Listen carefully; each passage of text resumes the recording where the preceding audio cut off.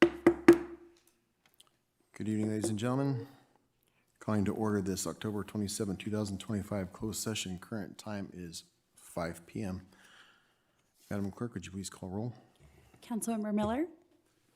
Here. Councilmember Woolsey? Here. Mayor Pro Tem Venable? Here. Mayor Thorpe? Here. Absent from this meeting is Councilmember Bieber. Thank you, ma'am. Before we go see if there's any public comment, Councilman Beaver asked me to make a statement for him that he planned on being here, but due to a significant incident that took place with the Sheriff's Department in Rancho Cucamonga today, their department has some support services that are needing to be rendered. So he was unable to make it this evening, but he would have been here otherwise. With that, do we have any public comment? We do have one comment, Mr. Edward Timmons. Okay.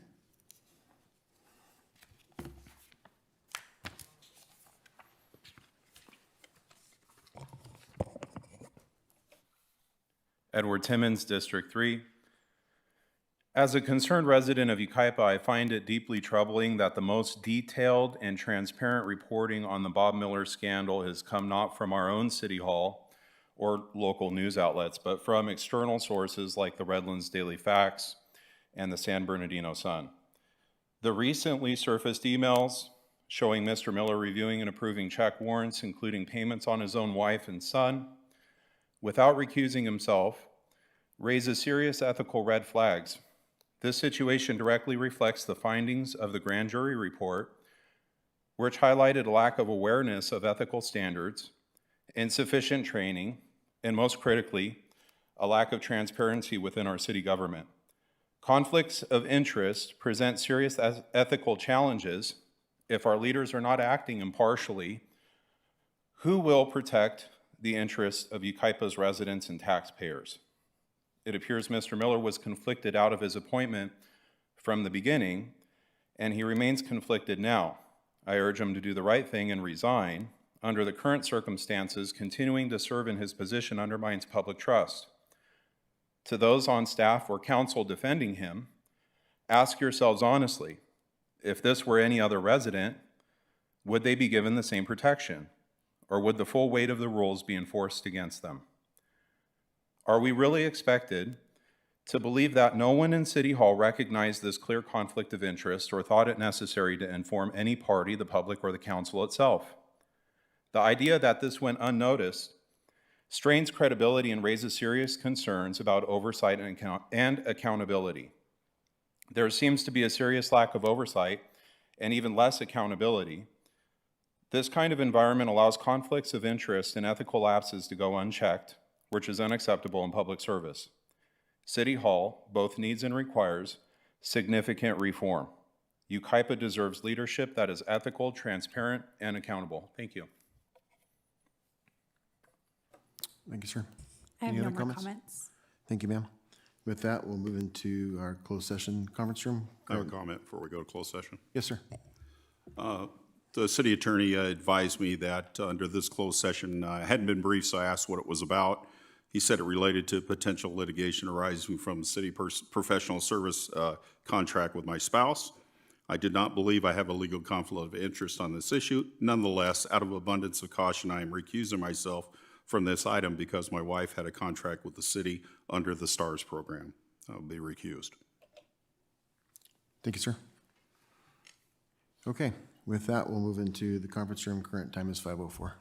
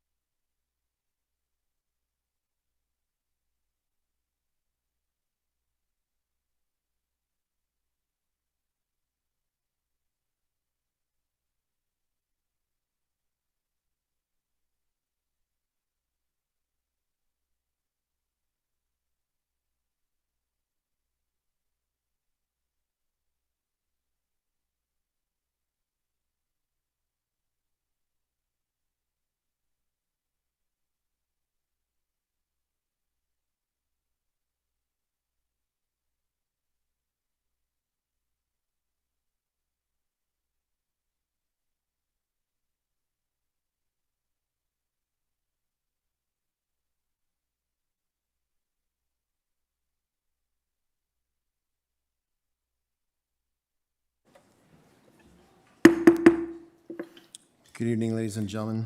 Call to order this regularly scheduled City Council meeting, Successory Agency and Housing Authority meeting for October 27th, 2025. Current time is 6 p.m. We are going to have Pastor Della Vaughn come do our invocation, followed by our captain from the Sheriff's Department leading us in the Pledge of Allegiance. Would you please stand? Mr. Mayor, I move that we recess this meeting to a time and place certain in order to assure that the full council is present and deliberation of the many important issues before us tonight. We could not continue our closed session due to only 3 council members being there. So your motion is to move this entire meeting? Yes. So if we, Well, before we do that, let's carry on with the invocation, the Pledge of Allegiance. We'll do roll call, and then we can address the motion on hand. Does that work for you? Okay. All right. So let's do the invocation, and then we'll do the pledge.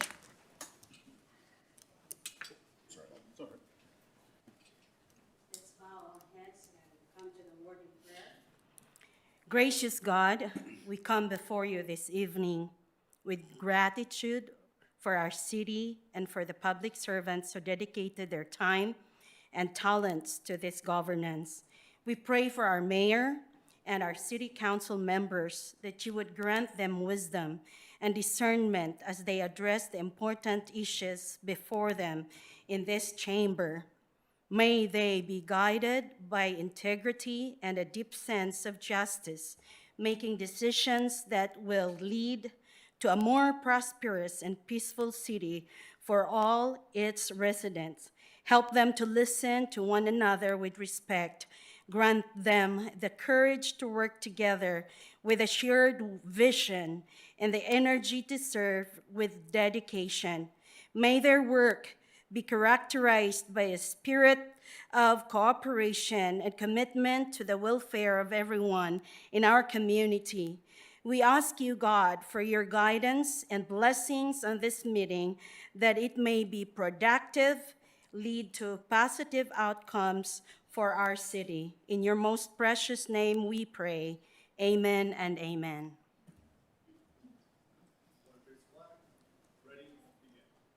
I pledge allegiance to the flag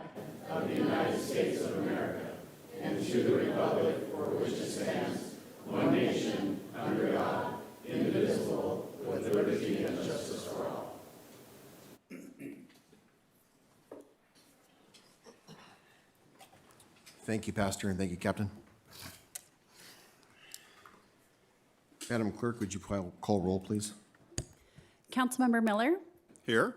Councilmember Woolsey, present. Mayor Pro Tem Venable, here, Mayor Thorpe. Here. Absent from this meeting is Councilmember Beaver. So before we go into the motion, just wanted to say something on behalf of Councilman Beaver. Earlier today, there was a significant incident that took place out in the Ranch Cucamonga involving a sheriff's deputy where he succumbed to his injuries. I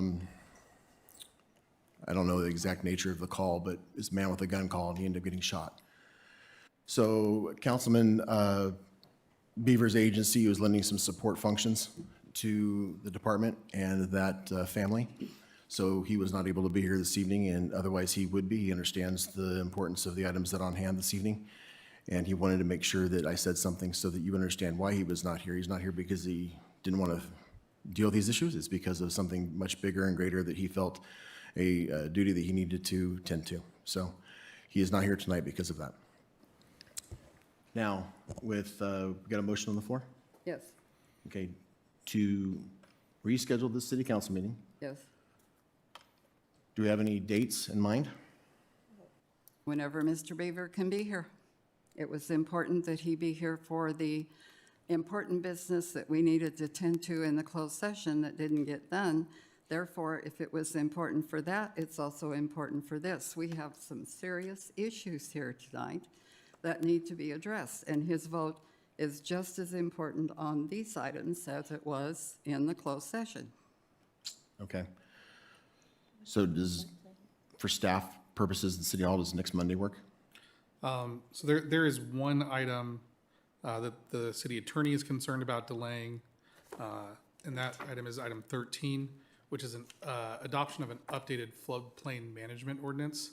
So this is an ordinance that establishes flood requirements under our building code.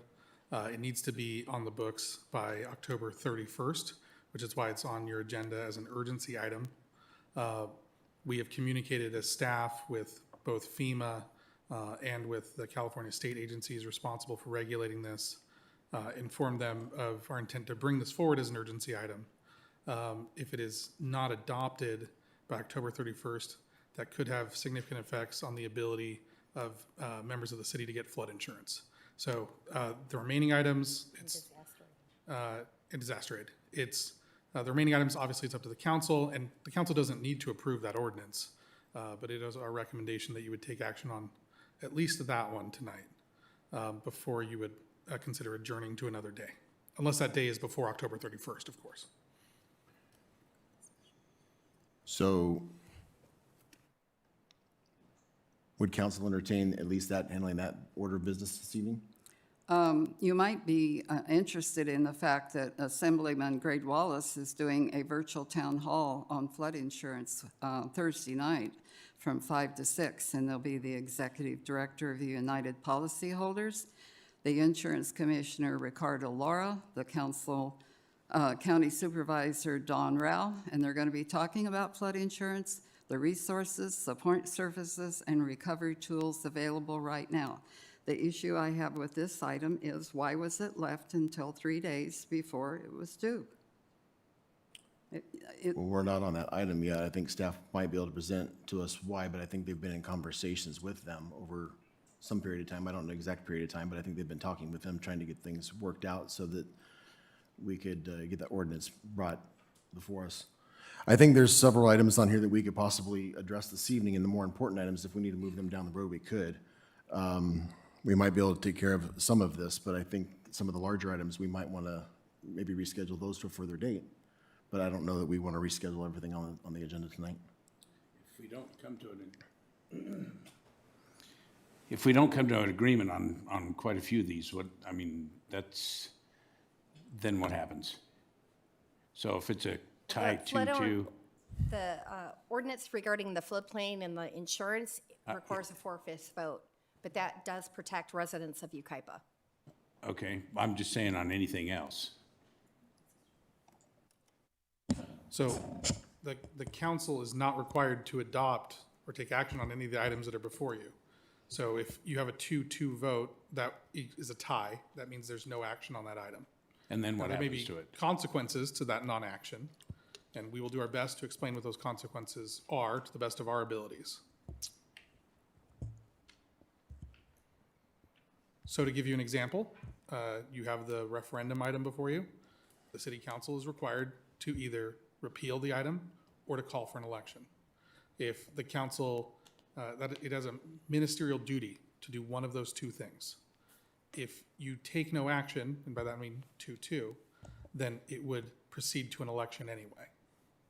Just to give you an example. I don't know if that was the one you had in mind. No, that's what I'm just trying to find out and stuff, because, obviously, I'm with Judy. I think that we do need all 5 council members here to, input everything that you guys brought before us and stuff, because there's certain ones here that I see that it's going to be probably a 2-2 vote on some. That's just my own, I don't know that for sure, but. So talking this through here, I think my recommendation would be that we do the consent agenda and item 11, and the other items we could reschedule. Well, there's something on the consent agendas that I want pulled, so. I do think it's critical that we recess and not reschedule. There is a difference. Okay, so that's the motion. Do I have a second? Say that, She wants to reschedule the No. entire meeting. Recess, not reschedule. recess. Recess. Recess this meeting Okay, For another date. for another date. Okay, so that's your motion. That's my motion. Do I have a second? I'll second that. Those in favor? No discussion. I want to be heard. Well, I thought we just discussed it, okay. So then we have a tie, right? Well, no, you had a first and a second. Yeah. Now he wants to discuss it, so what's there to discuss? Yeah, I mean, I can appreciate everybody's input, but we don't know where everybody's going to vote. How do we know where we're going to vote? We're already talking about, we assume it's going to be something. We have a lot of people here. We have some important things on the agenda that need to be addressed. I think we have 4 here. We have a quorum. We can vote on the issues on the agenda. We need to do the public's business as we're sworn to do. We have an agenda. We have it codified of what we need to address tonight. Our job is to address things. I know we have one member that can't be here. There's some really important things on this agenda that need to be addressed. Specifically, the referendum and a couple other issues. We have people in the audience to see what we're going to do on this. And we have some timelines on these things. We can't just recess and go to another date. I think we need to address them. That's what our duty is and what our job is. I think we need to do that. That's my viewpoint. We need to do something. We're here. We have a quorum. We can vote on these things tonight. That's my opinion. Any further discussion? Okay, so we have a first for Judy. We have a second for Chris. Those in favor? Aye. Repeat the motion, please. Your motion is to have this meeting continue to another date. Or recess is to your another, term. okay. And you're calling for the vote? So you Yes. made the motion. I vote yes. Venable did the second. Yes, So those in favor? yes. Aye. Is your mic on? Yes, aye. Opposed? No. No.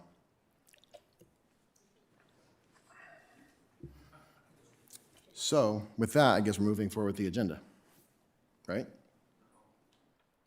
Since that motion died to recess, or the recess to the meeting, So Did a not carry 2-2 through? vote is a tie, which is no action.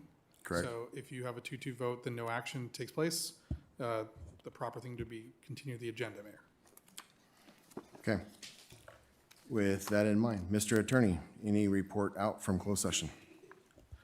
Yes, Mayor. The city council continued the item A to the Thursday special meeting at 7 a.m. No other reportable action. Thank you, sir. Interim city manager, any changes to the agenda? No, sir. Thank you, ma'am. We have a special presentation by Chief Malinowski.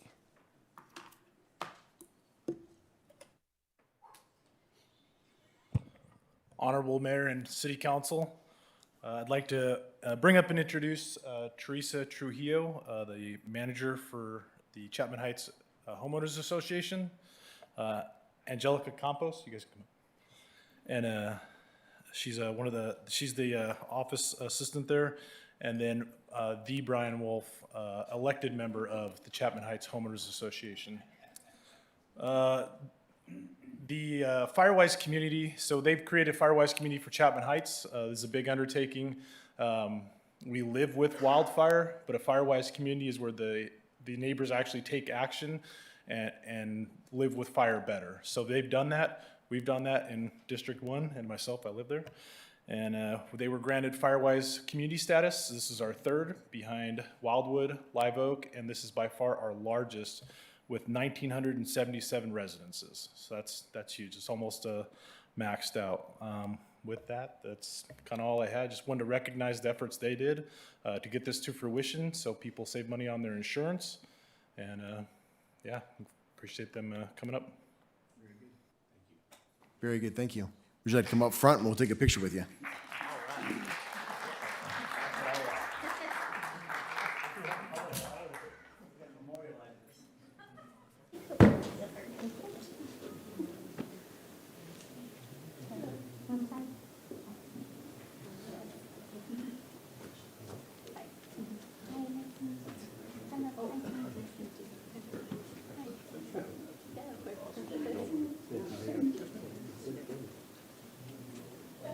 All right. Am I saying?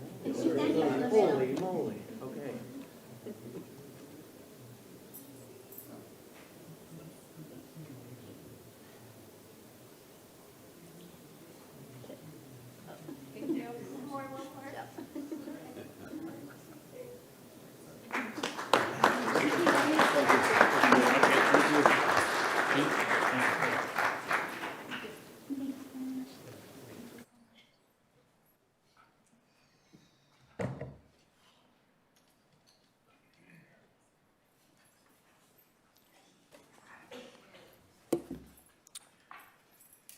Okay.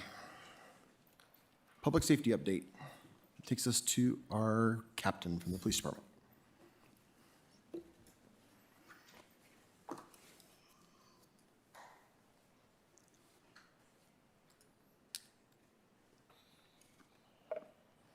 Good evening, Mayor and Council.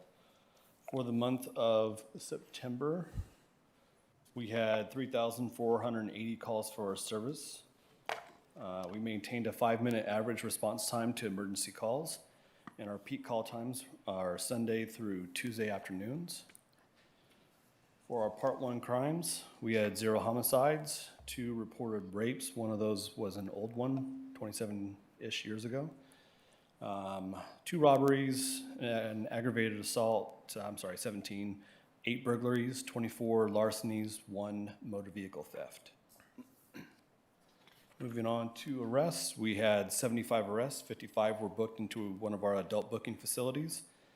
Most common arrests were narcotic-related offenses, warrant arrests, trespass offenses, and domestic violence incidents. For our traffic division, we had 117 traffic citations issued in the month of September and 35 traffic accident investigations. We had 9 DUI arrests during that month. And for our solution-oriented policing team, there were 34 transient calls for service in September, 16 complaints or tips via the Yucaipa app, 4 subjects accepted assistance or information, and 1 accepted placement, over 40 park patrols and vacant property checks. And we continued collaboration with local business owners and managers and got 2 new letters of agency. Any questions? Any questions from council? Nope. Thank you, sir. Thank you. Appreciate it. And please pass on to the department and the family involved if there's anything we can do for them. I will. I'm happy Thank to be you. there. Appreciate it. Thank you.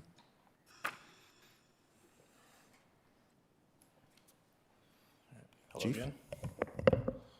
September stats, we did see a slight decrease in calls, about 5%, so that's kind of a good thing for us from the previous month.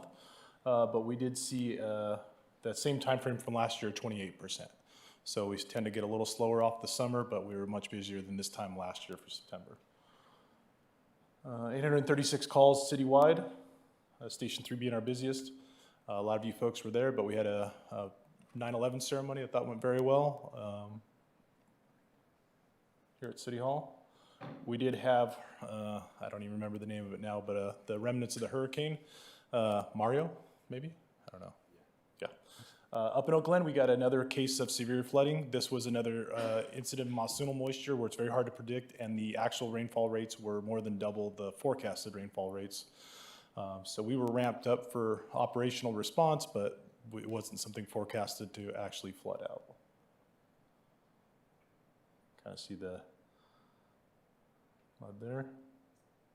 This makes it impassable for anything, fire engines, anything. You're not getting anything through that except for the front loaders. Might have seen this. We had a hawk get caught in a tree or a net at Chapman Heights Golf Course. But it was kind of cool that I actually got to work with the Bear Paw Ranch, can't think, drawing a blank on their name right now, and actually released the hawk too. So that was kind of cool. We got to see the full circle and let it go there, and it flew right off. We did do a community chipping day up at El Dorado Park. I'm sorry, at the by the Equestrian Center, and we did get a decent amount of material through that. A lot of outreach events in September, October with school starting, and then Fire Prevention Month. We do a lot of school events, Autumn Fest, and Stop the Bleed for open trails and open space. We had the Trails Open Space meeting. We did a Stop the Bleed and CPR for them, which was really good.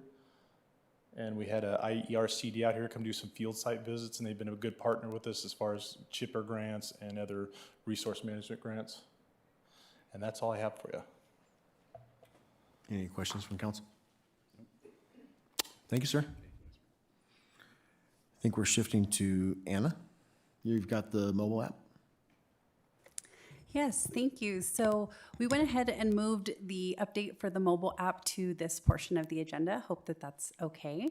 But this is your update for the Yucaipa mobile app for the month of September. So here's our key stats. We had a total of 203 monthly users. We had 288 reported issues, and our top issue was streets. This shows you the comparison to the previous months. So we were just a little higher, total monthly users, we were just a little higher than we were in August. Total issues submitted, again, we were just a little bit higher, and then same issue, streets. We had a total of 101 issues reported for streets. Code enforcement issues came in with 70 issues reported. That was the second. And then the third was park issues with a distant 41 issues reported. Here you'll see a comparison of the issue totals by type. Again, going back to February, so 288 were just a little bit higher, and you have the full breakdown of each category here. For our response times for street city issues, we were at 1.9 days. For code enforcement, we were at 7 days. And for our park issues, we were at just over 6 days. Our social media activity, we've heard what the council has said, and we've been posting to social media. So we did post on September 28th. We were promoting the app. Thank you to Megan and her team. And this just shows you on Instagram, we had 3,957 views, 14 likes, 4 shares, 1 repost, and 1 save. And then you see right below that for Facebook, those were the statistics. And that's all I have. I'm happy to answer any questions. Any questions? Thank you, ma'am. Thank you. All right, with that brings us to our conflict of interest disclosure. If there's anything that needs to be disclosed by our council members, now's the time to do it for any conflicts of interest. Did you want to do that now or later? At item 11. Okay. Going to consent agenda. Any items need to be pulled from the consent agenda? Yeah, I'd like to pull number 3 and number 7. Mayor, I think Ma'am. we skipped over public comment. Oh, I apologize, I sure did. My bad. Okay, public comment. All right, we have several comments tonight. We will start off with Donna Snodgrass, followed by Edward Timmons and Richard Frost.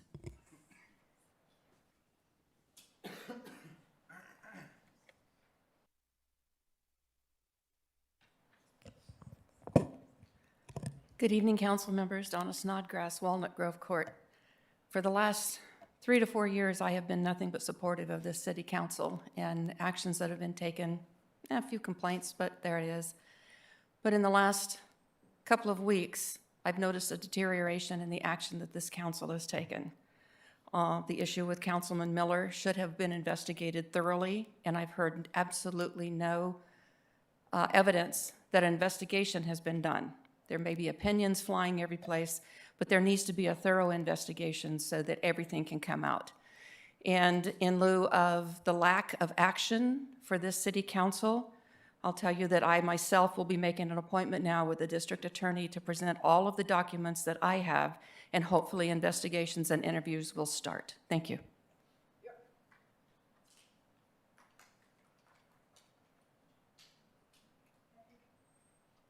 Edward Timmons, followed by Richard Frost.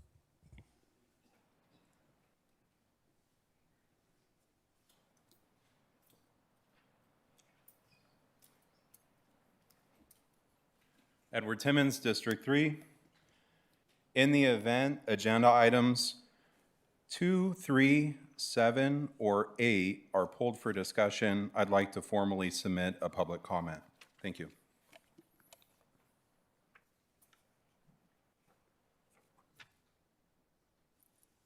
Richard Frost.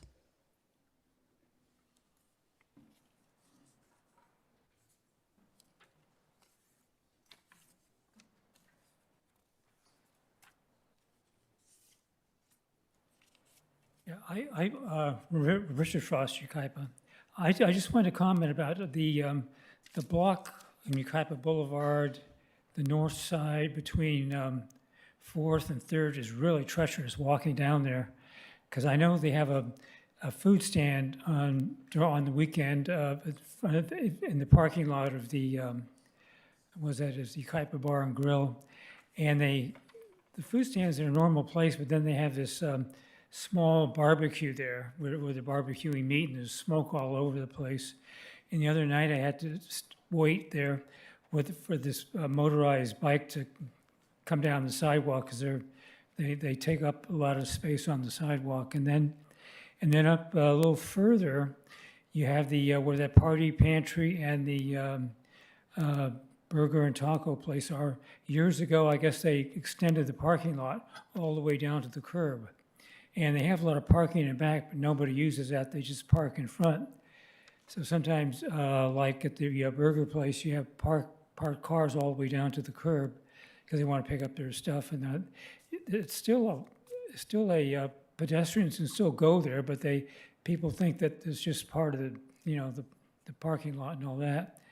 And then again, you have to be careful walking by the USA gas station because a lot of people do fast U-turns onto Yucaipa Boulevard. So walking up that whole side of the street from north side from 4th to 3rd is really kind of treacherous. You really have to watch cars. And then also you have those motorized bikes now everywhere on the sidewalk.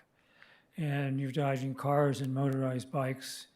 So it's just a kind of a warning, I guess.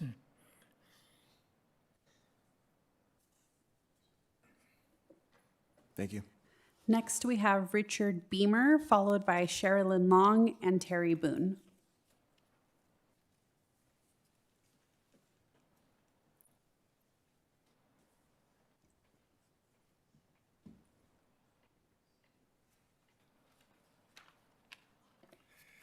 Good evening, Mayor and members of the council.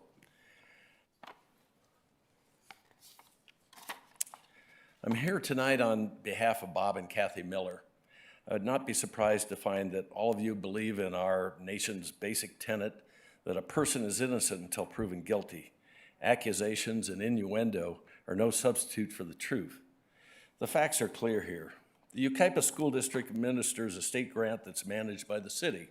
That grant allows the city to hire personnel to run after-school programs for children. They pay the employees and get reimbursed by the grant. Kathy Miller retired in 2024 after years as an educator and elementary school principal in this city. She was asked if she would act as a consultant for that grant program. She is eminently qualified for the position and agreed to serve.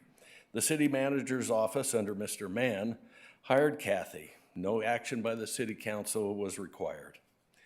A few months later, Mr. Garner was recalled and this city council appointed Bob Miller to replace him. During the next year, the city manager, Mr. Mann, was removed from his position. Bob Miller was on the prevailing side that voted for his removal.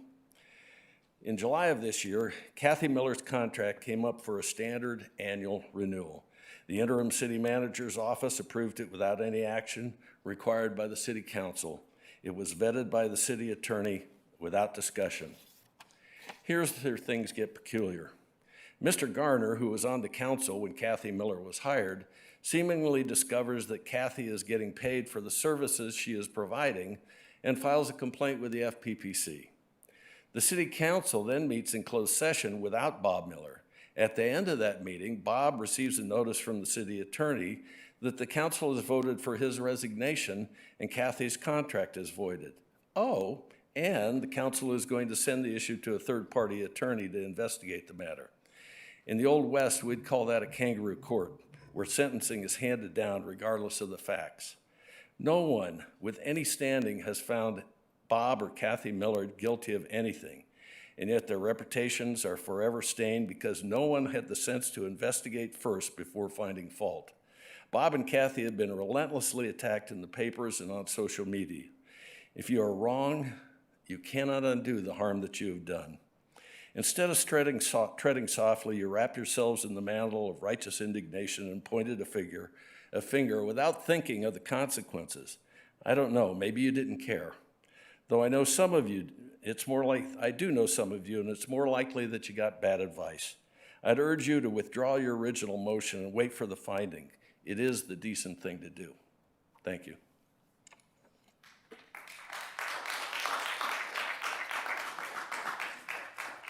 Sherilyn Long, followed by Terry Boone and Gilbert Turnquist.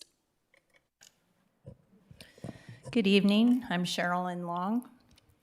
I'd like to address and take this opportunity to bring to the attention of this council and the community that on December 9th, 2024, during a public interview process for selecting a replacement for recalled council member Matt Garner, Bob Miller made this statement regarding conflicts of interest with his serving on the school board while his wife was concurrently working as a school principal. Quote, "If there was ever a conflict of some sort that even approached it, I would recuse myself. In business, in government, you recused yourself.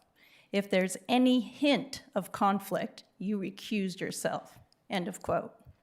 You can listen 33 minutes in and hear him state what I just quoted to you. It's disturbing and puzzling that Bob Miller doesn't think that same conflict of interest should apply while serving on city council, and most surprising, while serving as chairman of the finance committee, which was issuing checks to his wife. Bob also states that he teaches ethics. Then shouldn't he know better? Two of you as law enforcement officers, and Bob as retired chief of police, why don't you insist the district attorney step in and investigate this matter?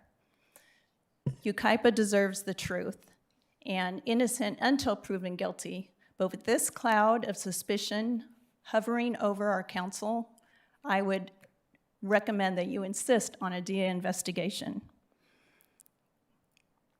Instead of using our city's money to hire the so-called outside independent attorney, who, by the way, is the one who sued the residents who signed the recall for Matt Garner, let's get it over to the DA and clear this matter up and get the stain off our city council. Thank you. Terry Boone, followed by Gilbert Turnquist.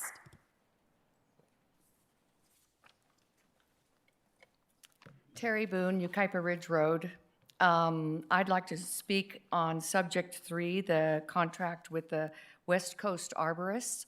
I was surprised that there weren't more bids that were looked at with this at $118,000 for the city. I think we are trying to save money because of our budget issues.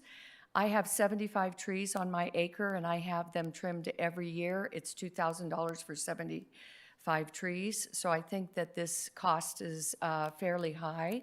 Also, I have an arborist who comes to my house to look over the trees and tell me what to do. It's First Arborist Care in San Bernardino. They also use trees like deodora cedar, cherry trees, mulberry trees, and they harvest the lumber. So I would be surprised that our city isn't using arborists such as that or tree services such as that that could save the wood rather than creating firewood or wood chips, except for the branches and things. Also, I am, speaking of trees, I am chairman of the Firewise, Yucaipa North Bench Firewise community with 2,500 homes, and we are in the process of completing that application. How to trim up trees, how far away from the house they need to be, what ladder fuels cannot be under them and such. So we will notify you in the future about that. That's it. Gilbert Turnquist, followed by Holly Warner and Kathy Sellers.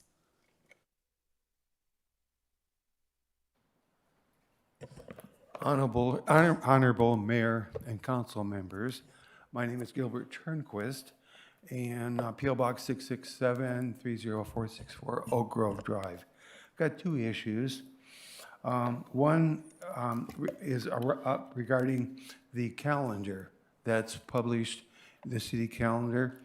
And I went to the city of Redlands and found they published their calendar in a list form, and it's so much easier to read than in a grid form, okay? So I'd like, and I already gave copies of this to Anna, so she's aware of this.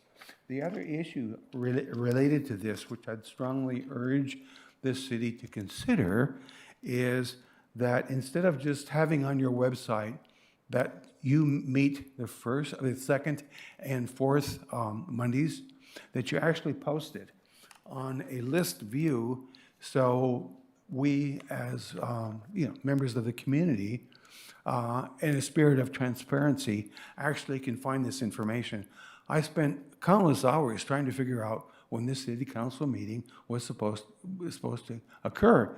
And if you look yourself tonight, you go to November, you'll have all kinds of difficulties. So if you would at least consider this, I think it would serve the purposes of better communication and better transparency for the citizens of this wonderful town.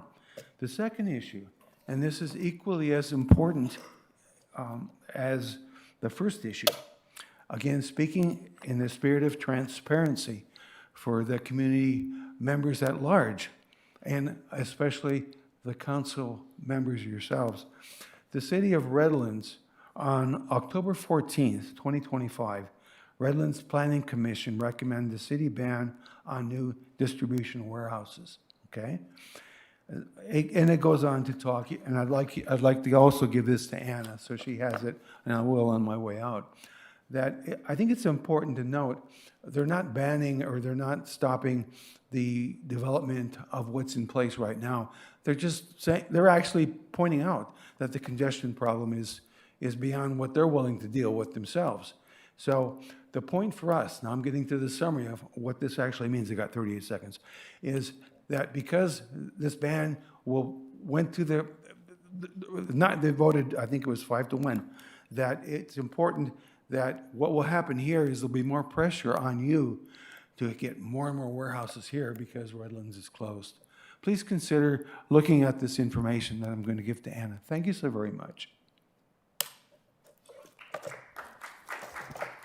Holly Warner, followed by Kathy Sellers and George Sardison.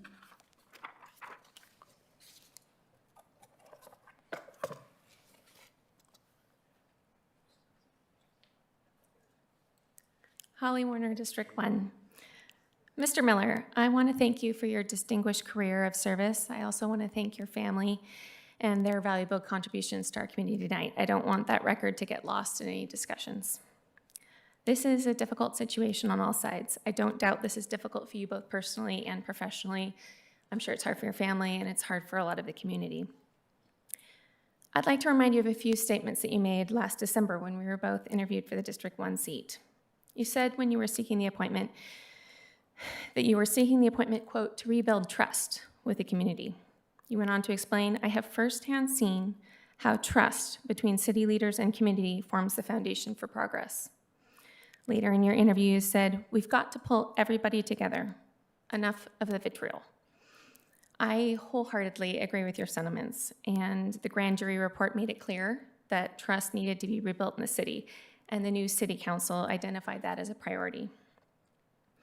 Unfortunately, recent questions surrounding financial decisions made under your tenure have caused some concern and controversy.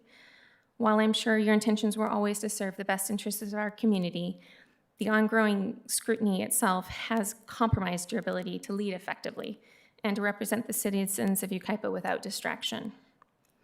Prior to your appointment, there was already profound mistrust in our local government, and unfortunately, this scandal has added fuel to that fire. So tonight, my question for you is this. Were you serious about wanting to restore trust in our community? Were you serious? If so, I encourage you to end on a high note. End on a high note. If you love Yucaipa as much as you claim to, then put Yucaipa first. You are in a unique position tonight to restore faith and trust in our local government, and I hope you use this as a powerful opportunity to do so. I'm encouraging you to resign, not in defeat or as an admission of guilt, but because you deeply love the people of Yucaipa and want to put our city on the right path towards progress. As you wisely noted the night you were hired, trust is the foundation for progress. I will conclude with your own words from December 9th. If I say I'm going to do something the right way, I'm going to do it. Thank you.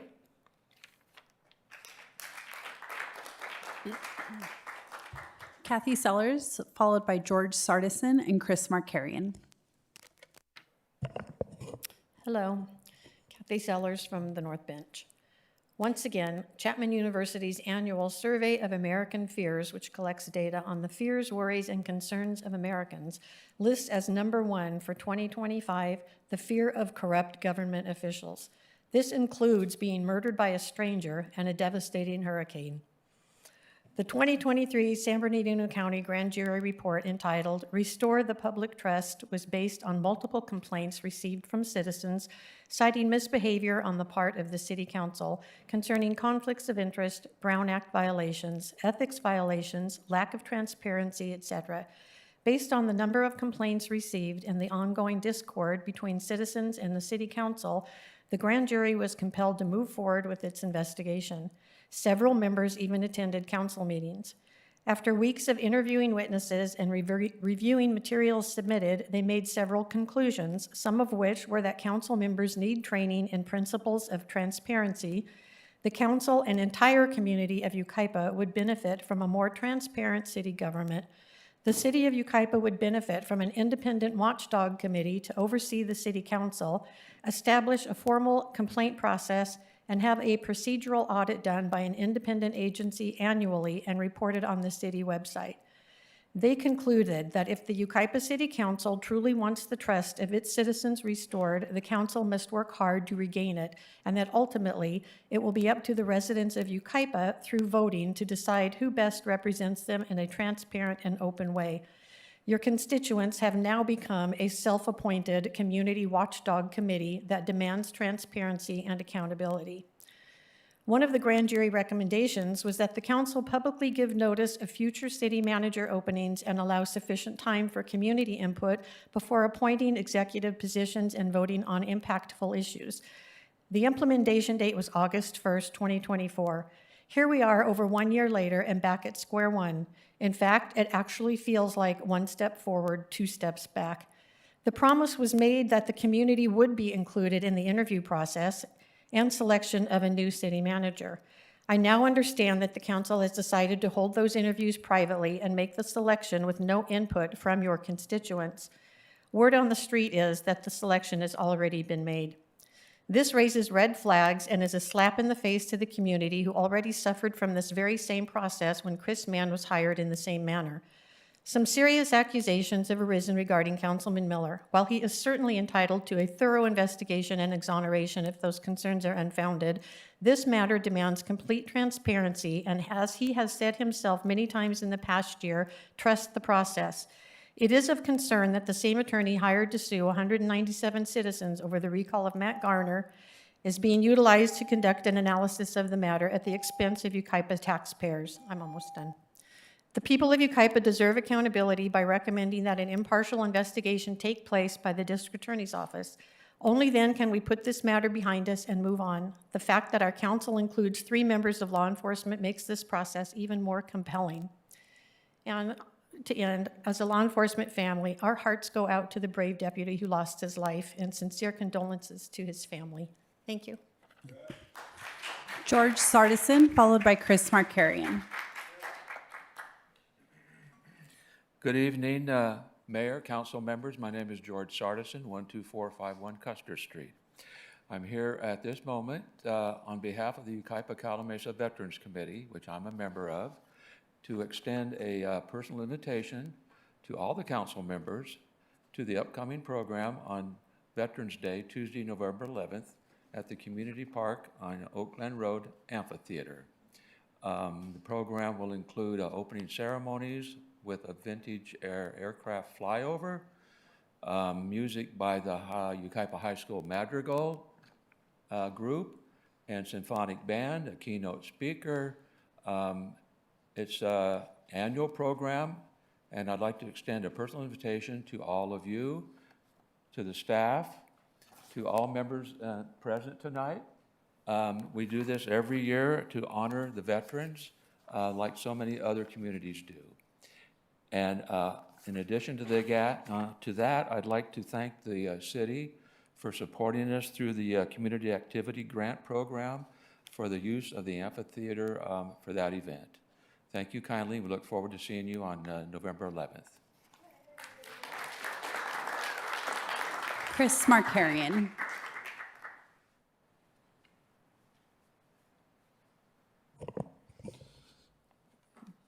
Honorable Mayor, esteemed council members and city staff, Chris Markarian at 31555 Avenue I came here to say something completely different when I submitted the note, but I'm heartbroken. I'm heartbroken. I'll share a couple of things and then I'll get off of here. 28 years ago, I came to this country as a refugee and lived in Chicago until 9/11 happened, which is when I answered the call and joined service. And I always told my family, and I tell my kids, we are so blessed to live in what I believe to be the greatest country in the world. And there are some values, core values and beliefs that this country stands for, which is why I'm very proud of the flag, and I fly the tallest one still in town, that unalienable God-given rights we have in this country that no one can take away from us. No government, no city officials, nobody. Unless we do it to ourselves. And I'm heartbroken because I see the deterioration of our society has reached Yucaipa. And I love my friends and my brothers and sisters, and Sherilyn Wong, Christine Moeller, Kathy Sellers, and Donna Snodgrass. I've served on many committees with them and on the planning commission here before. I don't mind disagreeing. I disagree for a living, and I love doing that. But let's do it with respect. Let's not demonize people and call names. Out of nowhere, I had a small video on social media that's gone viral now in town. Everybody's talking about should we or should we not have a movie theater in Yucaipa. Everybody's opinion should be welcome, and let the people vote. So the reason why I came up here, I wanted to talk about the referendum on item 10. And for all those people that say everything is being done in secrecy, there is so much transparency. And maybe it's Jennifer's fault, the city manager right now, interim city manager, because I hang out with her every Tuesday at the Rotary meeting, so I know so much about what's going on. So I invited them and the mayor and the city engineer and a couple of other city staff members to do a podcast. I can't wait to publish that for people to actually learn what's going on. And I invited people from the referendum. I just saw Kathy Sellers and I said hello, and I welcome her to join the podcast so we can inform the citizens of Yucaipa and let the citizens decide. When we do the fear-mongering and people start choosing what's right and what's wrong, and we take it out of the justice system, I'm a firm believer that justice will prevail.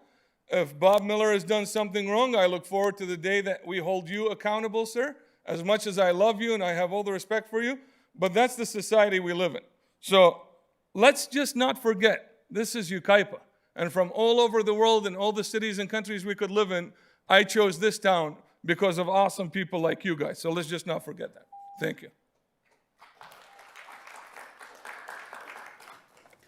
I have no more cards for general public comment. However, depending if anything gets pulled from consent, I may have a comment for one of those items. All right, thank you. So we had a motion earlier, or not a motion, but Councilman Venable requested items 3 and 7 be pulled.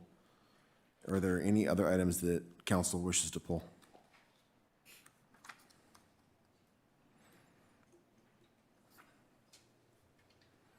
Hearing none, do I have a motion to accept the agenda for items 1, 2, 4, 5, 6, and 8? Move to approve. Got a motion, do I have a second? I'll second. First and a second, those in favor? Aye. Aye. Any opposed? All right, that brings us to item number 3. Mr. Fermin.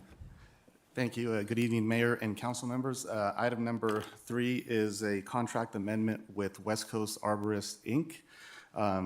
If you'll recall, earlier this year, the City Council awarded several different contracts to, I believe it was 3 or maybe 4 different tree trimming contractors. City staff issued a request for proposals and qualifications.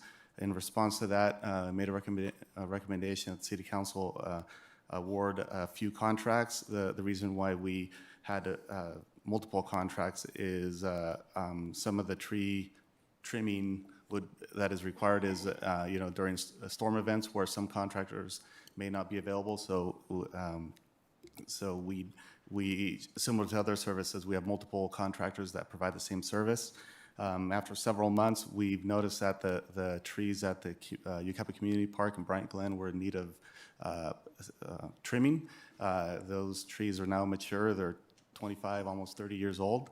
And we reached out to West Coast Arborists requesting a proposal, cost proposal for that work, and that is what you have before you. It's again, it's a contract amendment to the existing contract with West Coast Arborists for the tree trimming at Yucaipa Community Park and Bryant Glen Park in the amount of $118,000. The current contract with West Coast Arborists is for $25,000 for 1 year. This contract would be specific to the work that is required at the Yucaipa Community Park. We have comment. I do have public comment on this item. All right, go ahead, ma'am. Mr. Edward Timmons.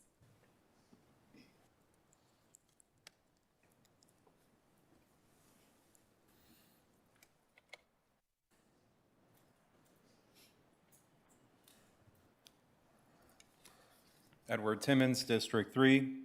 I don't have anything bad to say about West Coast Arborists. My family's worked for them previously. I hear they're a great company. My public comment has to do with the decision-making process of how we got here, how we're discussing this. On June 23rd, 2025, the City Council approved 4 contracts for on-call tree trimming services through a competitive bid RFP process. Based on available information, Ace Tree Service with local operations submitted a proposal that included $10,000 in free services, no strings attached. They clearly stated that they would not begin billing the city until that amount was exhausted. Additionally, during Make a Difference Day on April 12th of this year, Ace Tree Service went above and beyond by donating trees to El Dorado Park and bringing 2 full tree crews along with their families who spent the day planting trees from morning into the afternoon with giveaways. Despite this generous offer and community involvement, it's my understanding that Ace Tree Service was never contacted by the city for any work, not even the free offer. Now with a new scope of work proposing for the clearing or trimming of over 700 trees at the Community Park and Bryant Sports Complex, I strongly urge the council to send this project back out to bid. Thank you. I have no more comments. All right. Any questions of staff? What's the threshold on the price to where we just give it to any contractor out there? I mean, do we have a process through that? Or do we just say, here's $118,000, let's go do it? We do have a process, our purchasing and procurement policies and procedures, depending on the contract amount. If I believe it's if it's goods or services that exceed $30,000, that requires city council approval. And then there's other limits below that staff has the authorization. And some of those services, depending on the amount, would require staff to go through the formal procurement process or informal. And for this one, obviously, for the service, we went through the formal competitive bid process. Based on the work that they were doing, staff reached out to them and asked them for a cost proposal. So there is the short answer is there is a process and procedures for procurement and with different levels. So this went out to bid? Yes. It did, and 3 companies bid this particular $118,000. Not for the this, right? No. But from prior, the $25,000 one, right? Yes. So, and we're a city trying to do whatever we can for the taxpayers' money that we spend quite often. We should probably put this out to bid, wouldn't you think? We could certainly do that if that's the council's direction. For these types of services, once a contractor has been deemed qualified and you know, when they were hired to do the work, they provide a rate sheet based on their work. When we received the cost proposal from them, 700 trees at the park, and we did the math of how many days it was going to take, and we felt that their cost proposal of $118,000 was appropriate. And we got a doctor here that has hers done for a fraction of that. Mm-hmm. So I say we put it out to bid and we bring it back to the table then. I'll make a motion to that. I'll Any other- second. Any other discussion or comments? Those in, okay, so no other comments, so you got a motion to put it out to bid and you're seconding it? Yes. All right. Those in favor? Aye, Opposed? No. of course. So council, just since this is our first for council member meeting in a while, just to be clear, a 2-2 vote is no action. So at this point, you have not approved the contract amendment.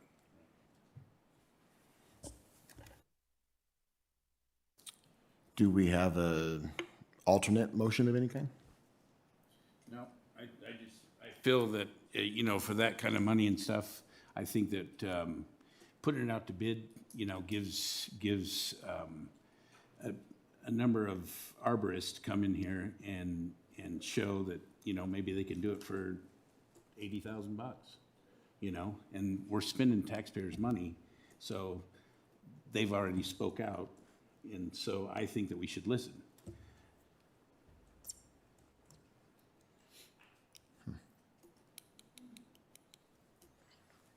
I agree Any with further Mr. Venable, yes. Any further discussions, alternate motions? No? Well, for me, this isn't anything out of the usual, right? I mean, the way we're dealing with this is normal business for a city to do. Yes.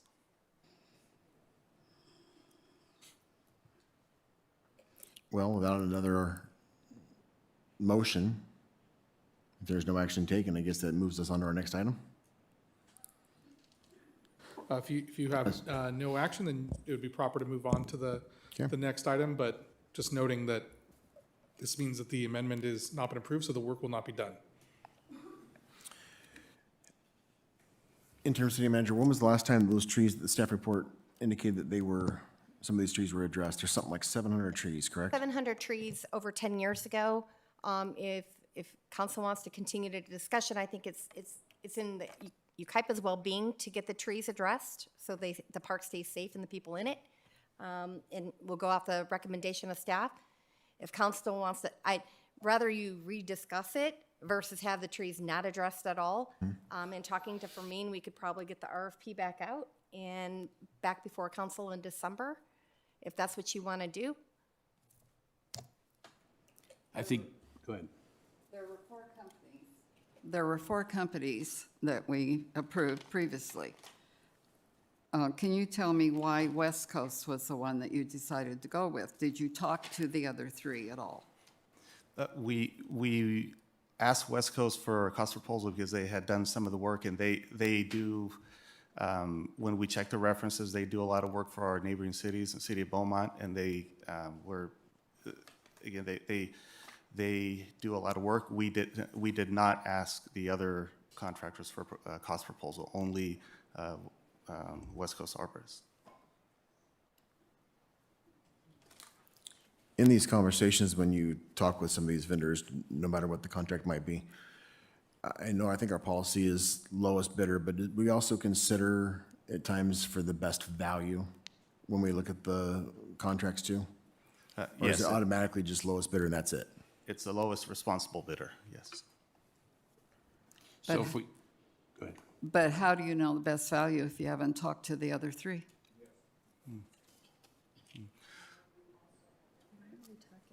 Yeah. All right, so let's do this then, because we just can't not do it, I don't think. So, we've got to do something, because if they haven't been done in 10 years, I mean. Well, I made a motion to put it out to bid, and you can have it out to bid when? Within the next few weeks? Within the next week, yes. Okay, so if we put it out to bid, it's no harm to anybody. We're just gonna go with the lowest bidder at that time and stuff, and it could be very well the other ones Exactly. that we trusted in the other, you never know. All right, so Just to give 118,000. to move this along so we're not sitting on a dead item here, how's the right way to do this? Do we make another motion, or do I make a motion to reconsider my vote? Because I could So you could go one of two ways. You could do reconsideration, or a member of the council who's not Councilmember Venable could make the vote to put it out to bid. I move we put it out to bid. All right, I'll reconsider and I'll second, because we got to do something. So those in favor? Aye. Aye. Opposed? No. Okay. I have one question still. Yes, sir. Mayor, we budgeted for this, right? Yes, we did. We approved it in the last budget. I just want to make that point. We budgeted $118,000 last. We budgeted, we budgeted an amount in the Public Works budget for maintenance of the parks, and that included the tree trimming, yes. Of the $118,000. That was a line item. No, to clarify, the way the budget process works is we get an appropriation for spending. We get a spending plan. The $118,000 is included in the total amount of the spending plan for that type of service. So From the very beginning. from the very beginning. Now, that's not vendor specific. That's not tied to any specific vendor or anything. We're just going to council to say, we'd like to provide services that would cost this amount.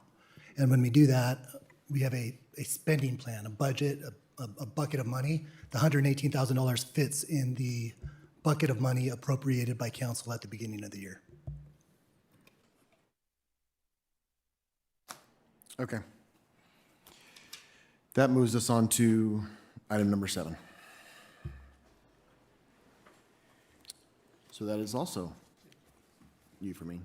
Are we good on the last item? Okay. Sorry. For me? Yes. all you. Item 7 is the recommendation is that the city council approve and authorize the interim city manager to execute a purchase contract to purchase 60 concrete picnic tables from Outdoor Creations, Inc. for the community center park. There are 2 large gazebos at the community park and then 7 smaller gazebos. Those gazebos include the picnic tables that were installed when the park was first built. Those are the metal tables that are coated with the plastic. Some of them are older, they're breaking down and need replacement. We have purchased concrete picnic tables at El Dorado and other parks, and those seem to wear better than the other options. So staff's recommendation is that City Council authorize the purchase of those concrete picnic tables. And I would also like to add that staff made a presentation at the Parks and Rec Commission, and some of the Parks Commissioners toured the parks, and we shared this information with those members that we had plans to replace those picnic tables along with some of the other repairs that we have planned for the parks. Can we have Megan speak on that? Do you mind? That's fine. If she's prepared. Can you talk to us about that? What the Park and Recreation? Yes, absolutely. I'm the staff that oversees the Parks and Recreation Commission. As Fermín said, on March 15th, the commission took a tour of our parks and identified several picnic tables that were in disrepair and encouraged the Public Works Department to get those replaced. At the May 28th Parks and Rec Commission meeting, the commission further discussed the item. At the July 23rd commission meeting, it was canceled due to a lack of quorum. And on August 27th, Deputy Director Scott Washburn attended the Parks and Recreation meeting where he identified several areas in the parks that the benches would be replaced with these recommended cement benches, and the commission was excited and happy to hear about the progress, and he identified that the item would need to go to council for review and approval. So it says on here picnic table. Is it table or just a table and chairs? I mean, Great question. So It's 'cause that's what it says. It's an all-in-one, so the table comes with chairs with it, so it's a connected. They do make the tables, just the tables by themselves. And looking at that cost compared to with the table and chairs, now you're talking, There will be one table with 2 benches on each side. okay. So just to make that clear. So, okay, I'm good with that. And we do have public comment on this item. Okay. Edward Timmons? Also, just to let you know, on page 119 of the packet, 3 quotes were received from the vendors. Yeah, I seen that. I just didn't, it just said table, so I wanted to make that clear. Edward Timmons, District 3. While I understand the value of investing in our public spaces, I'm concerned that this proposal lacks critical information in the agenda packet. Specifically, staff has not provided a site map showing where these tables will be placed in the agenda packet, nor have they outlined the indirect costs or the timeline for Public Works to prepare the sites, removing the old tables where the old tables would go. Without this information, it's difficult for the public to assess the full scope and impact of the project. Given the current state of our city's budget and how we would like to spend money, given the current state of our city's budget and how we like to spend money on independent political consultants and cinematographers, I believe this project should be postponed until there is a clearly demonstrated and urgent need, or a need can be provided in the agenda packet. We must be responsible stewards of taxpayer dollars and avoid spending on projects that appear to be more about optics than necessity, if that may be the case. Thank you. I have no more cards on this item. Thank you, ma'am. With that, do I have a motion, or do we have any further questions or discussions about the item?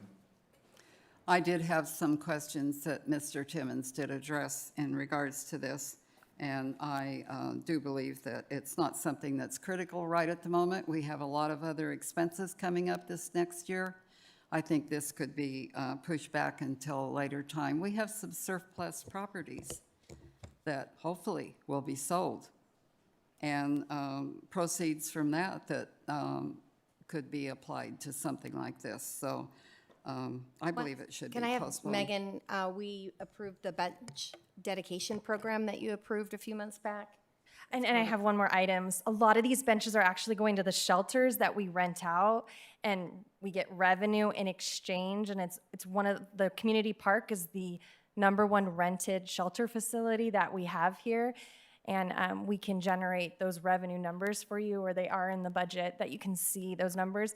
In addition, as interim city manager Crawford mentioned, we did come to the City Council and the Parks and Rec Commission with an item of a dedication policy, and I do have 5 families that are really excited to see these picnic benches get installed so that they can reimburse the city for them in the dedication policy plan.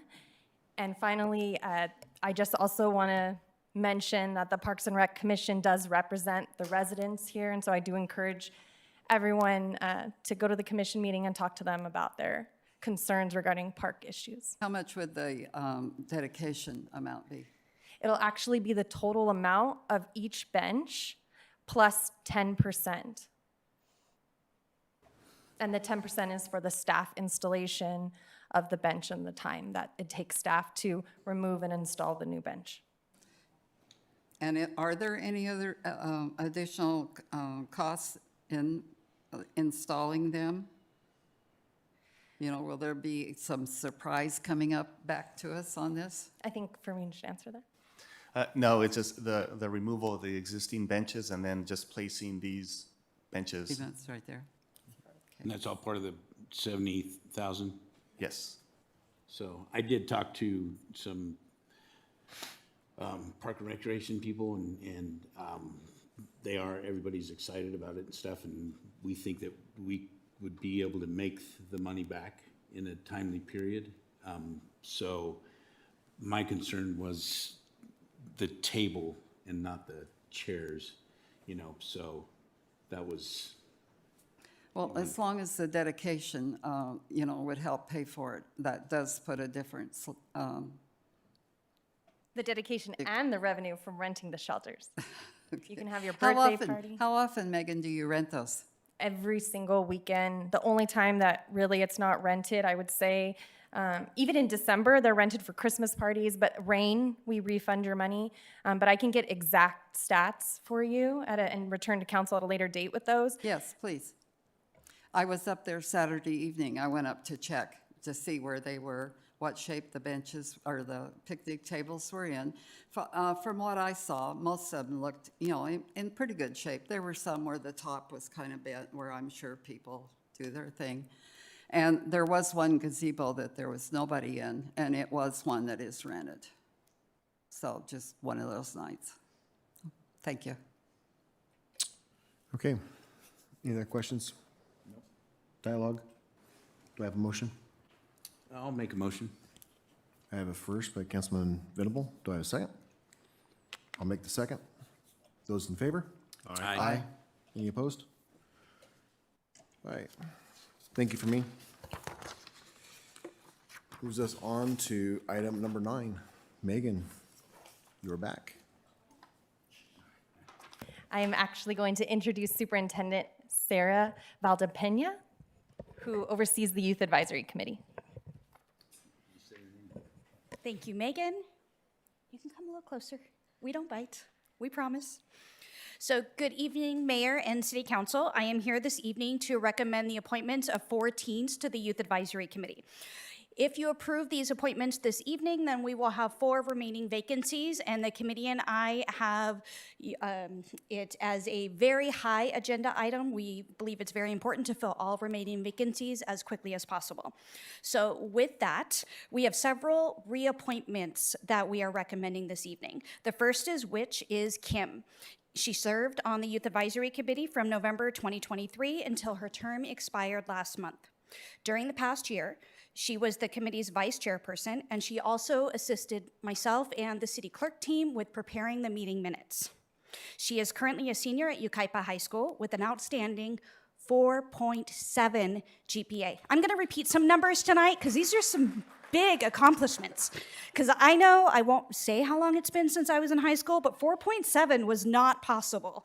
And so with that, she has also served on a number of other committees and clubs at Yucaipa High School. You may recognize her name. She is the student board member for the local school district, so she's busy. She also has co-founded many clubs and services on the Yucaipa High School campus. So while she is an overachiever, she was unable to be present this evening. She is studying hard, getting some homework done, and working off-site. So with that, she has sent a statement for me to read, and I will do so on her behalf. So good evening. I am grateful to be considered for reappointment tonight. As a previous member of the Youth Advisory Committee for about 2 years, I have had the chance to serve the committee in a multitude of fun, unique ways, from making blankets that provided seniors at the Senior Center for a way to keep warm, to participating in the Mental Health Week at Yucaipa High School this past May. Outside of the Youth Advisory Committee, I strive to uphold the committee's value of serving the community. I am the Commissioner of Community Service at Yucaipa High School, where I help find students ways to give back to their community through blood drives, tutoring programs, and a new community service club, and that did just start this school year. It would be an honor to continue serving our beautiful Yucaipa on the Youth Advisory Committee, and she says thank you. So with that, I will jump to the next reintroduction, and that is with Luke. He served on the Youth Advisory Committee from May 2024 until his term expired last month. He is a junior at YHS with an exceptional 4.8 GPA. So just in case you didn't hear that in the back, 4.8, higher than Kim's, if that's possible. So in addition to his academic success, he is a dedicated member of the YHS mountain bike team, and he has earned more than 15 podium recognitions. So he was also unable to be present this evening. However, on a different note, he is vacationing with his family in another state, and he did promise to do a song and dance for you if you'd like upon his return. And that we do have in our meeting minutes. So with that, I will provide you some reintroduction and an introduction for those that are currently here this evening. So first, we have Jasenia. She may also look familiar. This is her 3rd recommended term to the Youth Advisory Committee. She has served continuously since February 2021 as an 8th grader at one of our local middle schools until her term expired last month. She is also a senior at YHS with a strong 4.1 GPA. She is highly involved on campus. She serves as the student council president, vice president of the Community Service Club, and an active member of several other clubs and academics. So with that, I'm going to let her brag about herself, which she has difficulty doing. So if you could help her, encourage her in the background, we appreciate that. Because these really are amazing students, and they do not speak well about themselves. So that's why I am here this evening to do part of it on your behalf. You ready? Okay. Thank you, Sarah. Hi, my name is Jasenia Ramirez, and I would like to continue my journey with the Youth Advisory Committee. I love to be involved with the community and give back to Yucaipa. From the committee, I strengthened my leadership skills and learned about many different occupations. I also received advice from professionals that gave me insight on what I want to accomplish when I grow up. Being on the committee helped me to understand how a community works together and what process goes into making decisions. More importantly, being on the committee has taught me skills and lessons about life. Finally, working towards benefiting and supporting the youth is something I'm passionate about and is why I'm interested in contributing my time and skills to the Youth Advisory Committee. I'd also like to thank Mr. Venable for always attending our meetings, and Sarah for being a good mentor to us and always supporting us. Thank you guys for your time and consideration.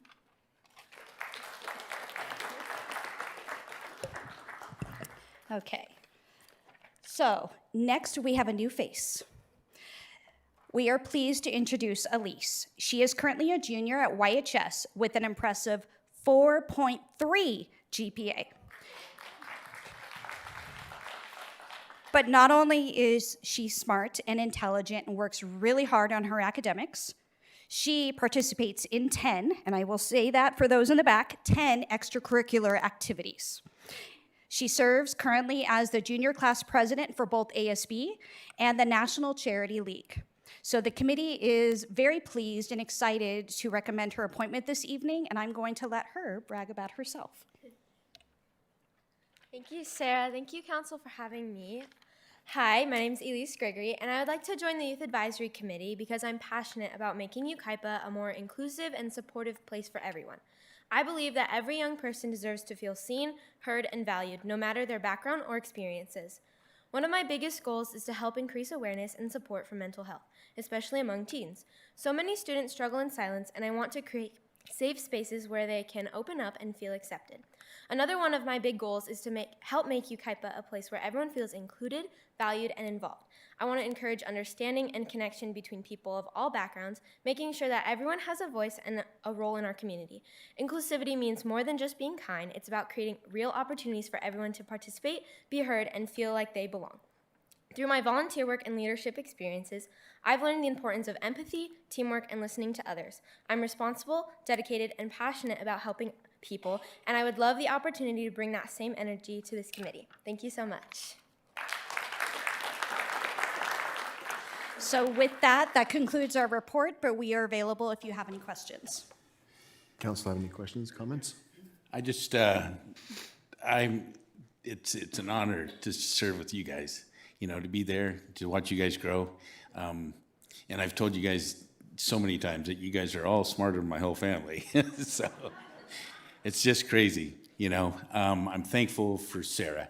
You know, Sarah, when I first got here and stuff, they were talking about sending her somewhere else and not take care of this, you know, youth advisory. And it was a big bummer that if we would have lost her, because she's the biggest thing in our youth advisory committee. She's strong, she's funny, she's, you know, I think that you guys probably think that we're more kids than you are, but it's just fantastic to see you guys coming again for the next 2 years. It's just exciting. So I'll make a motion to pass. I'll second. Okay, well, we'll carry on some business here, but I'm very impressed with both of you and the other two. I'm sorry they couldn't be here, but I don't know, we probably need to take some classes or tutoring from you all, because I think you all are pretty sharp, it sounds like, according to your GPA. So we got a first and a second. Those in favor? Aye. Any opposed? All right, welcome. You want to come down here? We'll take your picture.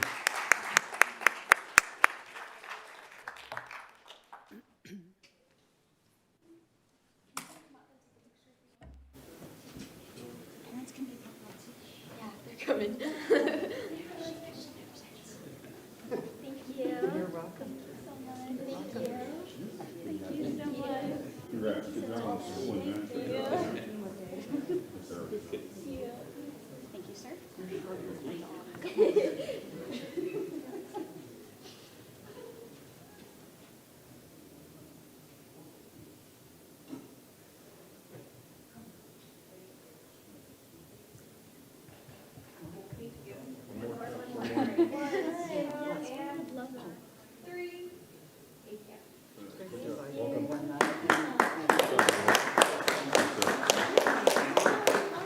Thank you. Thank you, guys.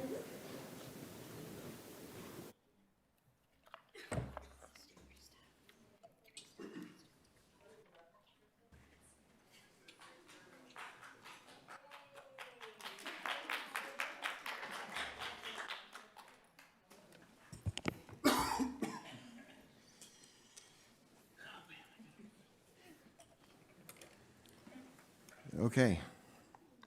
That brings us to item 10. And I believe that's you. Thank you. Good evening, Honorable Mayor, members of the City Council. Item 10 tonight is the Certificate of Sufficiency for the referendum of Resolution Number 2025-54. On August 25th, 2025, the City Council discussed the Freeway Corridor Specific Plan Update and approved staff's recommendation by a vote of 4-1. Among staff's recommendations were the approval of Resolution Number 2025-54 approving and adopting the Freeway Corridor Specific Plan Update and the approval of the introduction and first reading of Ordinance Number 448, amending the official land use plan and zoning ordinance of the City of Yucaipa. On September 30th, 2025, Yucaipa residents timely filed a signed petition for the referendum of Resolution Number 2025-54 adopted by the City Council. A minimum of 10% of registered voters were required to sign this petition. The total number required was 3,617. The City Clerk's office received a total of 5,666 signatures. As is standard practice, the City Clerk's office referred the petition to the San Bernardino County Registrar of Voters for official signature verification against official county voter records. The verification of the signatures was completed, and the Registrar's office submitted the Certificate of Sufficiency to my office on Tuesday, October 14th, 2025. The Certificate of Sufficiency is attached to your staff report. Pursuant to Elections Code Sections 9114 and 9237, now that the referendum has qualified for the ballot, the effective date of the resolution has been suspended, and the City Council must reconsider the resolution or submit the resolution to the voters, either at the next regular municipal election or at a special election called for the purpose of. So let's talk about your options. City Council has two options, and these are pursuant to California Elections Code Section 9241. Option 1, repeal the resolution in its entirety. If the City Council chooses to repeal the resolution in its entirety, the resolution shall not again be enacted by the legislative body for a period of 1 year after the date of its repeal. The potential impacts to the City of Yucaipa if the Freeway Corridor Specific Plan does not move forward has already been discussed by the City Council, specifically at the September 22nd, 2025 meeting, and that staff report is attached to this item as well. Your second option is to call an election. If the legislative body does not entirely repeal the resolution, the legislative body shall submit the resolution to the voters either at the next regular municipal election or at a special election. Our next regular municipal election here in Yucaipa is scheduled for Tuesday, November 3rd, 2026. We have 2 council seats up for that election. Should council choose to call a special election, possible dates are as follows. An in-person election to be held on April 14th, 2026. This would be a standalone election. We have 2 mail ballot elections. We have an in-person election to be consolidated with the 2026 California primary election occurring on June 2nd, 2026. This would be a consolidated, or the City Council can wait until the next regular election in November. At the time that this agenda was published, we had not received quotes from the San Bernardino County Registrar of Voters. However, those quotes have been received and have been provided to the City Council. They will be uploaded to the website, and copies should have been placed on the back counter, but I do have the quotes available for the option in April, which would be, again, the standalone, or the option for June, which would be the consolidated. Unfortunately, the registrar's office was not able to give me a cost of what this would be if you waited until November of 2026. However, I can give you the numbers that we received based on the last election.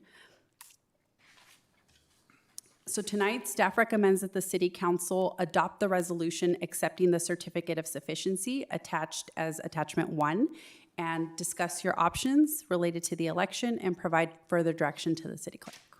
That concludes my presentation. We have several public comments on this item, but I'm happy to answer any questions for you.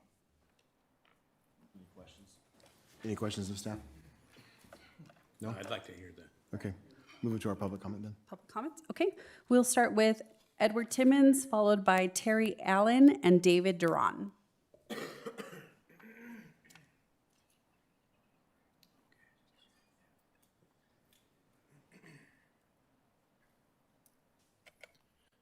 Edward Timmons, District 3.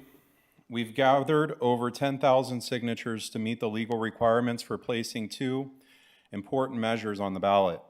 Measures that, as you know, directly impact the future of Yucaipa. These signatures represent thousands of residents who want the opportunity to vote and have their voices heard.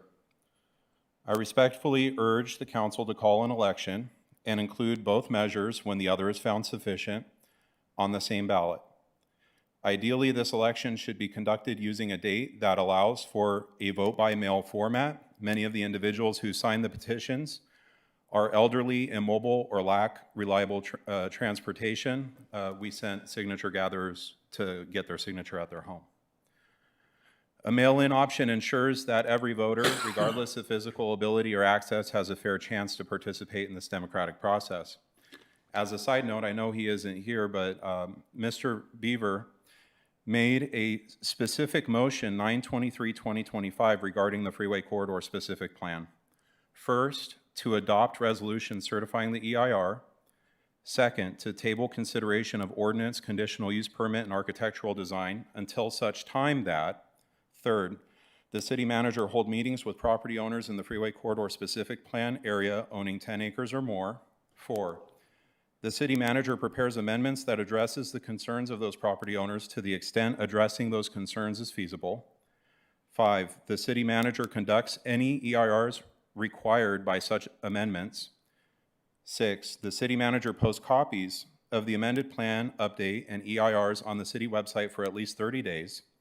7, and after the 30 days, the city manager holds a community meeting where any input from community can be addressed.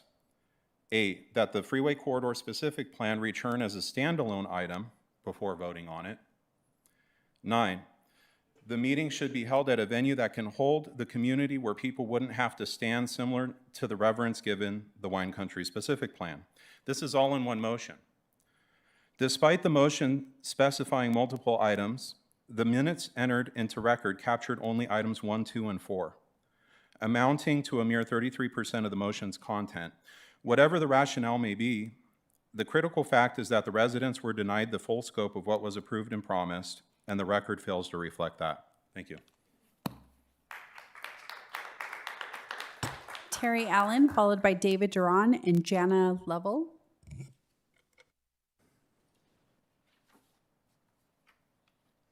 Hey, good evening, Honorable Mayor and City Council. I am here on behalf of Abraham Isa this evening. He is the property owner at 32017 Live Oak Canyon, and he emailed me these comments to read into the record for you tonight. He thanks you for the opportunity to comment on the updated freeway corridor specific plan referendum, and thanks you and recognizes you for the enormous amount of work that it took to get, along with city managers and staff, the freeway corridor specific plan update to a place that it has been voted on several times. And all the changes that you've already approved and the city has paid for will revitalize Yucaipa's growth and provide the badly needed dollars to deliver essential services to the community that the city council has promised. Abraham understands that there are a few folks here who are asking to have another chance at stopping this once-in-a-lifetime generational opportunity. But just like the property owners who have been stuck in limbo for several years, waiting for this zoning to be figured out, those members that have signed the petition also deserve to have their voices heard as soon as possible. And he respectfully asks that you put the freeway corridor specific plan update to a vote on the June 2nd consolidated election, rather than making everyone wait more than another year to the general election. The uncertainty over the zoning changes acts like a long-term freeze on the property owners in the freeway corridor specific plan. Any planning or investments are really impossible while this continues to hang out and there's this uncertainty. And this is a continued loss, not just for the property owners, but for the residents of Yucaipa who are not receiving the benefits and potential tax revenue, services, employment, and fees that development of the freeway corridor specific plan would bring. The specific update provides the city with infrastructure dollars, development impact fees in a relatively short term. That not only unlocks potential revenue for the city on these idle properties for generations to come, but helps offset debt and taxes and helps balance the budget. In Abraham's words, I wonder if the folks who signed the referendum were told that if the freeway corridor specific update plan fails, the city would have to allow thousands of homes to be built in their existing neighborhoods, where infrastructure was never planned to accommodate that. Yucaipa would have to upgrade the infrastructure, hoping to find funding to do that, and otherwise potentially raise taxes again. There has been so much study, discussion, and multiple votes on this issue already. Let's finish it on June 2nd, and please vote to have this addressed in fairness to the people that signed the referendum and to those who refused to sign it, and let them all vote. Thank you. David Duran, followed by Jana Lovell.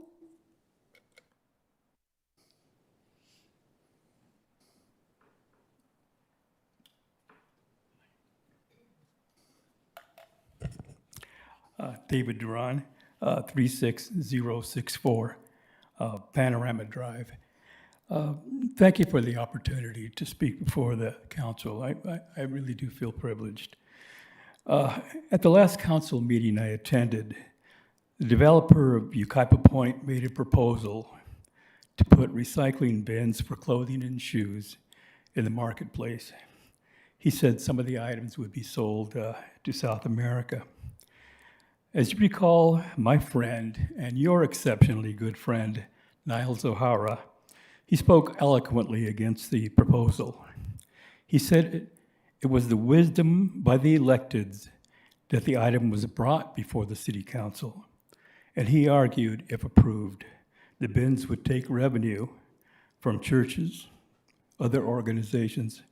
Perhaps a homeless person, could crawl into the bin and die.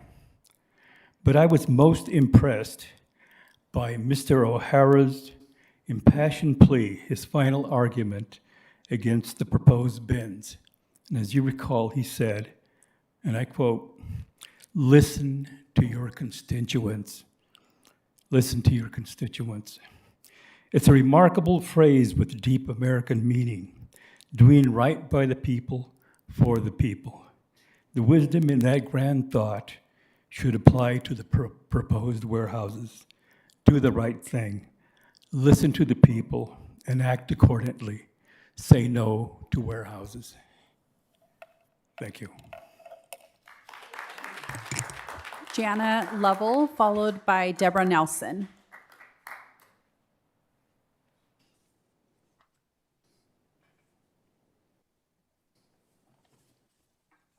Hello, all. Thank you very much for allowing me to speak and all of us to speak. I live on 16th Street across from the pumpkin patch. I moved to Yucaipa a decade ago, well, Redlands, Yucaipa, about a decade ago from Santa Monica, and I actually watched Santa Monica diminish from the safest suburb in LA to one of the most dangerous suburbs to LA. I chose Yucaipa because it's beautiful and open and free, and it's just a lovely community. Living by Yucaipa anyway. So my concern, and I'm not as versed in all of this as everybody else. I'm new here. I'm just a resident. But I do watch the traffic on the pumpkin patch daily. I try to get home from work and I try to beat the traffic, and I never beat the traffic. It is rough when you're driving on the 10 coming from the west heading east. It's pretty much a bottleneck. So of course there is concern that warehouses with 2 million square feet and the traffic with the trucks would increase that traffic. Now, I did read everything that I could about it, indicating that there are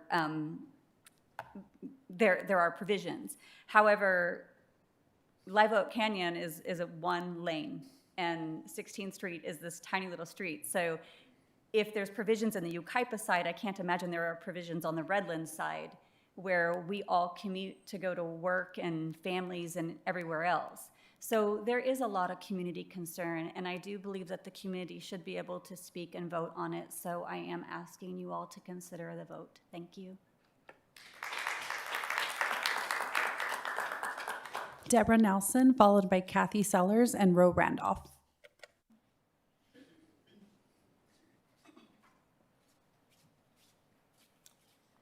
Hi, I'm hoarse, sorry. Thank you for letting me comment tonight. I appreciate that.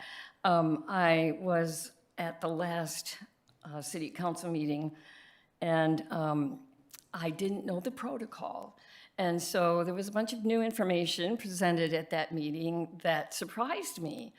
And I would have loved to ask questions about it, and I didn't have the opportunity.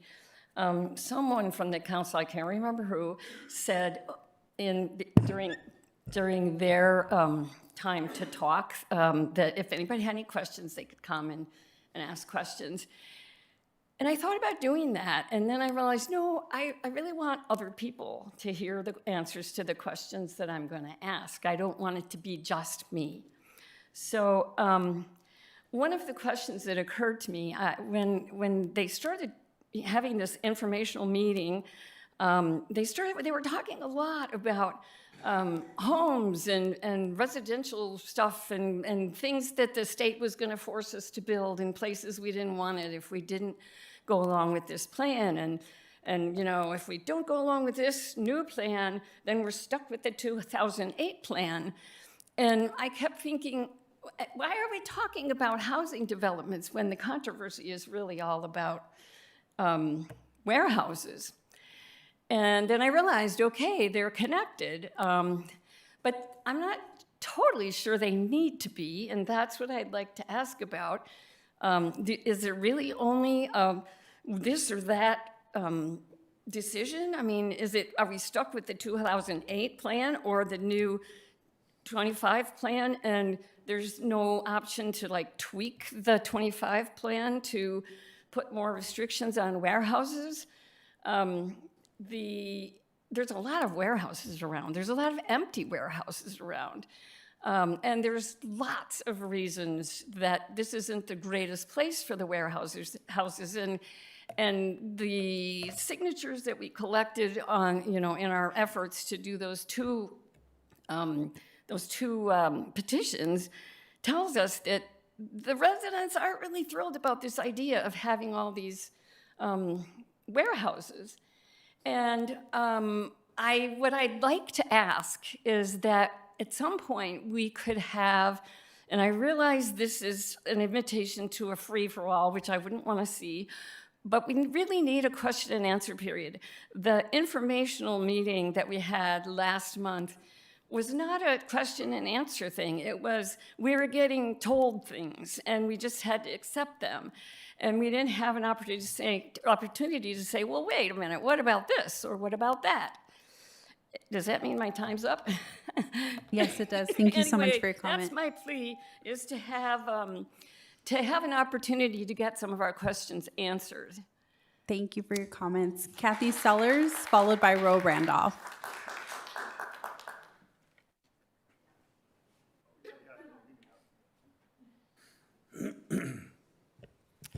Kathy Sellers, the North Bench.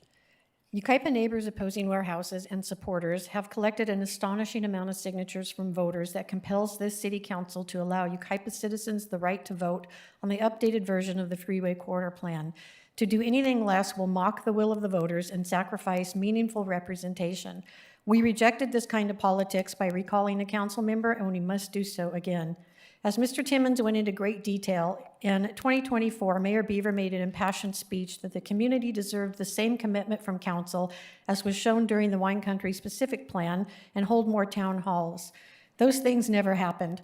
According to Robert's Rules of Order, the only way to not move forward with that approved motion was to make a motion to reconsider. Instead, after more than a year and countless impassioned 3-minute public comments against the warehouse project and the Freeway Corridor Specific Plan 2025 update, this council chose to act as judge and jury and ignore the will of the community.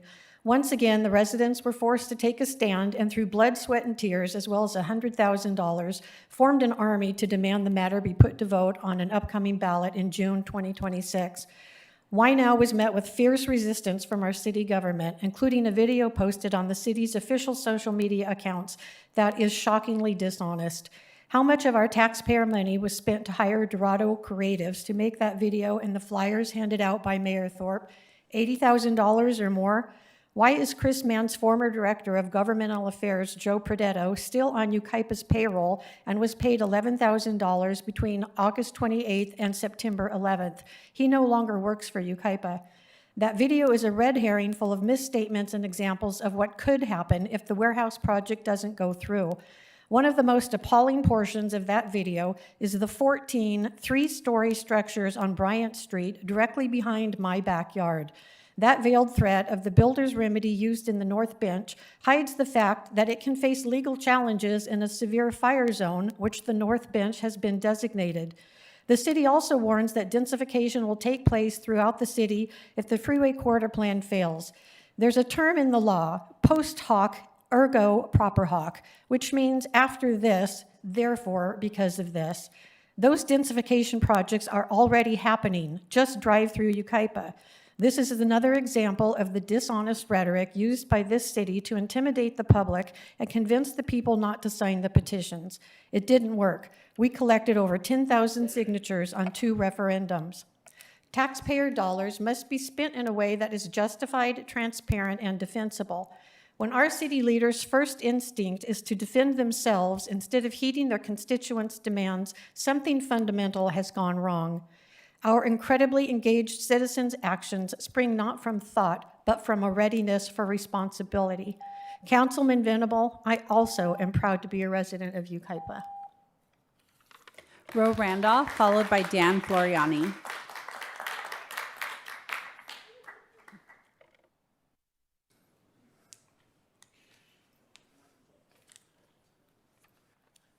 Ro Randolph here. First, I'm going to address and say thank you to Live Oak Canyon, Calamasa, East Redlands, and Yucaipa for signing those petitions. I was out there for hours gathering signatures, and I want to direct this to Mr. Matlock. Sir, you can put sprinkles on this, and it's not going to fly.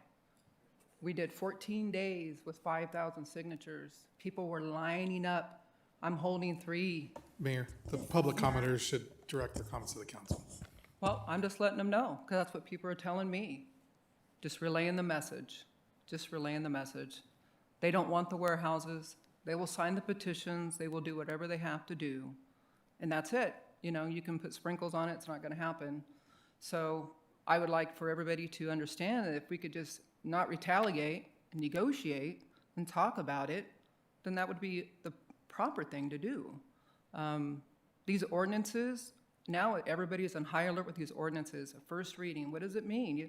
I mean, you can have just like it's procedural, but it's not, because everybody's hypersensitive. What does it pertain to the freeway corridor specific plan? What is it going to do to the freeway corridor specific plan? And then you're talking about the, you know, the RHNA.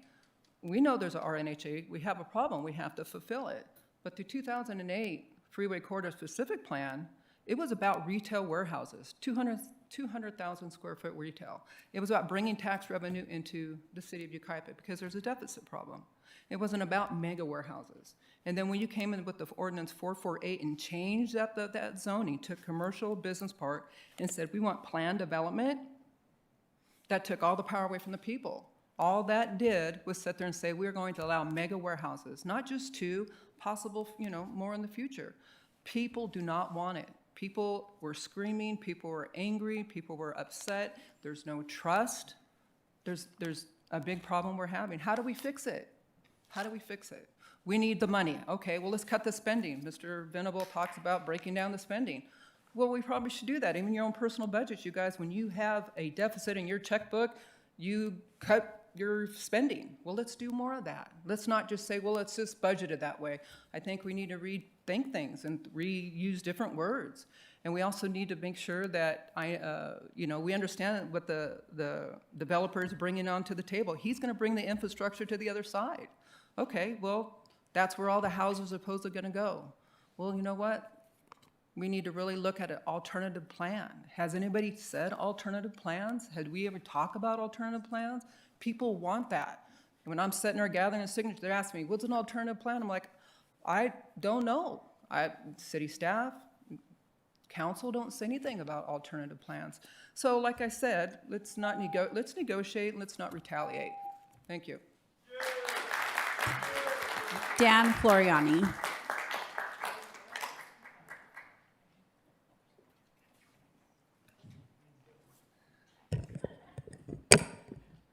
You guys hear me okay? All right, good evening, council and mayor. My name's Dan Floriani.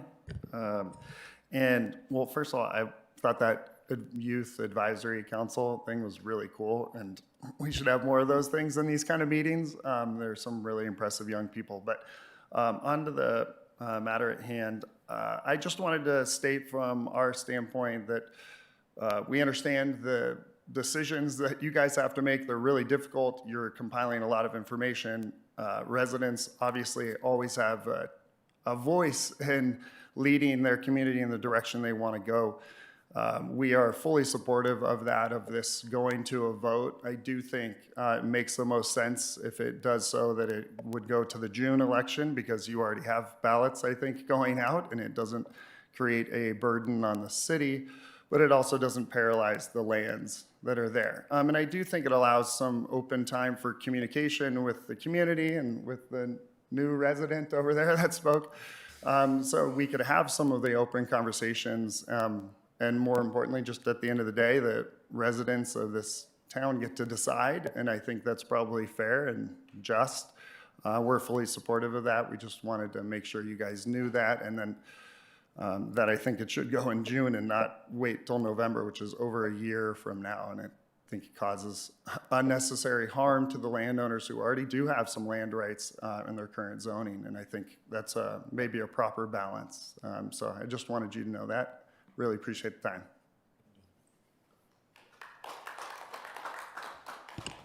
I have no more comment cards on this item. Thank you, ma'am. Any questions, dialogue from my council, our council? Yeah, Mayor, I do.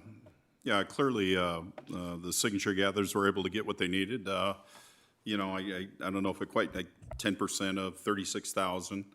So there's 90% of the folks out there still have a chance to vote on it. I mean, the right thing to do in a democracy is let the community vote. I think the June would probably be the best, and you get the best of both worlds, not only the mail-in, but people that can vote in person.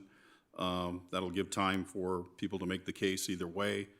I think it's just the right thing to do, to give it to the community to vote on it. You got to give credit to the folks that went out and got the signatures, and I'm not sure how many were verified total out of the 5,000 on each one, but it was 42. We asked for them to verify every signature. Yeah, so good work, and so it needs to go to the community. I mean, there's 90% more out there that need to vote, so I would give it to them and make if we're making motions or we're just having discussion, that it goes to the June 6th primary vote and put it on the ballot. June 2nd. Or June 2nd, I'm sorry, June 2nd. Any other comments, dialogue from either one? I think Chris says. Yeah, I mean, we spend the money on this to get our butts kicked again. you know, and that's what we're trying to tell everybody, you know, that we're spending their money, you know, the taxpayers and stuff. You bring it to the the voters on June, how much is that gonna cost us? The quote we received is $124,000. 124,000, and you seen they're gonna come out and force us to even show us even more how we're gonna lose. So I say that we repeal the entirety thing on number one, and, you know, don't spend that money. It's the taxpayers' money, and then maybe we come back with an ad hoc committee that has our community and the owners are the representatives of the property owners around us and stuff, to where maybe we can come together as a community to get something that everybody likes. Councilman Woolsey?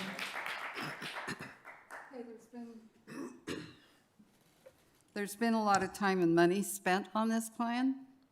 I have voted twice for it because I believe in it. I think it's a good plan. I think the community needs it.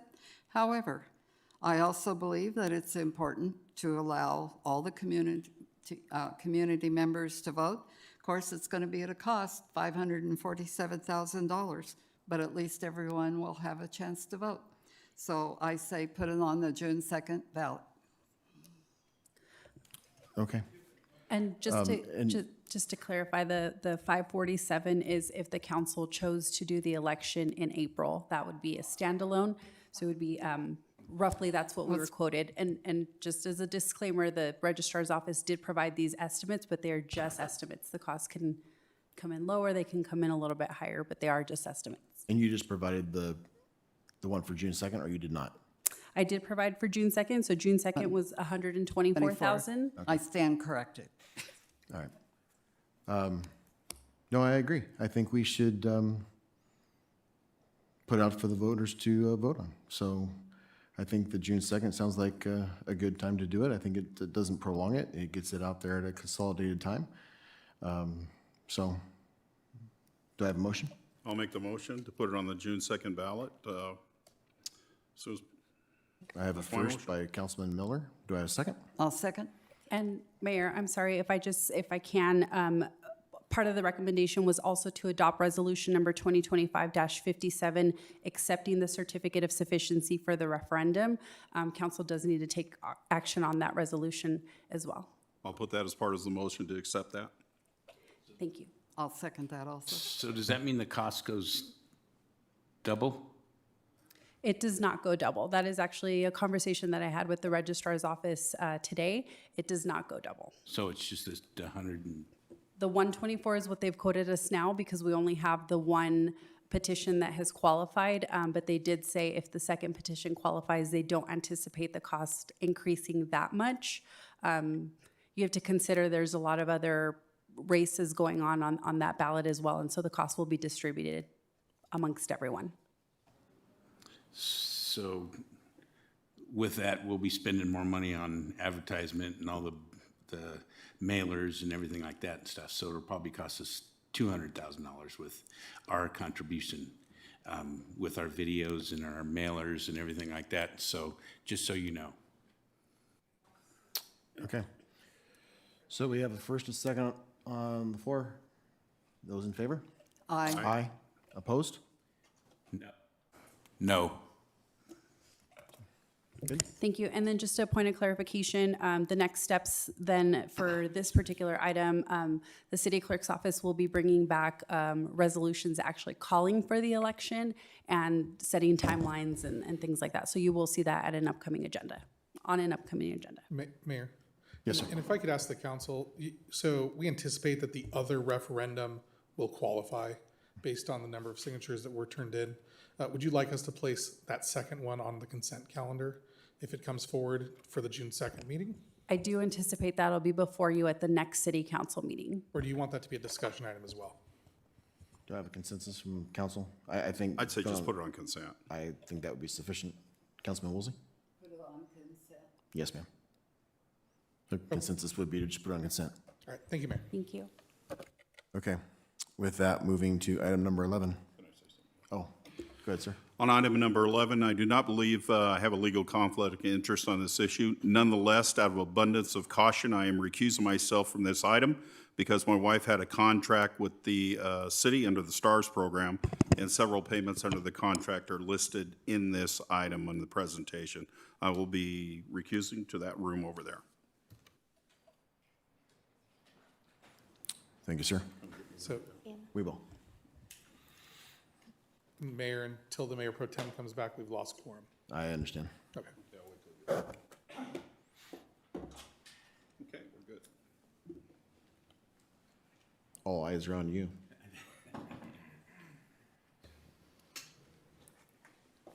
All right, sir. Thank you, Mayor, Mayor Pro Tem, Councilmember Woolsey. At the October 13th council meeting, Councilman Beaver made a suggestion to have staff clarify the roles and responsibilities of the Finance Committee. The mayor agreed, and we don't always get the opportunity in open session to clarify, and so even though he's not here, I did want to take a moment and thank the councilman for getting this item on the agenda. This item that's before you is intended to clarify the roles and processes of the Finance Committee, of our payment process, and there's also an item in here that's an additional item that hopefully enhances the transparency of the process, now looking back the last 3 months and then as we move forward. So the role of the Finance Committee, the role is defined by resolution. Currently, that's Resolution 2025-01. That is an attachment in your packet, attachment number 4. That resolution established the committee as a standing committee, which means it's permanent, it meets regularly. There's a specific subject area associated with it. That resolution said that it would meet monthly. It consists of 2 members of the city council, and the term is 2 years, consistent with municipal elections. The singular goal that's identified in 2025-01 is to review the financial matters involving the city. So previous resolutions can be updated and rescinded. Previous ones had additional duties, but the one that we've been operating on since January of 25 stated that the singular goal of the Finance Committee was to review financial matters involving the city. Those financial matters could be broad, things like sales tax revenue, trends, cost trends associated with, for example, public safety. We've talked about those at the committee level. They can be specific to Yucaipa, such as Measure S revenue trends that's starting to trickle in or pour in, depending on how you look at it. But we've discussed those at the committee level. We talk about budget status, budget adjustments. We talk about in detail at the committee level. Financial impacts to the freeway corridor is something that was discussed at the committee level. Also, public safety contracts, fire trends, police trends, paramedic trends, things like that are all discussed. Sometimes the committee is asked to make recommendations to the full city council. And so in your packet, if the committee has looked at it, you might see wording like the Finance Committee has reviewed this item at its X meeting and is recommending approval to the full city council. All of those things are the established role of the Finance Committee. As I mentioned, there are previous resolutions that, as the committee rolls backwards, other than the one that was most recently rescinded is 2023-46 that was adopted in November of 23. The importance of that resolution was that it simplified the role of the Finance Committee. So the resolution previous to 2346 had a long list of duties related to the Finance Committee, but in November of 27, it was down to that singular role of reviewing financial matters involving the city. And if resolutions or when resolutions are rescinded, they're no longer binding, they go away. Whatever the established resolution is what the rules that we're operating under. To make a picture out of that previous slide, here's a timeline of those resolutions. So 2015-06 is the one that reestablished the Finance Committee. That was adopted in January of 2015. And again, that reestablished the committee. There were 3 duties that were specifically identified: review and monitor events which may affect financial status, make recommendations regarding amendments to policies, and then 6.3, review and approve warrant registers. The effective date of that resolution was January 2015, and it was ultimately rescinded in November of 2023. It was rescinded by 2346, and again, that simplified the role to only review financial matters involving the city. So 6.1, 6.2, 6.3 went away from a resolution status in November of 23. And then most recently, in January of 2025-01 was resolution 2025-01 maintained that simplified role. There were some other minor tweaks, so we went from quarterly meetings to monthly meetings in that resolution, but it was primarily intact.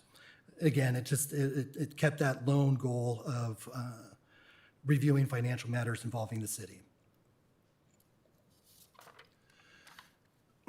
Some of those, going back to 2015-06, operationally, what we do is we look at what's the resolution guiding the committee, and then we make sure that our procedures are in line with that. Ultimately, when it comes to purchasing and making payments, we're following government code. We're making sure that we comply with government code.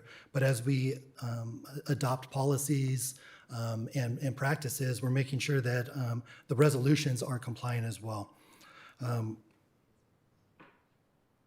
Before February of 23, the accounts payable, the check runs, as we went through that process, we would stop at the very end of that, and we would print a warrant register. And then we would send that warrant register to the committee members.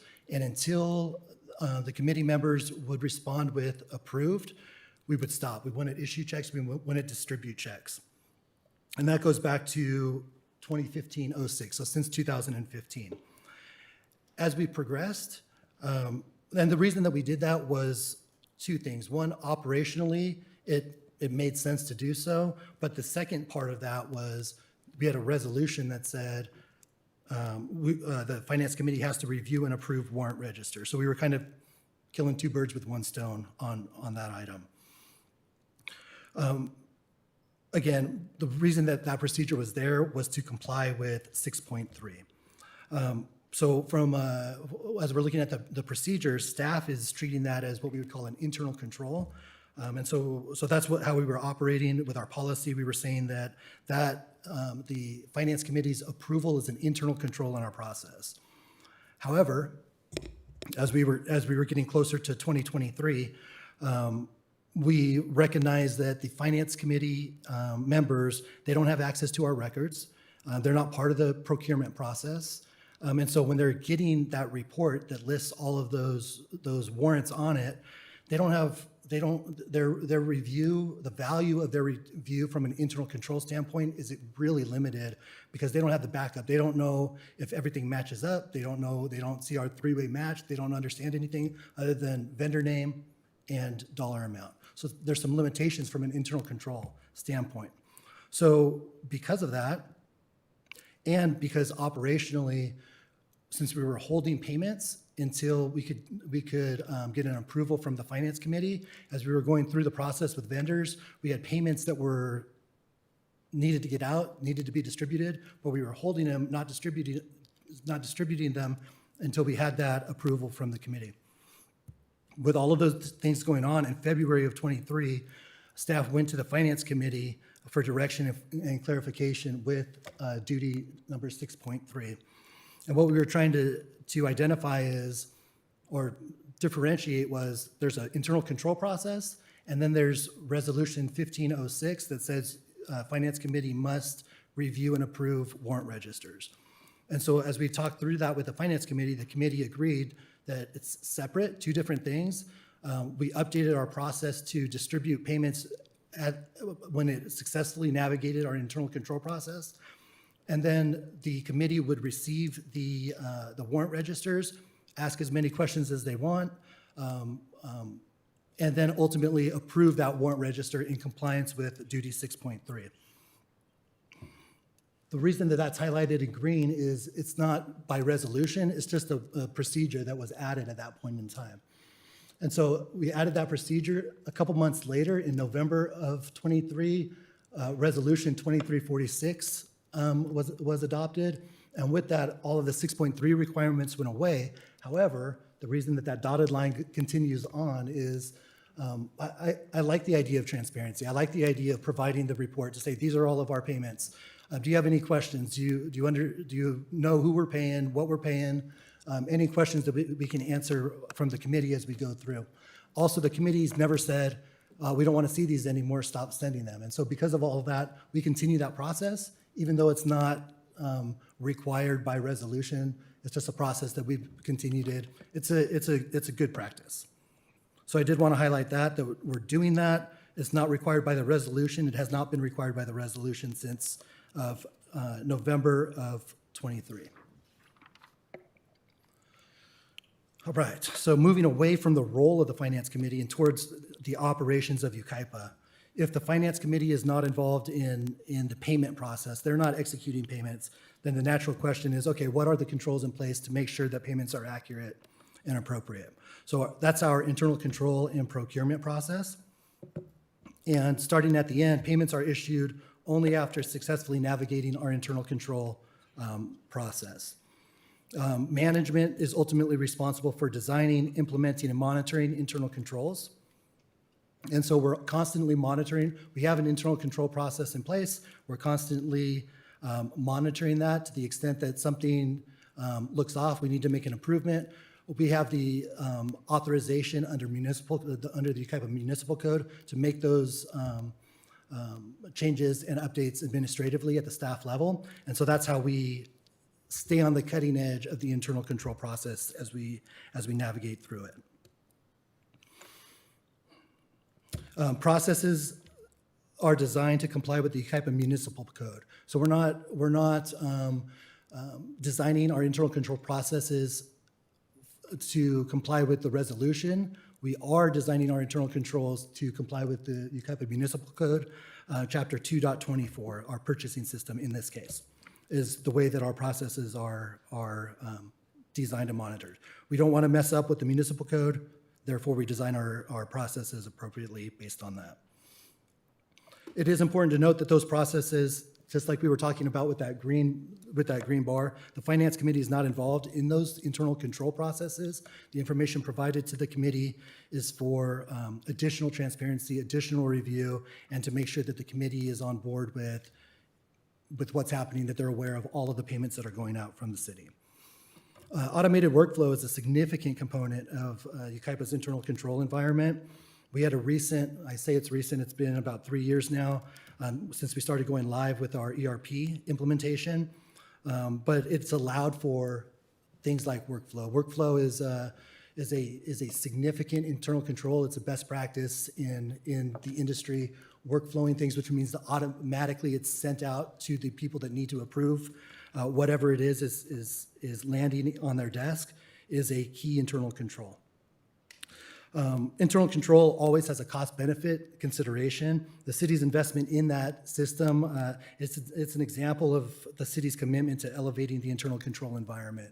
The system wasn't cheap. You can ask staff, they probably have nightmares about the implementation process. It was a multi-year implementation process. A lot of hard work went into it, but the reason why is because we're spending the public's money. We don't want to mess up, and so the internal control is something that's taken very seriously. City made a big investment in that system to make sure that we are dialed in on the internal control side. Like everything else, cost benefit, there's a balance there. And so we can have the best internal controls out there, but it's going to be at a financial cost. And so as we go through and monitor internal controls, we always are, we'll come to you as an example and say, hey, we would like to add these staffing positions. These staffing positions are going to help our internal control process. And your job as oversight and governance may be, hey, the cost of that position does not give us the benefit from an internal control standpoint, no, on that staff position. So that's kind of the back and forth. We're monitoring to say, hey, we want to tighten up internal controls. but there's a balance there. It's not a blank check. We can't do it just because it would be good for internal controls. There's always a financial component, and we're balancing that as we go through it. But we're always, from a staff level, we have the responsibility for the design, implementation, and monitoring. We're always monitoring. If we see, hey, we got an issue here, we're figuring out how to stop that issue. And we don't need to go back to the council for that. We can do that administratively as stated in our municipal code. The three-way match is required for most disbursements. That's an industry best practice.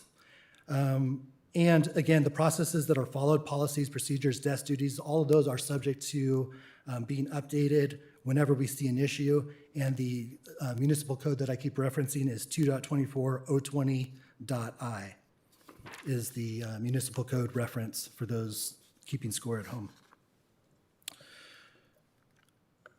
Here's a quick picture of what a three-way match looks like. A three-way match is a cool industry term, but it's simply we're taking an approved purchase order, matching that to a receiving record, matching that to an invoice. Those three things across the top, 1, 2, and 3. If those three things do not match, payment will not go out. And so all of those things need to occur. Each one of those things has a workflow component associated with it. A series of internal controls. After that three-way match has successfully been navigated through workflow, then it would drop through the payment process, which is also workflowed, and then a successful navigation of the three-way match and down through the payment process would mean that that payment would be released. That process, this process is similar to other similar-sized organizations. It's a best practice. That's we're not unique in using this type of thing. It's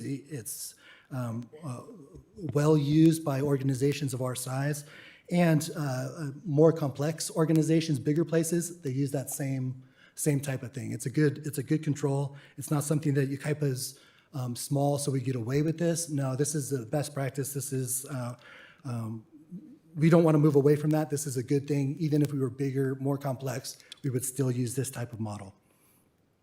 This process allows us to effectively issue payments to vendors, effectively, not efficiently, as we go through this process, efficient payments. And this is something that internally staff is I hear the complaints all the time that it's not an efficient process. Yeah, spending public money is not supposed to be efficient. It's a tough thing to navigate through. But this type of thing is an effective tool from an internal control standpoint. Again, effective, clearly it's not efficient. It takes time to navigate through. All right, so we do have good controls in place. I'm not throwing down the gauntlet or inviting a challenge on our internal controls, but we do have a good internal control environment in place and processes in place. But like anything else, we can always improve. We can always do better. I would like to thank Councilmember Woolsey at the 1013 meeting. You had a motion to bring warrant registers to the full city council.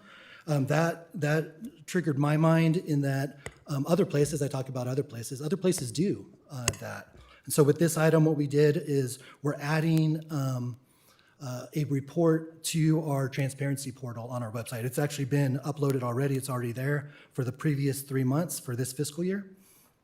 These monthly reports are titled the Accounts Payable Check Reconciliation Reports. That's what our system Munis titles these reports, but we have posted those in the transparency portal by month.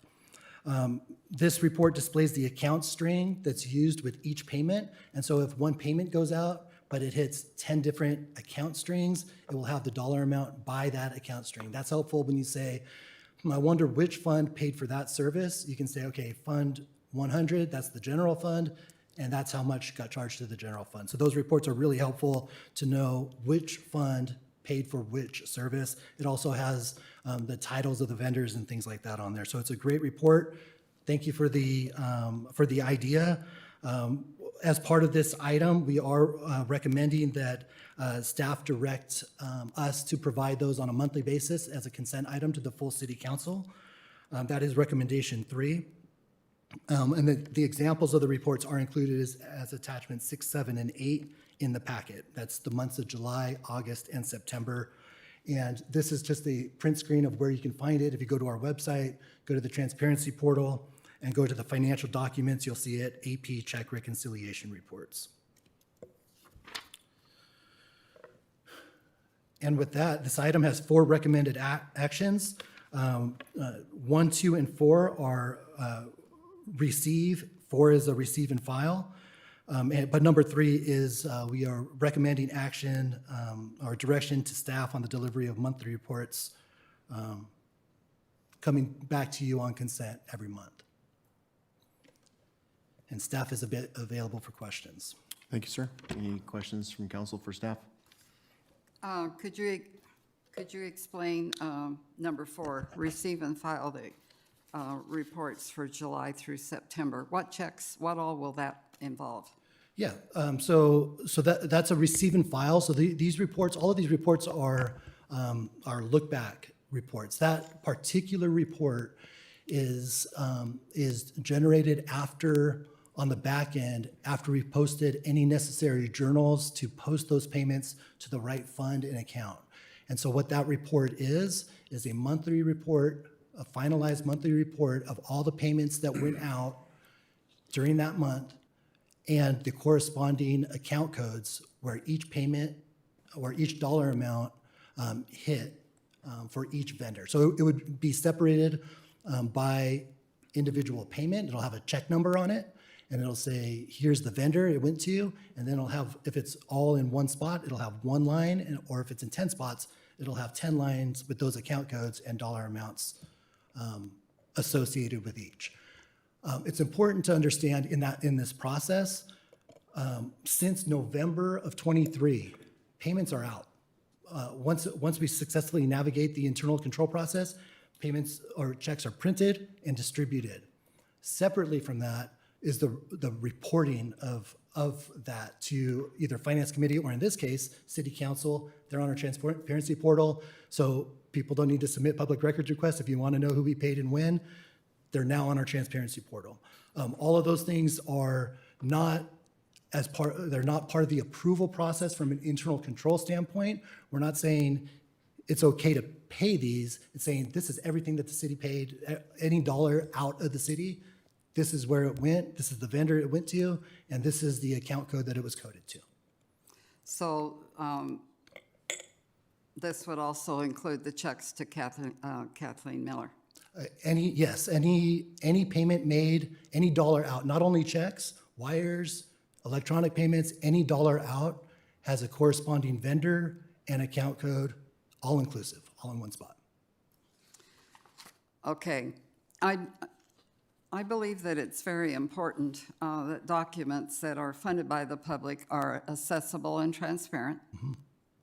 I've checked with other agencies, and the majority of them have told me that their checks are issued only after thorough approval and typically only once a month. Okay? I personally believe that there's a need for a cleaner multi-step approval process for contracts and expenditures, and we're going to be hiring a new city manager.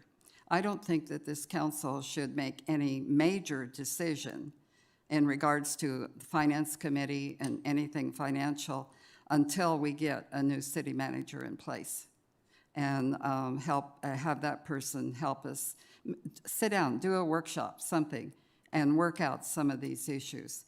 One question I did have is who approves the purchase order, receiving records, and the invoice? Does that depend on like which department it comes from? Yeah, exactly. So each one of those items is if you were to say, when something hits my desk, through that workflow process for a purchase order, as an example, that record, it's an electronic record, it hits my desk, I will pull that item up in the system, and in that system, not only will everything associated with that record be there, but I can also see who's approved it, the entire workflow process. I'm at the end of that process. I can see all the approvals that have happened before me. It won't hit my desk until it's navigated through those approvals. And it's not one and it's not two, it's 6 or 7 on any type of transaction that it's getting routed to different spots. Those people are reviewing different elements of whatever they need, but not one.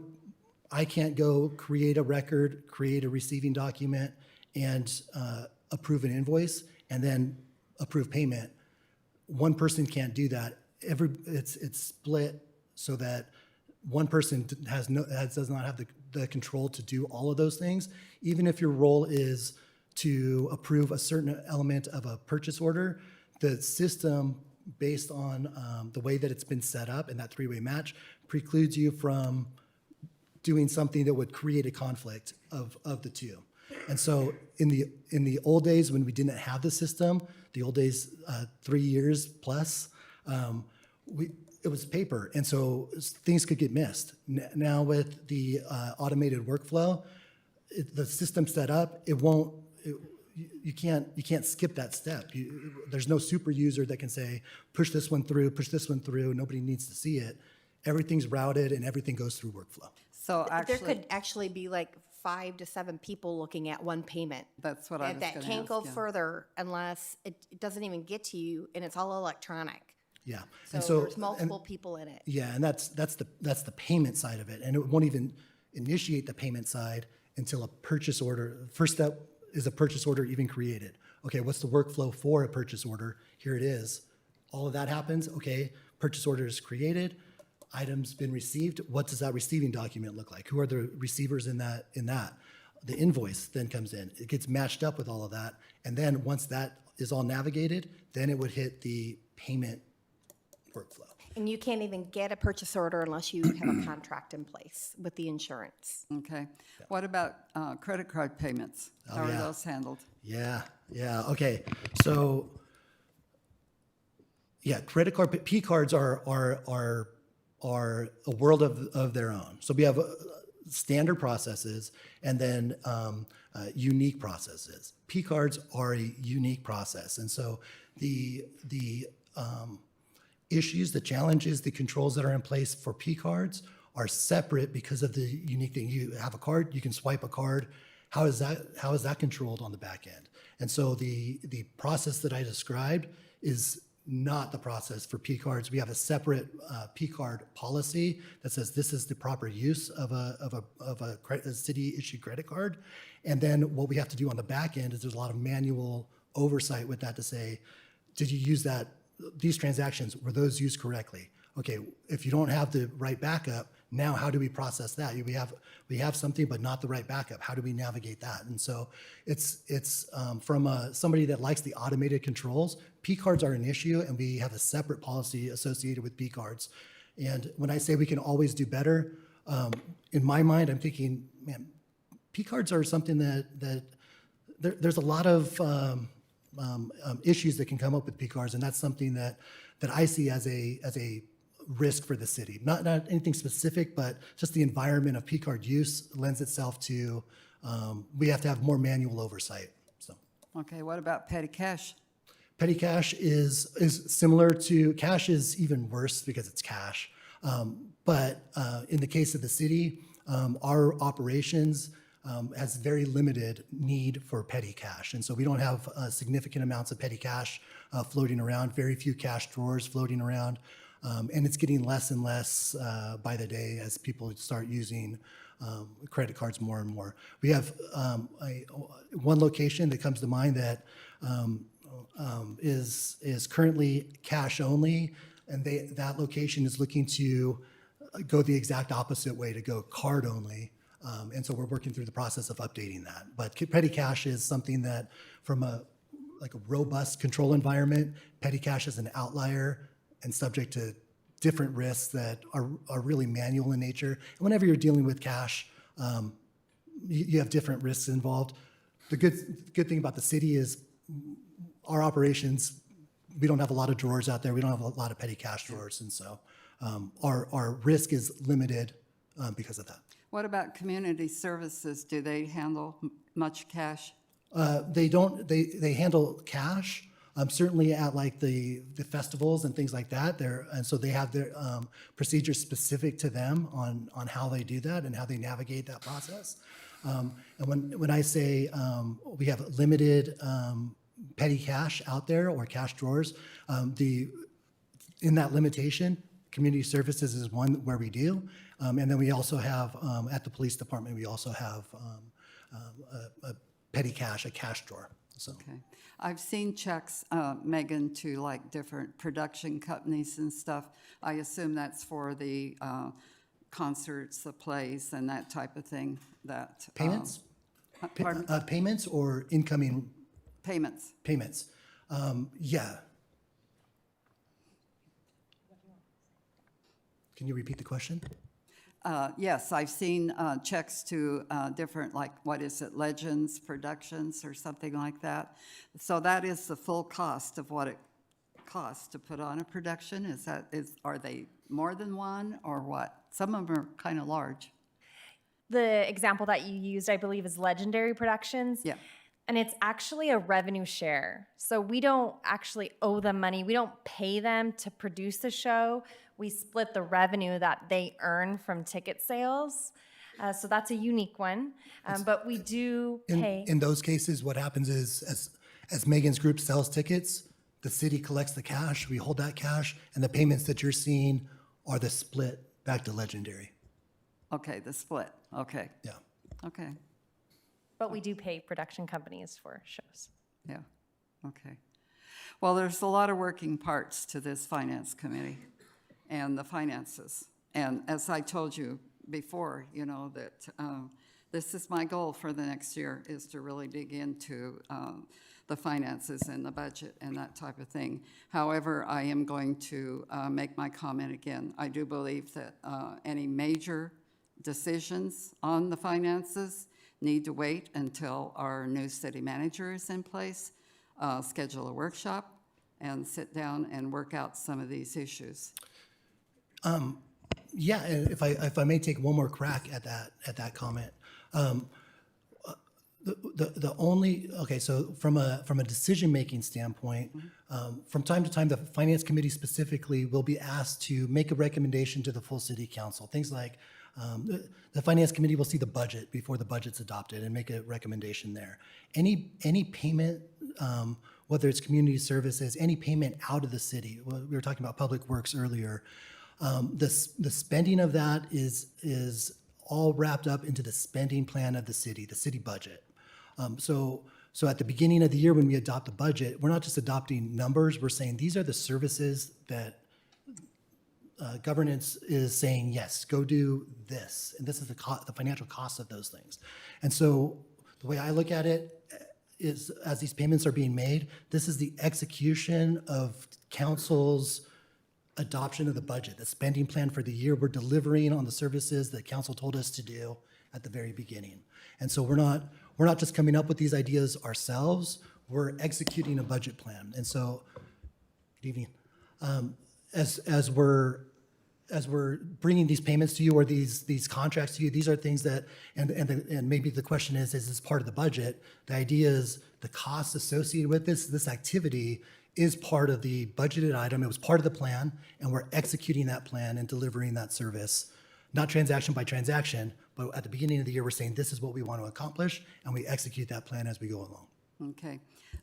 As at the last meeting, I did make the comment I would not be attending any Finance Committee meetings until all of the issues have been resolved, and I do want to confirm that also. So on the credit cards, are those transparent too? Are we going to get to see what's going on with them? No, it's just a black hole with credit cards. Yes, they are. And so it's different than that process. With a credit card payment, what would happen is whoever the credit card holder was, we have a policy that says, okay, if you can use your card for these types of things.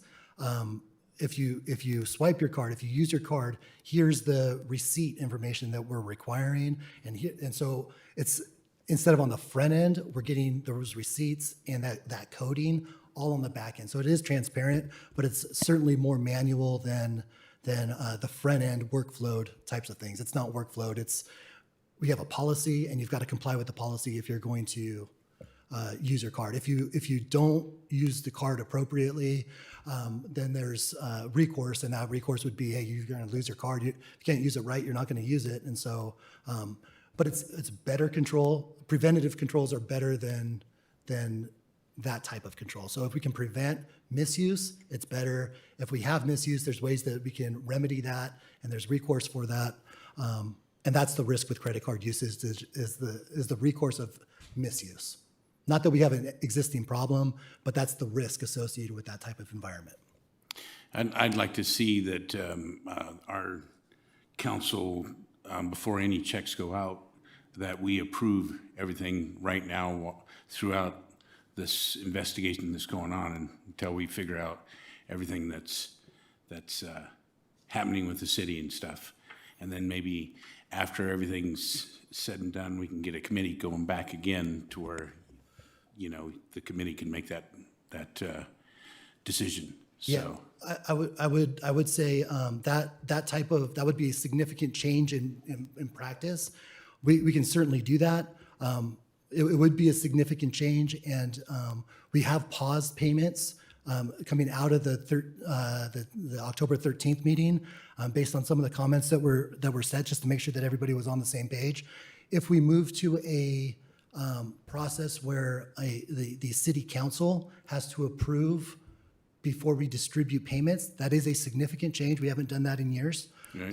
But that process would create operational issues with payments being held, not distributed to vendors. And we have one November meeting and one December meeting, and we have typically payment processes every week. And so, well, I think I'm going to make a motion to do that. I'm Yeah. going to make a motion to, before any checks go out, that the city council sees that, you know, and approves it. If you want, send it out once a week, you know, you can text or let us know. Maybe we need to. So, Mayor Pro Tem, if you would like the council to approve the checks before they go out, it would have to be at a city council meeting. So we wouldn't be able to have the approval via email. That would be a serial meeting under the Brown Act. Okay. So it can absolutely be on the agenda. You can approve it. You know, you just have to accept that vendors would have to wait until the council approved them. I'm good with that until we get everything, you know, situated with all the investigation and everything like that. And when we can have a committee, a finance committee, you know, with 2 people again, then we move forward. I think that's what I think everybody would like to see. And then once, like I said, once everything's done, said and done, and, you know, the investigation's over, we go back to a 2-person committee and we choose it from there. Mm-hmm. Just to clarify, the committee does not have any, the process of the approval of the committee does not currently impact the distribution timing. Well, And we can address that when that comes around again. Right. I say. Yeah, so we would be rolling back to a 2022 practice of that process, which we can do. It's not stopping what we were doing the last couple of weeks. It's stopping what we've been doing for the better part of 3 years. Mayor, we do have public comment on this item. Just That's what I was going to ask. So did you want to ask any questions before we go to public comment? Okay. Edward Timmons, please.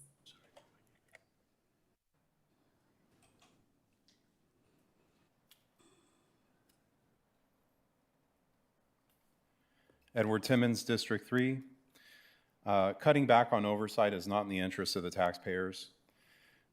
You know, when did council rescind and vote on no finance committee oversight on approval? You know, 2015-06, that resolution was quoted by city staff in email to council up to, I believe a month ago is the last record I have. So if the internal policy has changed, why is city staff still referencing an old rescinded policy?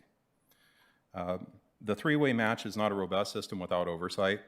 One city staff with another's credentials breaks the system. Look at the $38 million embezzlement in Santa Cruz County, Arizona.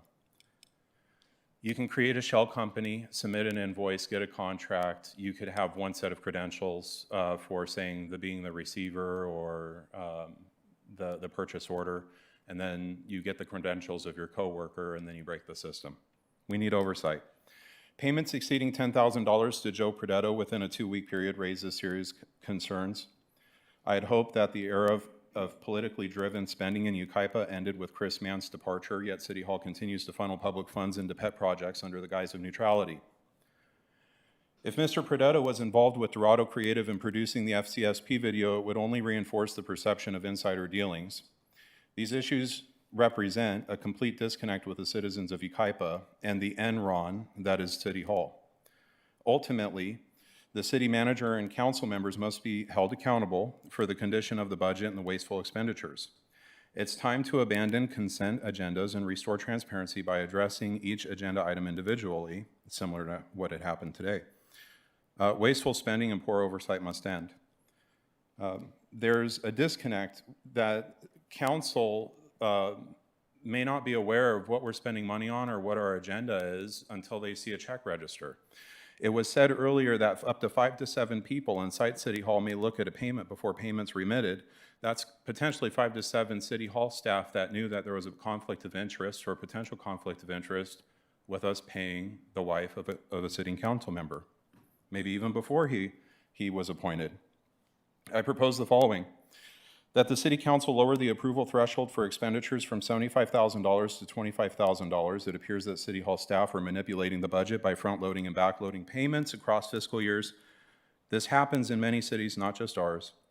This allows vendors to receive more than $75,000 in payments over a short period of time without council awareness by splitting the funds across fiscal years.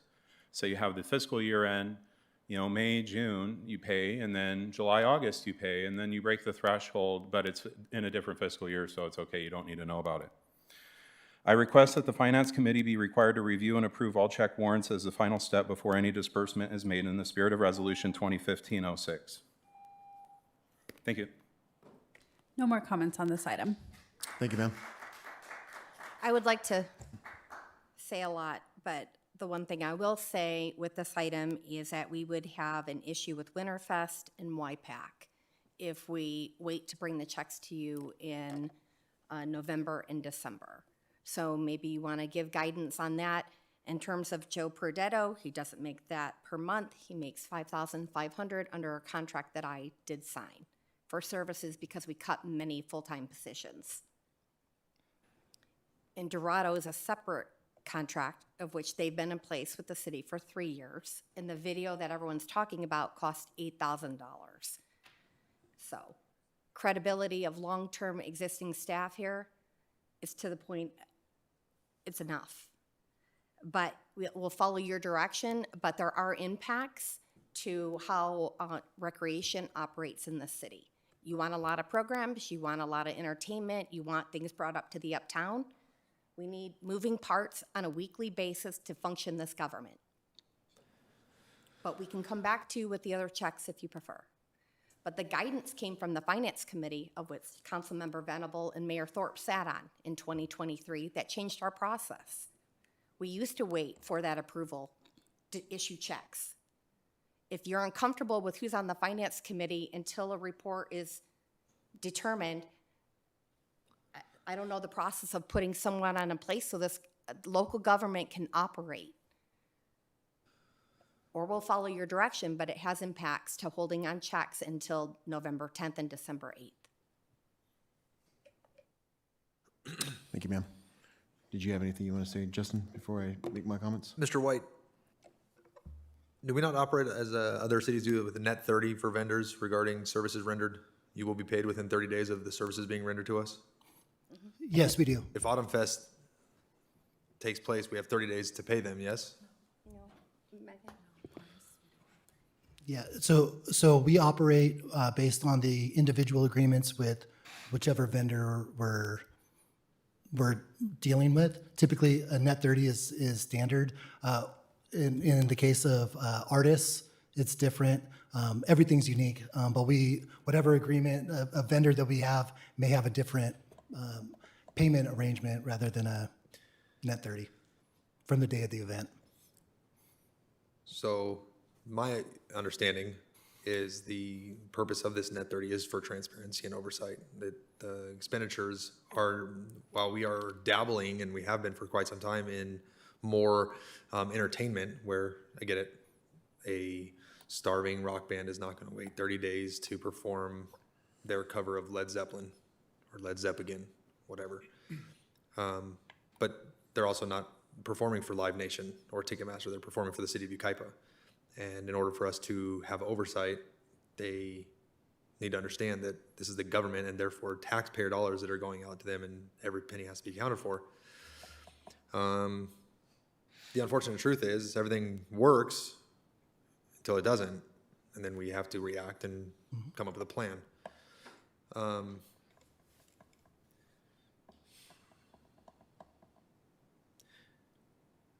about this? What checks do you anticipate need to go out before the November 8th meeting? So operationally, coming out of the October 13th meeting, we changed our process. We stopped issuing until we could meet tonight, get back on the same page. Typically, we've got 2 to 3 pages on a warrant register of payments that go out. Utility payments are monthly. One other thing about that net 30 is that net 30 is invoice date. It's not like it's a 24-hour turnaround when we get an invoice to having it queued up, ready for payment. It goes through that workflow process. It takes time. And so in order to navigate the system, as I mentioned earlier, it's not an efficient process. It's an effective process. We have good controls, but it's not an efficient process. It takes time. And so what we have monthlies that are always that are due every month. Sheriff's contract monthly. Utility payments monthly. A lot of recurring credit card payments are monthly. We have a lot of recurring that happen all the time. But right now, our normal process is Thursday check runs, weekly, and those are typically 2 to 3 pages of individual invoices. So on a weekly basis. Yeah. Anything? One, and you were en route during this, but one other consideration as we go through this is the intent is not to reduce oversight. The intent is having quality internal controls. The value of a control of a, for lack of a better term, rubber stamp approval, an approval where something hits your desk, but you have no method to look at backup, look at what's going on, just to say, okay, there's very little internal control value to that type of process. And so while oversight, I welcome oversight. I think oversight is great. Having the transparency to say, here's everything that's going out, ask any questions you want is great. However, stopping the process until something that provides little, if any, value can trigger that process is a reactive step that's cumbersome. If our goal is to have good payments going out, then let's make sure we have a good internal control system. But having people review that don't have the methods of looking at the backup to make sure it's a valid thing is not part of that equation. The problem is the caliber of the internal controls have been called into question. And that is what the speaker just spoke of, is how many people saw something that should have put on a light that said, this doesn't seem right, that didn't say anything. So the question, so then we are required to find ways to have external controls, us and them, and making public for discussion on a Thursday something that we're going to do and approve potentially on a Monday is that external control we're speaking of. I said it before, the system that was in place is not, it didn't work. It didn't work for us because we find ourselves in this uncomfortable situation where 4 of us are on this dais because one of us is not here because something happened. Yeah, and this is, I was driving in, I was thinking about it. This isn't even something, unfortunately, that's new to Yucaipa. We had another discussion years ago because of another type of control where somebody had their embezzlement from the city because there was a lack of internal control. So what comes to mind is, okay, fine, if internal controls are failing, we need to bolster them by adding external control. And the thought, and it works, except for right now during these holiday seasons where we don't have as many meetings, is, okay, fine, then everything's gonna be made public. We're gonna have this on an agenda, as an agenda item. People are gonna see it. And so there may be some stumbling, and I don't, honestly, I'm scratching my head because I don't want to interrupt services to the city, and I don't want to interrupt things that need to happen before the next meeting, but I don't see another way out of it. But to say, checks don't go out until they come before council for approval. Certainly at least review it. It can be even a file. It's something, a discussion needs to be able to be had should somebody have a question about a check. Hey, that doesn't look right. How come that? So we can have it be brought to light. On that same note, I'm going to ask that, and this is something that that needs to be brought up, and I'm going to ask that the mayor agendize it, but we need to have a monthly report of all contracts entered into professional service agreements. It's commonplace in other cities. I've looked into it now over the last month. It usually is on a consent, but it has a listing of all contracts the city managers entered into under their authority so that people can see it. Not posted to a website, but as a public agenda. I mean, both. It should be posted to the website, but also our public city council meetings where we shed the light of day onto the matters of the city. There's going to be some stumbling over the next couple of weeks and months while we figure this out, because there has to be some kind of protocol in place, and if that means that vendors potentially get delayed on their payment, I don't know the other workaround. I don't know it. Let me tackle those. Going back, or let's start at the end. Entered into contracts on a monthly basis. We can quickly produce that report, and we can. One of the items, item 3, was directing staff on this one to bring those monthlies to city council. We can add that report to that as well. We can also add that to the transparency portal too. But that may solve that one immediately. Going back to your earlier comment about the current internal controls, and you mentioned a prior issue. Starting with that prior issue, issues with internal control. Something happened, internal controls were fixed because of that issue. This is different. This is the item that's being brought into question. I may get heat over this comment. However, I would say that this is not a issue with internal controls. We have internal controls. We executed our policy, and everything from a policy standpoint and executing controls was met. The issue is a conflict of interest, and that issue is not you can't create an internal control process to identify that. If the idea is, hey, we'll have the finance committee approve payments prior to them going out, and somebody that's going to approve that payment has a conflict of interest, are they going to say, don't send that payment out, I have a conflict of interest, or is the payment just going to go through anyways?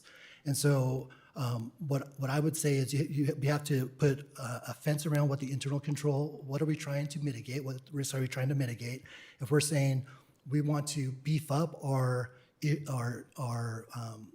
reviews of potential conflict of interest, we can design controls in place specifically for that on the front end, on the procurement side of it, to determine or do more with potential conflicts of interest. If we're saying everything's navigated the process the way we set it up, but we're going to stop the payment, all of those controls have already been accomplished. We're just looking at the payment side of it. And so 2 separate issues. I would argue in the most recent case, that is not an internal control issue. That is a conflict of interest issue outside the scope of internal controls. And so adding internal controls would be on the front end, on the procurement side of it, where we would have to pick places. Other places have done things like self-certifications of, hey, vendor, do you know anybody on city council? Are you related to anybody? And they have to self-certify to be entered into the system of, nope, no conflict. And so there's things like that that we could add to that process. However, on the back end of delaying payment, I would say it's different than the prior issue that the city had. Clearly a internal control issue on the prior issue. This one is the conflict of interest thing is all of the things that I've talked about. Conflict of interest is outside of that. Those issues are somebody has to evaluate themselves. Do I have a conflict? If I had a conflict I could navigate the conflict, but I couldn't navigate all of the other controls that were in place, is what I'm getting at. So, Phil, question for you. When checks are approved, let's say we move to a approach until we come up with a city manager and we make maybe bigger changes down the road. Until that time, as a stopgap, we are publishing it in our agenda of all the payments that are going out. Let's say somebody sees something on the agendas they're going through and like, hey, there's an issue there, but that check's already gone out. So at that point, what is the ability to stop the payment or stop that train from keeping on going if there's an issue that we need to address? Is it too late? It's left at the depot. We can't do anything with it. We can, we have all of the normal, we can stop payment, we can do different things like that. However, the time, in reality, the timing, the payments go out and the train is left the depot in certain regards. We can still, I mean, if it's identified immediately, we can stop payment. Those things, for an inappropriate payment, extremely rare. I can't even think of an example since I've been here for a little over 3 years, an example of that happening. And the reason is because once it gets into that payment queue, it's all of the controls in place to make sure it's a proper vendor. Everything's been, we've got an executed contract, we've got receiving documents, we've got invoices, all of those things matched up. So when we issue a payment, I can't think of an example when we said, oops, that's an inappropriate payment, shouldn't have made that one, because of all the work on the front end that's done. It's just navigating the final queue to get the payment out. So what would happen then if at the beginning of this process, then it is presented to council to review at the beginning of the process rather than the back end of the process? Yeah. And there's a time frame or a deadline that has to get back in so it doesn't hold up those other processes to verify that there's whatever the red flag may be that city council has found, that can get addressed and that allowing it to move forward in a still timely fashion versus it being maybe on the back end of it, which then all the work is done and now it's being held up here. Yeah. It's kind of a prerequisite at the beginning. It gets looked at, make sure that we don't have an issue before it even gets further up that chain of workflow. Yeah, exactly right. I like that idea. I like Councilman Beaver's idea of monthly contracts entered into. I would anticipate that if there was a contract entered into on that list and people said, wait, we got an issue with that, well, that's just entering the contract. There's been no services provided. There's been no receiving records. There's been no invoices issued. Certainly no payments have been made. And so I think from a, hey, red flag, we got an issue with the contract, that type of report would provide great transparency and a great review to say, okay, these are all the entered contracts. A red flag would go up well before any payments were made on whatever contract came up at the front end. So I think from an oversight, that's a great idea. Here's all the entered contracts questions, but just like with the finance committee, a lot of the questions are not stop that payment. And you've been on the finance committee, so you know this, but there's a list of all of those payments that are out, and it's, hey, what is this one for? Tell me more about this one. It's more questions and answers. But typically, it's not a stop that payment. It's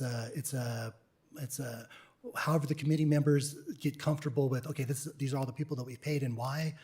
Okay, and we move on to the next one. It's not that's an inappropriate payment, claw that one back.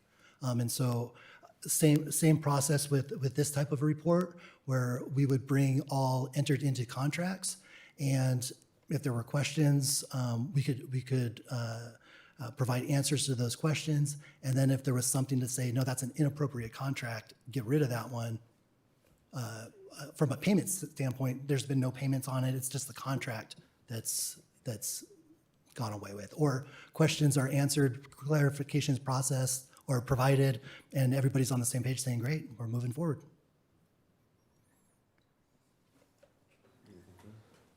So until we can put a more permanent process in place, could a solution just be two stand-in council folks on the finance committee reviewing check runs until we can get a permanent process in place where where checks are delivered to the council ahead of time before they go out? I don't want to interrupt service. Does that make sense? I don't want to mess up anything community service is doing. I think they're doing good work. People are happy with that. You're saying But that's temporary. not a permanent fix. I think that in addition to the monthly contract report, there needs to be every city council meeting, here is the anticipated, this is where it's going to go out, absent any objection, where we talk about it. And people say, hey, that doesn't make sense. How come the city of Yucaipa is paying Justin Bieber $15,000? They're not. It's an example. But that would be seen in a check run, and people go, that doesn't pass the smell check, right? Or even Steve Beaver. How many Beavers are there in the city of Yucaipa, right? It's got to be something's odd. There should be some conflict here. We should talk about this. So until we get to that point,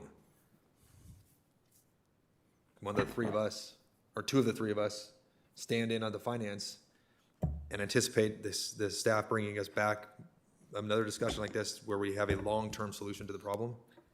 I don't want to get in the way of the council's progress on dealing with this issue. The only thing I would point out is that on your agenda today, you have receiving a report and giving direction on the accounts payable check reconciliation reports. You do not have appointment or reappointment to committees and commissions. So if that's something that the council wanted to do, we would have to put it on a future agenda to address. As luck may have it, you may have a special meeting in the near future, if that was something that you needed to do. I love special meetings. Justin, I know you do. I know you love special meetings. This comes back to what I brought up a couple of months ago in regards to how important it is that we have our 2 meetings a month. And we had quite a conversation about that. And I know that some of it was, it would maybe have to be special meetings. But if that's what it takes, that's what it's going to have to take. And I do have one more question. What is the status of the contract with Kathleen Miller now?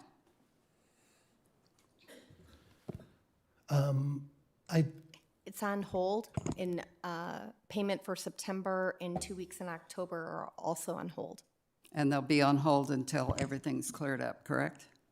until we get direction from council, yes. That particular contract is a hourly rate, and so operationally, with the contract on hold, there's been a hold on services rendered as well. All right, so I guess we need to give them a motion. Do I have a motion from? I still, until we get everything, situated, I still think that it needs to come to us. I know that it's gonna be a pain in the neck for a little while and stuff, but we're talking, 2 months, maybe? So can you clarify when you say come to us, can you clarify that for me? Because we've talked about a couple different things here and I think that we need the to make check sure we run needs to understand. come to us before we issue any kind of checks until the situation with Councilmember Miller is complete. Just like I said, I think might come to fruition in 2 months or so, or a month and a half, 2 months, I don't know. So you say bring it to us. Councilman Beaver just brought an idea forward. Is that considering his idea, what you're talking about, or is it something different? Calling a special meeting next Monday in the morning, hopefully, to see if two of us can stand in on the finance committee to review check runs until such a time as staff brings us a more permanent solution where all check runs come before full council at scheduled city council meetings.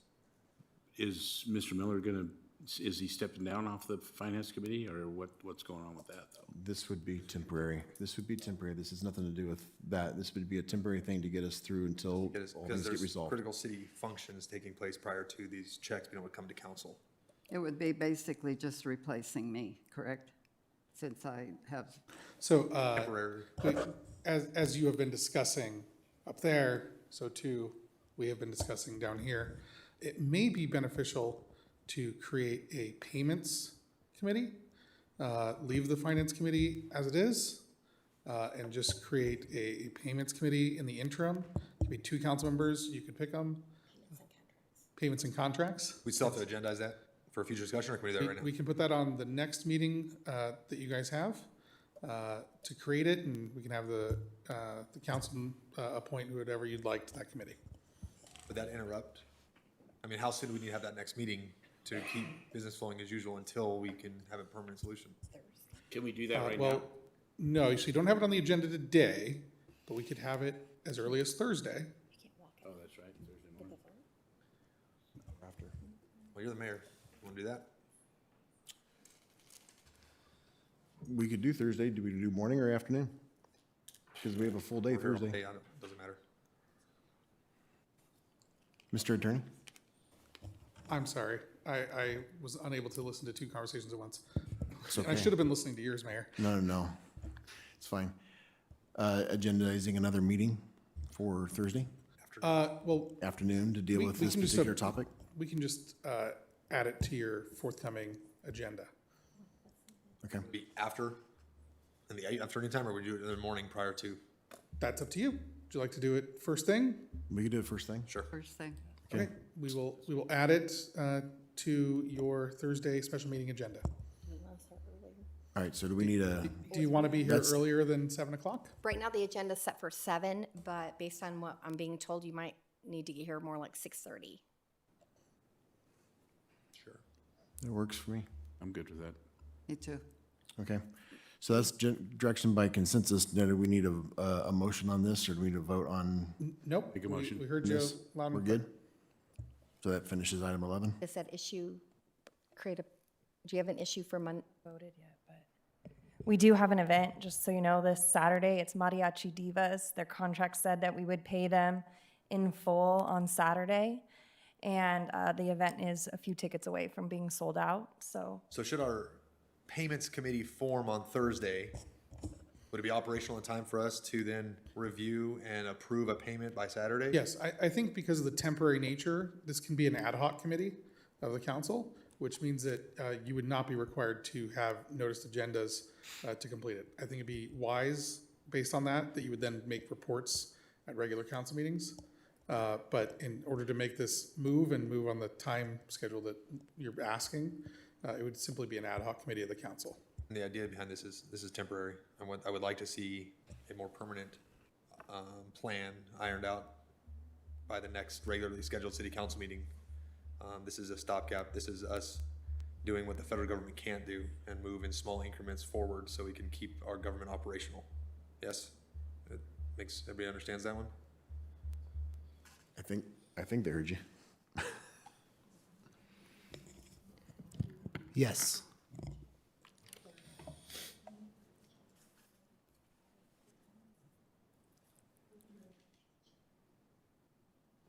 Are we good? All right, so we're finished with item 11? Sounds that way, Mayor. All right, moving on to item 12. Okay, well, if you said to yourself, I haven't heard enough from the city attorney tonight, you're in luck, because the next few items are from the city attorney. I think we're gonna wait on Councilmember Miller.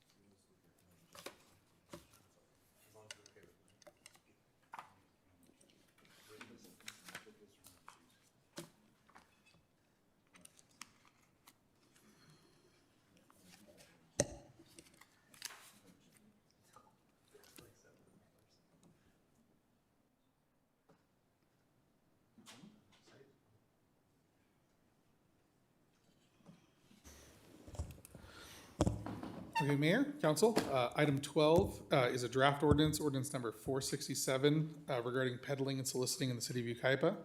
This is in response to City Council request that we update the municipal code in response to complaints that we received from residents regarding individuals soliciting at their homes. We had similar language to this once upon a time. The language was out of date.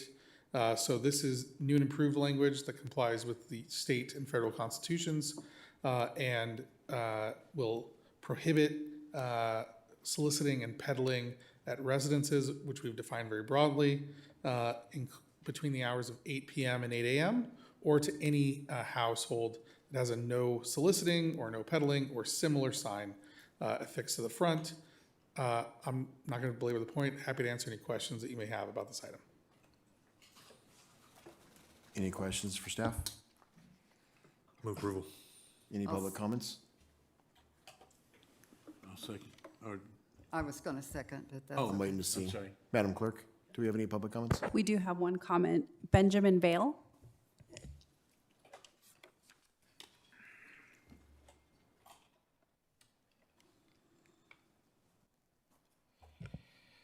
Mayor Pro Tem and members of the City Council, my name is Benjamin Vale, and I live at 11956 Glacier Court. I want to begin by expressing my sincere condolences to the deputies in attendance, to Councilman Beaver and his need to provide assistance tonight, and to all others affected by the tragic loss of life today of a San Bernardino County Sheriff's deputy in the line of duty. I'll be praying tonight, and I invite others to join me in prayer.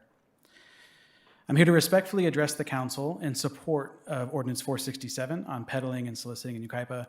You may remember that I spoke on this issue on August 11th. I want to thank you for listening then and recommending that staff draft this ordinance. I also want to thank the city staff for the excellent work that they've done in preparing it. To briefly summarize, I shared that many in our community have faced repeated unwanted visits from solicitors who ignore no soliciting signs disrupting daily life. Some have been aggressive or evasive about who they represent, and these disruptions have affected people in our neighborhoods. Whether it's a senior wanting privacy, a worker on a Zoom call, a night shift worker trying to rest, or a baby that just went down for a nap, Yucaipa residents deserve peace in their homes. Since I last spoke, I've heard from many residents who've told me story after story, wishing that they had recourse for what feels like a growing problem. I've also had several solicitors ignore our own clearly posted no soliciting sign in recent months, including when I was visiting a council meeting recently.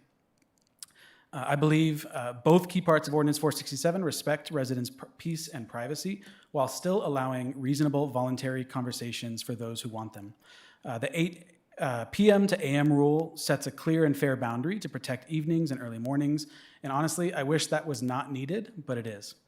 And second, the no soliciting sign rule is a common sense solution. It doesn't make soliciting illegal. It preserves legally protected activities like religious sharing and political canvassing. It simply gives Yucaipa residents a choice. If someone wants to spend the $7 or $10 that it takes to get a sign and post it on their property, they can finally have peace if this ordinance passes. I love living in Yucaipa and appreciate the city's work to keep it a safe and peaceful community, and I respectfully ask that the City Council to approve the first reading of Ordinance 467. Thank you for your time. Thank you, sir. Any others? No more comments. Real quick, Mr. Mayor, Mr. City Attorney, the 8 to 8, is that codified in the Constitution that you referenced, or is that arbitrary hours that we decided? So I would never draft an ordinance that was arbitrary. Thank you, sir. But it was an attempt to establish reasonable time, place, and manner restrictions on what could be construed as a free speech activity. But however, the council obviously has the final say on what you believe reasonable hours would be. I've seen some communities change that 8 p.m. to maybe sunset or some other defined term related to darkness. And then, in terms of the morning, 8 a.m. is the common one, but I've also seen sunrise. basically, prohibiting during the hours of darkness. Yeah, I like the 8 a.m. as a start time, but as our speaker was speaking just now, and I was quick to motion approval, but I think hours of darkness are a little bit more appropriate considering, I mean, some little ones go to bed at 7:30. I mean, realistically, especially in the wintertime when it gets dark. So I think just at sunset, at the declared sunset time might be a little bit more, I don't know, gracious for our citizens. If that's the direction of the council, we can amend the ordinance. So is that your motion? Yeah, my motion would be to amend the ordinance to still have 8 a.m. as the start time, but the declared sunset be the ending time of allowing for solicitation and absent signage. Do I have a second? I second. Okay, first and a second. That's okay. Any further discussion amongst council? No. Questions? No? Okay. Those in favor? Aye. Aye. Any opposed? Aye. I didn't get my vote. Aye. Okay. All right. Thank you, sir. Moves us on to item number 13. Item 13 is going to be presented by staff. However, Councilmember Woolsey did make a comment at the beginning of the meeting asking who was responsible for the lateness of this ordinance. I felt it important to take responsibility for that. I've been communicating with representatives of Federal Emergency Management Agency, FEMA, as well as members of California DWR for the last few weeks. Staff, Landon and Fermin were excellent in putting this on the radar very, very early. Your city attorney could have certainly gone faster in working with these two state and federal agencies to bring it to you. So I'm responsible for the lateness of the hour on the ordinance. I did want to just, this is not part of the presentation from staff, so I did want to point out the urgency of this item. We are required under the National Flood Insurance Plan to have a flood insurance plan compliant ordinance on the books by the end of October. That's why you have an urgency item. It needs to go into effect immediately to meet their requirements. If you do not, that's certainly the council's prerogative to not have such an ordinance on the books. We have had such an ordinance on the books for quite some time. We're updating it to comply with their current standards. One of the reasons it took so long was that I kept trying to preserve as much discretion as I could, and the federal and state agencies kept saying, no, not good enough, add more detail, add more detail. But those consequences that I want to talk about would be residents would be unable to purchase flood insurance through the National Flood Insurance Program. They could perhaps get it otherwise. I don't know if there are any others available, but they could perhaps get it otherwise, but not through that program. Any existing flood insurance policies through the program would not be renewed. We would not be able to get federal grants or loans for any development that is made within a flood zone. No federal disaster assistance would be provided to repair buildings that could have been insured if we had a compliant ordinance, if that makes sense. If it doesn't, let me know and I'll say it a different way. You may not be able to get FHA or VA loans for structures that are within the flood zones in the city of Yucaipa, and federally regulated lenders are required to enforce those provisions as well. So I think it is important that we get a compliant ordinance on the books. And to the council member, I do apologize for bringing you an ordinance on an urgency basis. I try really hard not to do that because I know it puts you and your colleagues in an awkward position. But with that, I'll turn it over to staff. Thank you for the introduction, and good evening, Mayor and council members. Appreciate all the coordination and work with Stephen and with DWR and FEMA on this review. A lot of our time is in the engineering division is focused on moving forward important drainage facility projects. We continue to prioritize that year after year with our watershed that we're in, and of course the last few years we've been really seeing how devastating flooding can be in different situations. So we continue to move forward with projects to complete those CIP projects that are prioritized by council and complete those. And this collaboration with DWR and FEMA is a really important relationship we have to make sure that our ordinances are in place to protect the developers, allow city staff and the developers and applicants coming forward with projects that may be in these special flood hazard areas to work together to have that framework in place to meet the state Department of Water Resources and FEMA's updates with their language and all the requirements that come with that. Stephen provided some really helpful information already about the importance of having these updated with those that required framework to make sure that our residents have access to the federally backed insurance policies for those projects in these areas. I had some more to say about some of the projects that we've completed, but you've heard a lot of that already. I think the important part of tonight's item is to bring our ordinances up to date with some of the state and federal requirements. This also comes with some of the, earlier this year we were provided with a amount of maps that were updated through FEMA, and we've reviewed those. This ordinance also allows those maps to become a part of our repository at City Hall so that we can make those accessible for people to understand if they're looking at a property or if they own a property, where they fall within these special flood hazard areas. So these ordinances also kind of allow the city to adopt those federal insurance rate maps and the flood insurance study that goes along with those to make those a part of our local requirements and guidelines. So these ordinances, as Stephen already mentioned, the urgency ordinance will allow us to have this in effect immediately before that important deadline that we talked about. And of course, recommendations 2 and 3 allow us to kind of continue forward with the more standard process with the ordinances to get those in effect. Exhibit A before you has all the language that went through a pretty thorough review with DWR and FEMA and our city attorney here, and we're happy that they were able to get all that in here in this item. And I'll pause there for any questions that you may have. Any questions? Is it correct that people don't have to have flood insurance? It is their choice.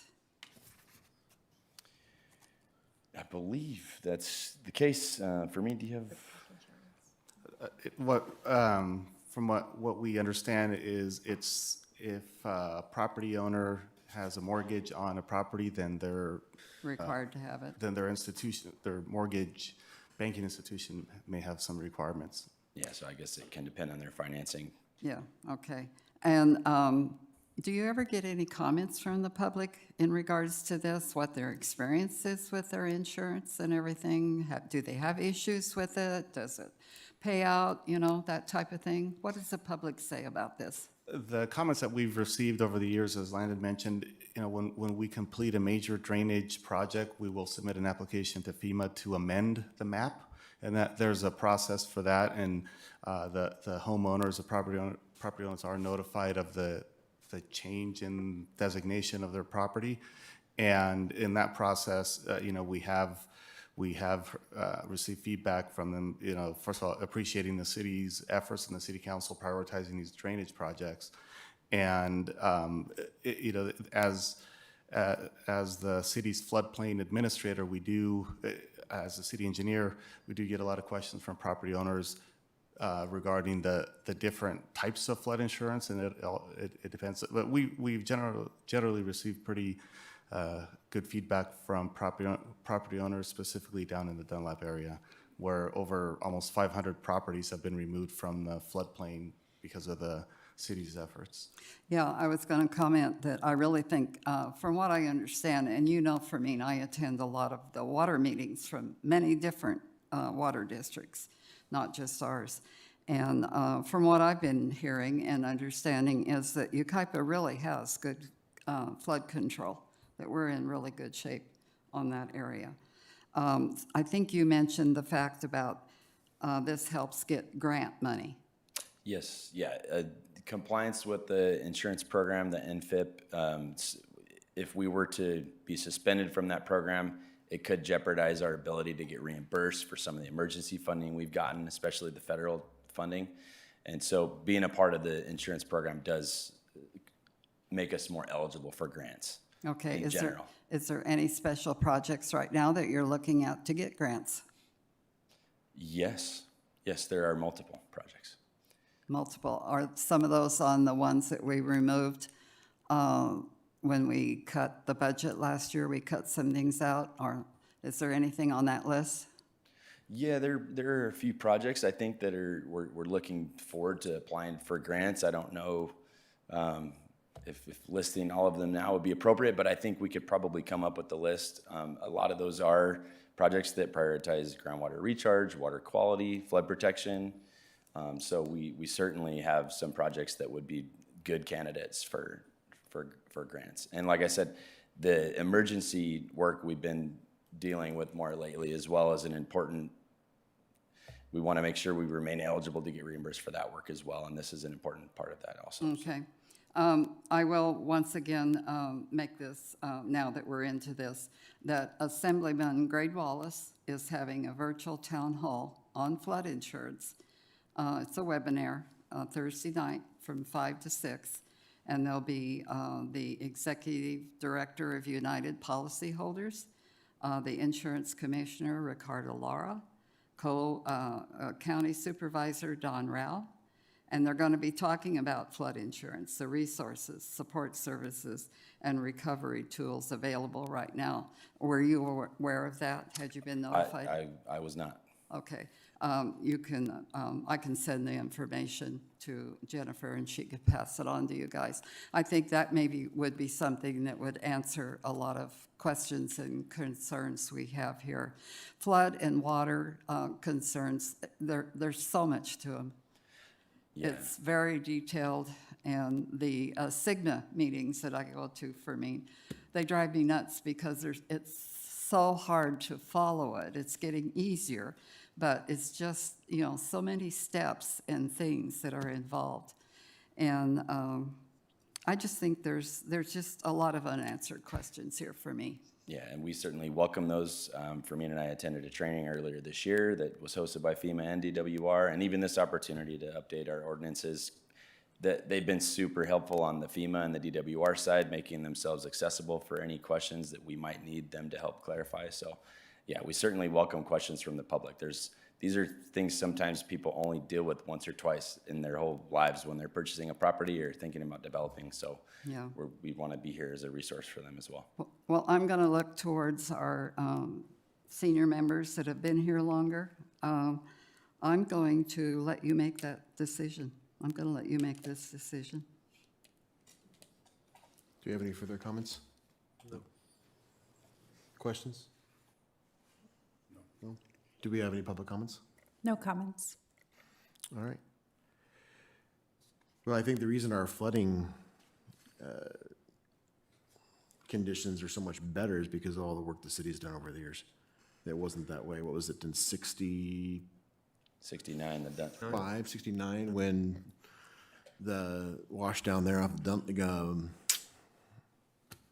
help me out, man. What's that creek? Dunlap and 14th Street, down in that whole Dunlap neighborhood. That just wiped out. Catastrophic flooding, yeah. Wiped out a ton of areas, so we've done a lot. So I think this is a good thing. I think we should do it. Staff's done a lot of work leading up to this, and then dealing with our federal partners and whatnot, communicating with them. So my motion would be that we accept it as staff has presented it. Second. Got a first and a second. Those in favor? Aye. Aye. Any opposed? I abstain. Okay. Moving to item 14. Yes, council members. Item 14 was placed on the agenda at the request of the Mayor Pro Tem, and the council concurred. And this is consideration of city council member compensation adjustment under Senate Bill 329. Currently, the city council receives a stipend of $500 per month under Yucaipa Municipal Code Section 204020. In 2022, the legislature, after reviewing compensation to city council members, recognizing that compensation for city councils are set by statute and they had not been adjusted in almost 30 years, recognized that we're good cause to allow cities to increase that compensation, to allow greater participation in the city council process. Potentially you could look at increasing the compensation up to $1,649 per month. That's under recommendation number 2. It's either or, 1 or 2. But you don't have to go up that high. You can go any number in between that feels appropriate to you. Councilmember Beaver had also requested background information on Compensation for other entities, I believe the finance director prepared that information and attached to the staff report. So happy to answer any questions you have regarding the ordinance or the process. If you have questions about the comparable cities, I believe the finance director can answer those. Good. Go ahead, sir. So who put this together, the council compensation? So I put together the staff report and the draft ordinance, as well as the CPI data. The compensation comparison, I believe, was prepared by staff. Staff, our human resources manager. So, well, wherever they got this is completely wrong. If you go to the daily facts on the Redlands Daily Facts in 2023, the salary went from Redlands, went from $500 a month to $1,400 a month plus insurance. So I don't know where they got this one from. And then if you go and look at Beaumont, Beaumont is $1,400 a month plus insurance. So I'd like to know who put this out, and I mean, because it's all wrong. Now everybody, is looking at this and looking at us like, it's not a good look for us.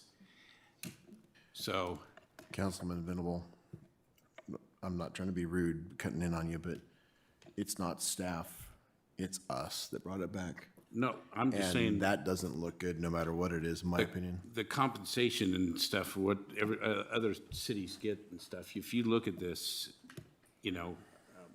it's all wrong, completely wrong. Well, Beaumont's 14 plus insurance. Who else? So if I may, the source of this information, what our human resources manager did was go through their website and gathered that information, and then she reached out verbally through phone to confirm the information. All of the cities listed except for Calamasa and Highland verbally confirmed the numbers here. We did not get a return call from Calamasa or Highland, but the others, we pulled the information from the website and confirmed that verbally with their human resources department, and they verbally confirmed that information. It could, the asterisk say includes auto allowance. Could that be an inflated number in the automobile allowance, which would get to that number, the 1,400, or because it doesn't say listing any compensation for that auto allowance? Okay, so for Yucaipa, that's an auto allowance. So the other jurisdictions, not necessarily auto allowance, other allowances that they may or may not have had. And so it's not quite an apples to apples, but that's our way of doing that. Going back to the, I think you said insurance, medical. Medical is not included on this. And so if there was a question on, hey, which of those cities provide medical, you will not get that information from this chart. That's excluded. I contacted one of Mr. Miller's old colleagues from Colton, and she was the former mayor, and they are bringing theirs back. It's right now in Colton. They're getting, I think she told me it was $500 a month plus insurance, and they're raising theirs up. They're bringing it to council here pretty soon as well. So it's we haven't. When did we vote this in 2014? And a lot of us do a lot of things around here in Yucaipa. I go to quite a few meetings. Mrs. Woolsey goes to quite a few meetings. I'm not asking for something that shouldn't be, looked at. So I suggest that we, go to 1,400 plus insurance, and we call it a day. So.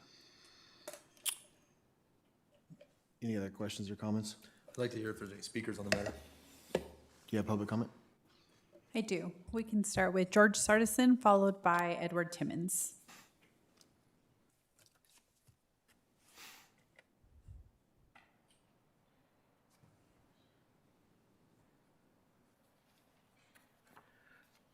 George Sardison, 12451 Custer Street. The recent comments prior to me approaching you seem to alter the conversation a little bit. I did use all the data from the staff report, including the comparison form, so my comments will reflect the information that is out for the public and for you. The compensation comparison chart on page 362 of the agenda lists 6 neighboring cities with an average monthly council stipend of $601. If you remove the highest and lowest city, the average is $604. If you compare the 4 cities with a population that exceeds 50,000, like Yucaipa, the average stipend is $490. While no one expects candidates to seek office for the stipend, or the salary as it can be referred to, I believe that some type of periodic adjustment might be appropriate for you to consider. However, you need to keep in mind that the public has been hearing the term budget deficit from the city for the last year and a half.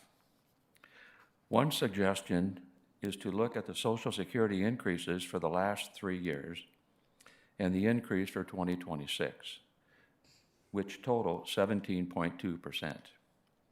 Using this formula would result in a council stipend of $586. I'm certain that the many thousands of your constituents, including myself, that receive Social Security benefits would have no objection to this type of approach to the discussion at hand.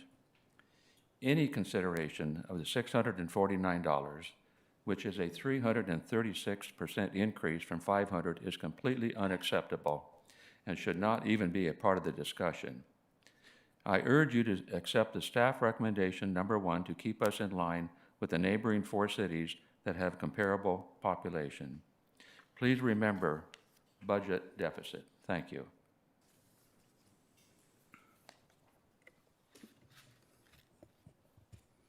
Edward Timmons.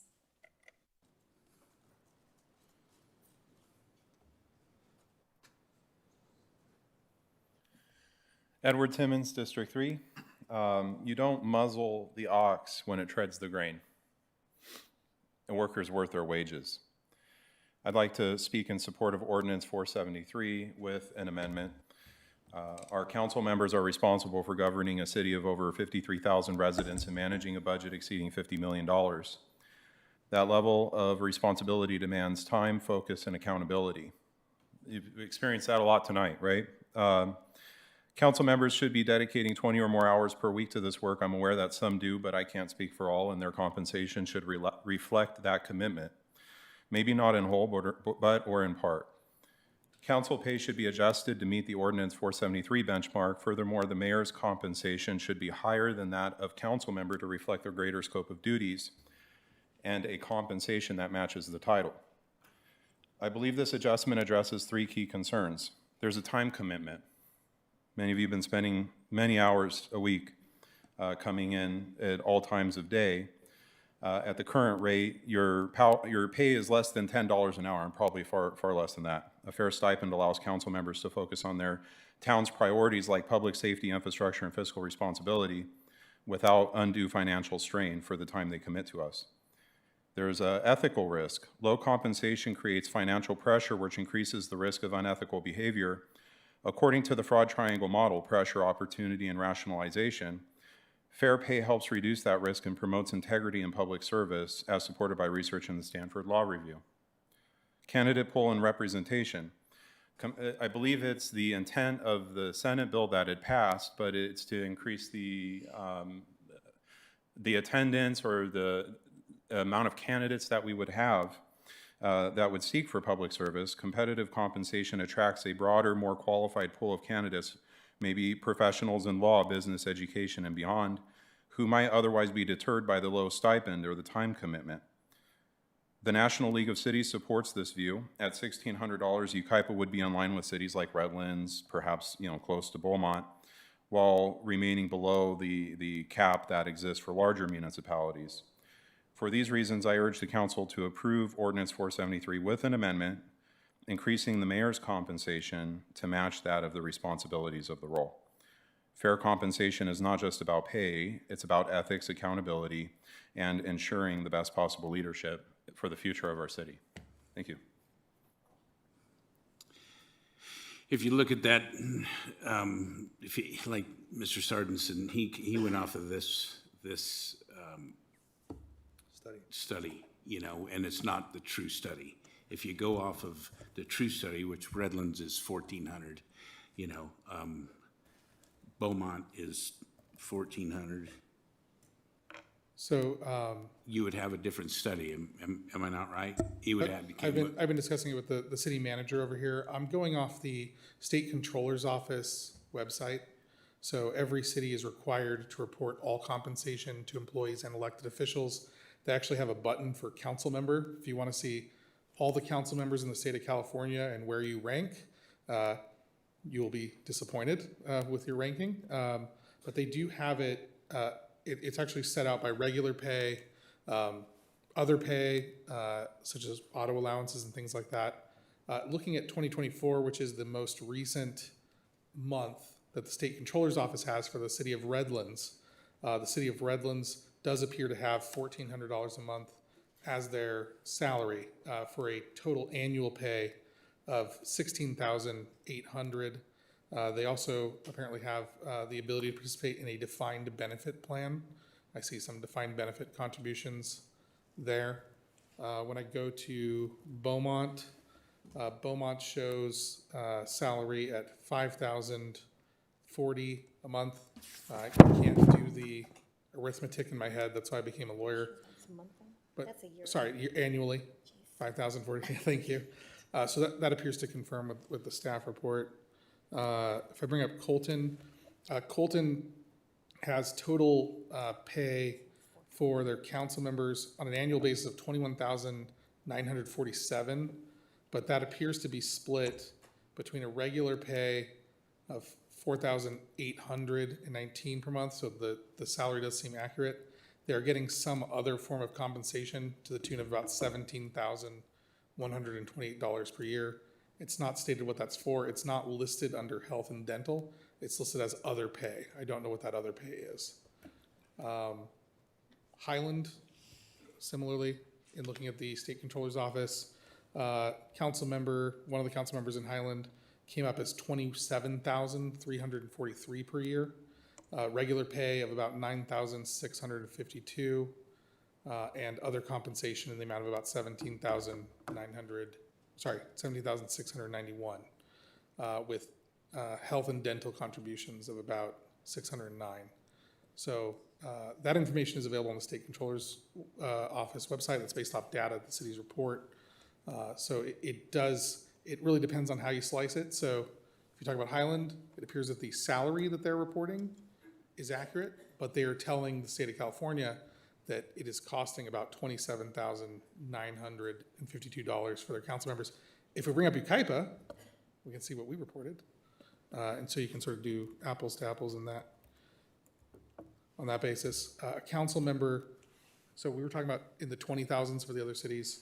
Council member for the city of Yucaipa is reported at $7,800, which is the $6,000 salary, $500 per month, and then $1,800, which appears to be the auto allowance. So if you did it on that basis, it does appear that those other cities are providing some other form of compensation. It's not clear. It's simply listed as other pay.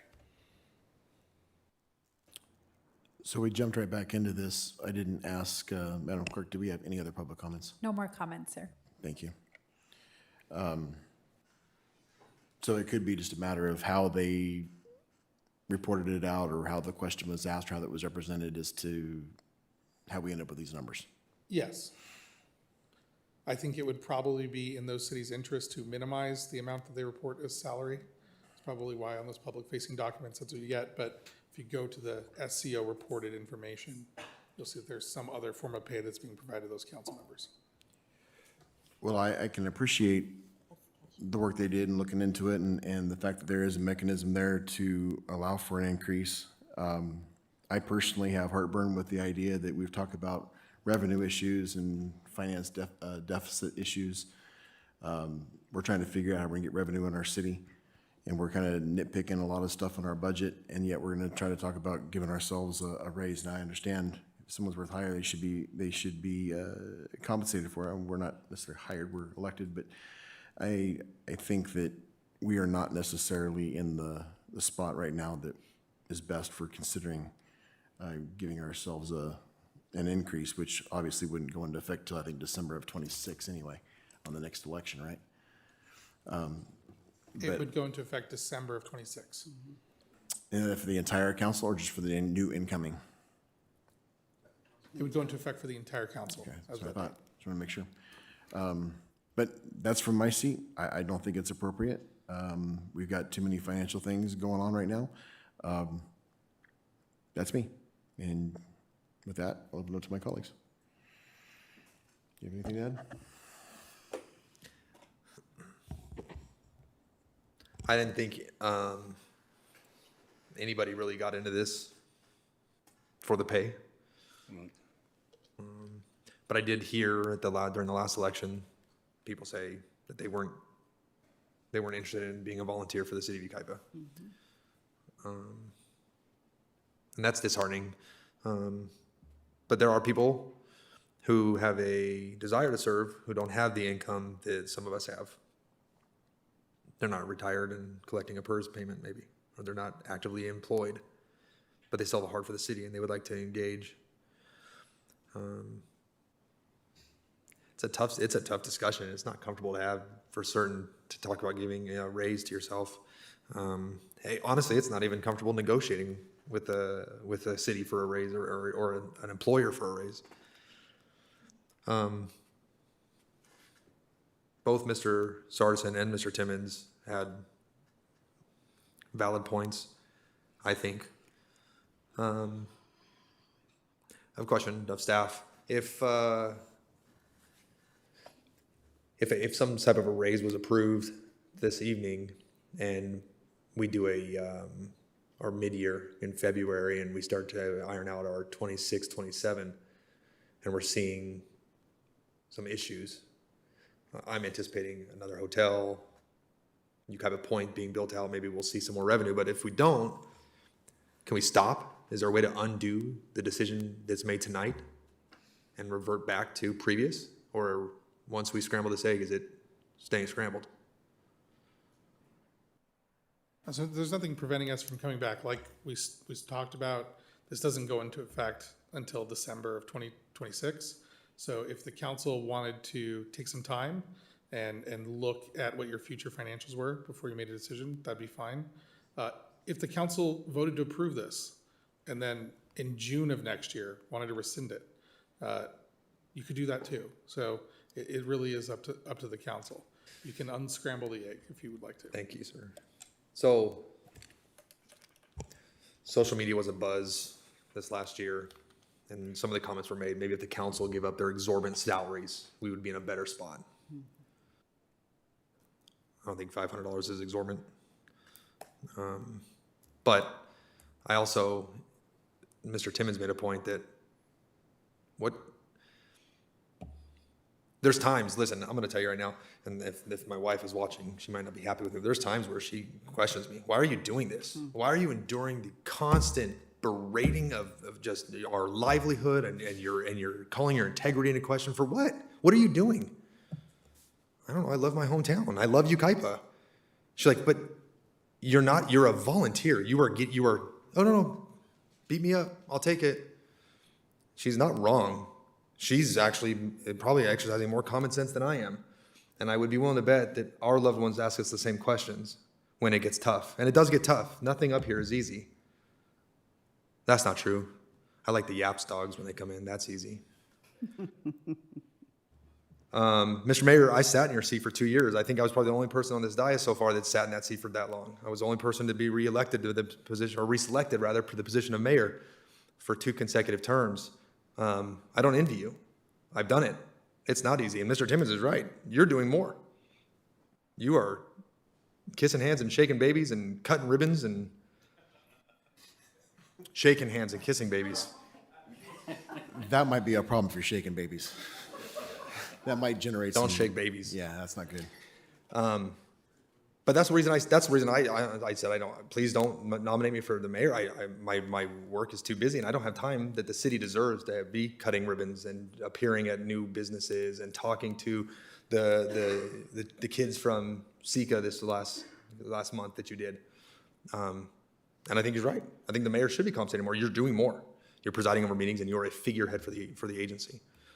I'm reluctant to agree with Mr. Timmons initially, but I like the idea that we as a council can make a decision here this evening, and it's not set in stone. If we decide to move forward with the recommended item, number 2, or something there maybe $1,400 like the mayor said, or the mayor pro tem said, and then the mayor at the statutory limit. And then we come back in June, and city staff and our finance director saying, man, we messed up the numbers. We're in a bad way. Okay, I'll say it. The first ones, take that raise we were talking about and give it back, and then find ways to cut the belt, because I guarantee you that salary is not going to solve our budget problems. This salary is not, but it's a step, right? So we have a year. We have a little less. We have less than a year. We have, let's say, 8 months to, if we approve something tonight, to see how it plays out. And hold ourselves accountable to the fact that if in June at mid-year, we're forming our 26, 27 budget and it is in dire straits, then we scrap the prac and we go back to where we're at now. Or honestly, maybe even less. Maybe we go back and say, yeah, this isn't it. We're not there right now.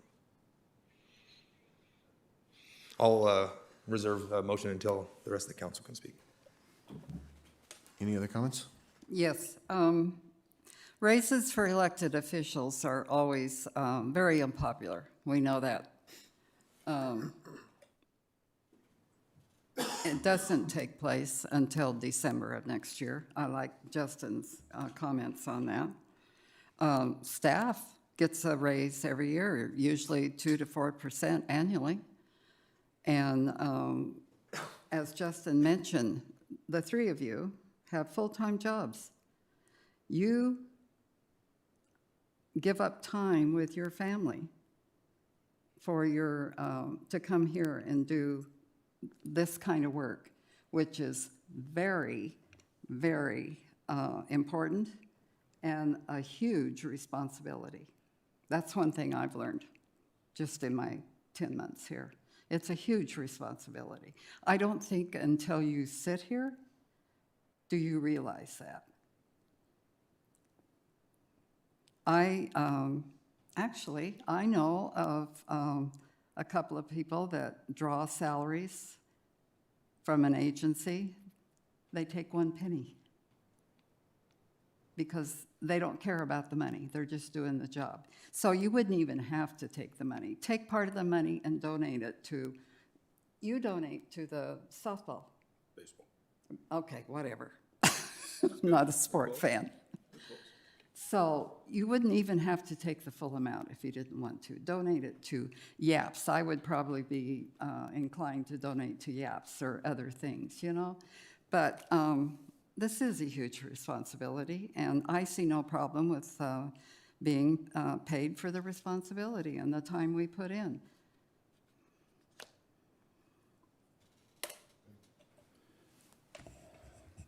I just had a question for the city attorney. Stephen, is it a conflict if we vote for our own raises? So you are allowed to vote for an increase in your own compensation by statute.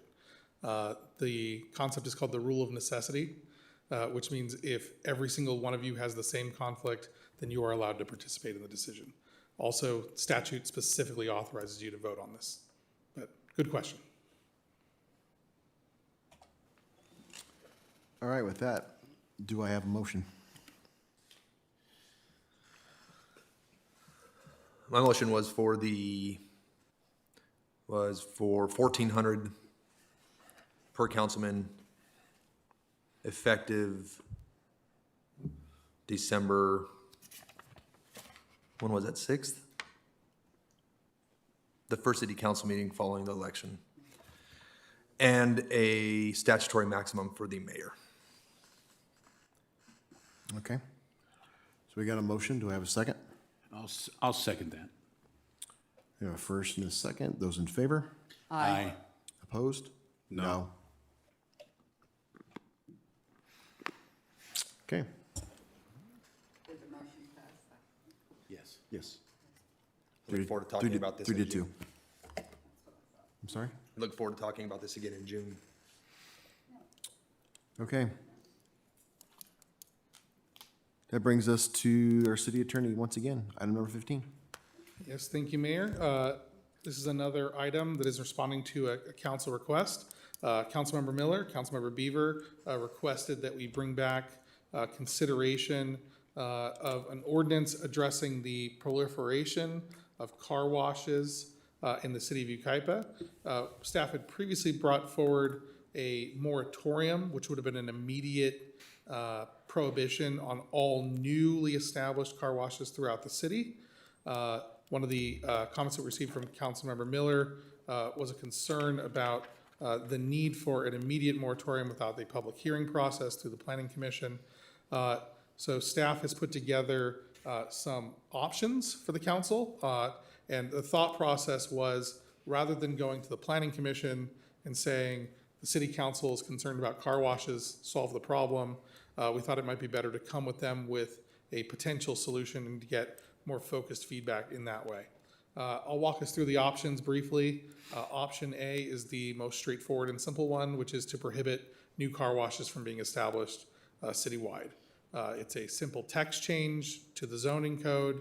It doesn't require tracking by staff, and it makes the expectations of the city very, very clear, which is we expect no new applications for car washes. The other option is a numerical cap. And so that would be to establish a number. We are authorizing 10, 15, 20 car washes throughout the city. You could set that cap to the current number of car washes.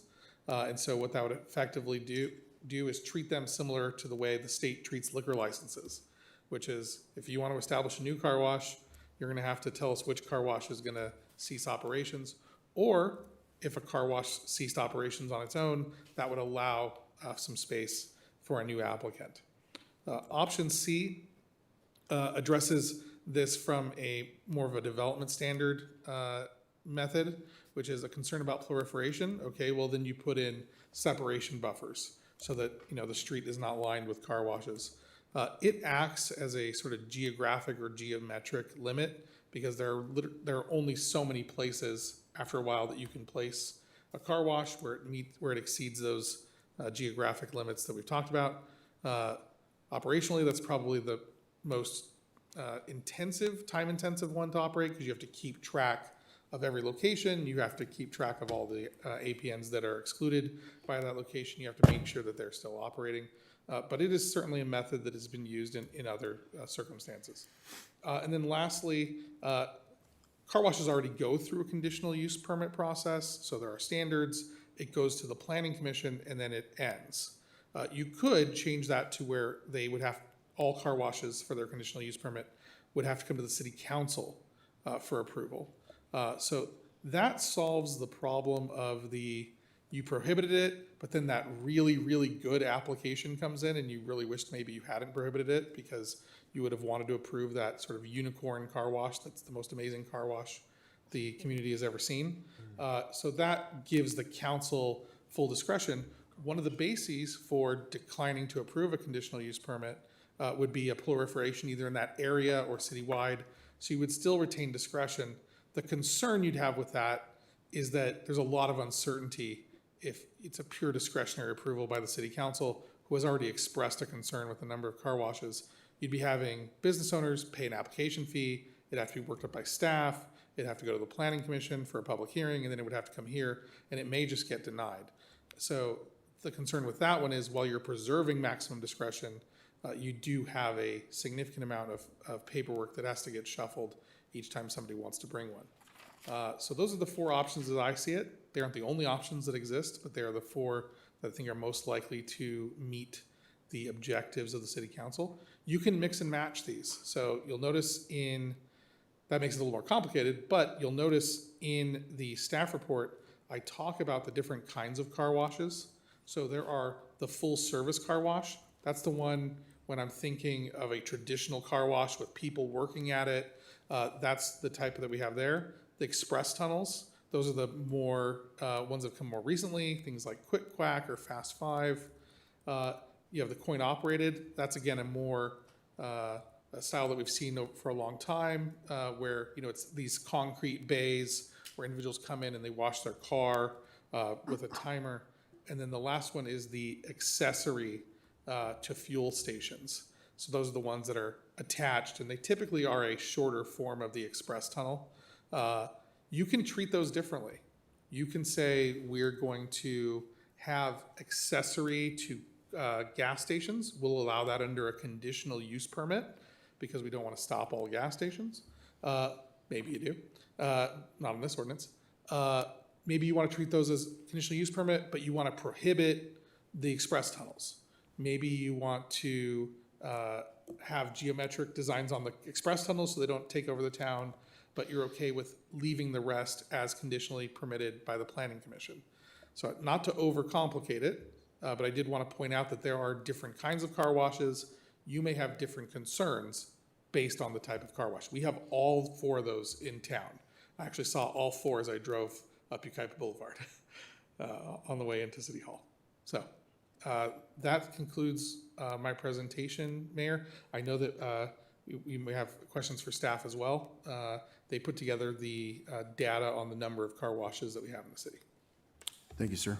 Before we go into comments and whatnot, do we have any public comments? No comments on this item. All right. Any discussion or comments for staff or questions for staff from council? Yeah, so this was something that I have expressed concern probably for the last 4 years, 3 years maybe. It's not just car washes. I also have a concern with fuel stations for the same reasons. At the end of the day,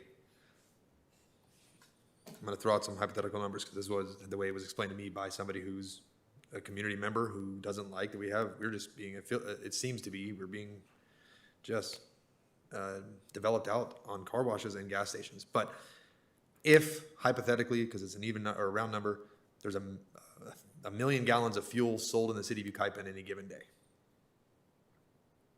With adding more because the concern was, well, we're interfering with the free market. We shouldn't be doing that. If the market could import the fuel, then let them build. But the question I have, the question was brought to me is, if 1 million gallons are sold in a 24-hour period, and you add another gas station, are we increasing the net sales? Or are we just taking from somebody else's established business and spreading it out now? Does the city of Yucaipa care? We're going to capture the tax revenue regardless, but I would be willing to bet some of these fuel stations who've been around for a long time, maybe more of the independent owns ones, but they probably care. You're taking money from their pockets. And so it's not because we want to be in control of the market. It's because we should, as a council, be concerned with the best development in the best area for our city. And yes, we can put a fuel station in, and the comment was made by a planning commissioner that you can always undo a gas station. Yeah, maybe. I've seen it once in Yucaipa, and that was it was Redlands, Outer Highway and whatever it is, Outer Highway and something. That was a fuel station when I was a kid. I think it's called Rusty's convenience store. Yeah, so it can be done, but there's a lot of environmental that takes place, and it just doesn't make sense, right? When there's a lot of topics being discussed online, I see it. What should the city of Yucaipa build? What should we allow? What would you like to see? Let me rephrase. We don't build. The city of Yucaipa doesn't build things. But what kind of businesses do you want to see in your community? I don't see anybody saying, we need more gas stations, man. I could really use another car wash. Well, my car's not clean enough. But people say they want to see, somebody says every time they comment, we need a go-kart track, right? Well, we'd love to put a go-kart track in, but we just allowed another 7-Eleven, so tough luck, right? So we should be concerning ourselves with that as a council. Have the forward thinking to say, okay, yeah, we could put a gas station there, and we probably wouldn't generate any more tax revenue because it's just robbing from Peter to pay Paul. Or we can put something novel, something new there, something that's going to catch the eye. People are going to spend money there. They're going to have a benefit to our community. And so when it comes to, I was opposed, it just, no more, we have enough car washes, right? We have enough gas stations. But if we were gonna, if a moratorium, outright moratorium is not, nobody has an appetite for that, then yeah, I like the idea of a buffer and separation between car washes. And if that's a 3 mile radius, a 5 mile, whatever, something we discuss, then so be it. Because it doesn't make sense to put a Fast Five next door to a Quick Quack. Doesn't make sense to me. How does that help the city of Yucaipa? How does that help the citizens? The lines are not that long. And if they were, and if truly we had one service station and the line wrapped around the block and people were saying, can we please get another service station here? I can't fuel up my car. Then sure. But that's not the case. We're not there. And I don't foresee us being there for quite a while. At build out, maybe when we have 80,000 residents, when 25,000 more people call this place home, maybe we will have a shortage of gas stations and car washes, but I don't think that's happening anytime soon. So my recommendation would be the buffer separation. I know it adds more work to staff, but I think maybe 3. And I would say honestly at this point for all car washes, I don't think I don't think we need to have any more. I think we have enough. But I think maybe a 3 or 4 square mile radius. No more car washes.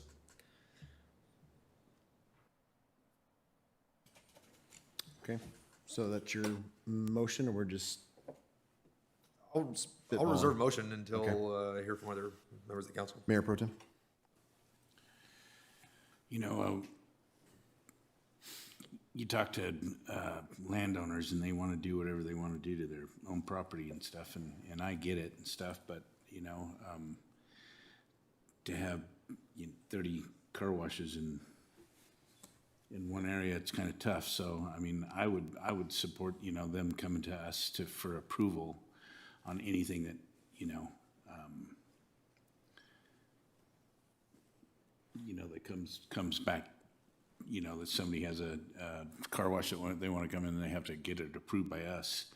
And if it makes sense to us, then we vote on it. And if it doesn't, then, you know, we can always turn it down. But at least it gives them, you know, something that they can say that they're going to do whatever they want to with their own property, you know, but it gives us the final decision on what they do. So when you say to us, you mean city council? Are you talking to staff at the counter? Are you talking planning commission? City council. So I would go with the, you know, council approve. I think that's D, right? That's the 4th Option one. D. Option D.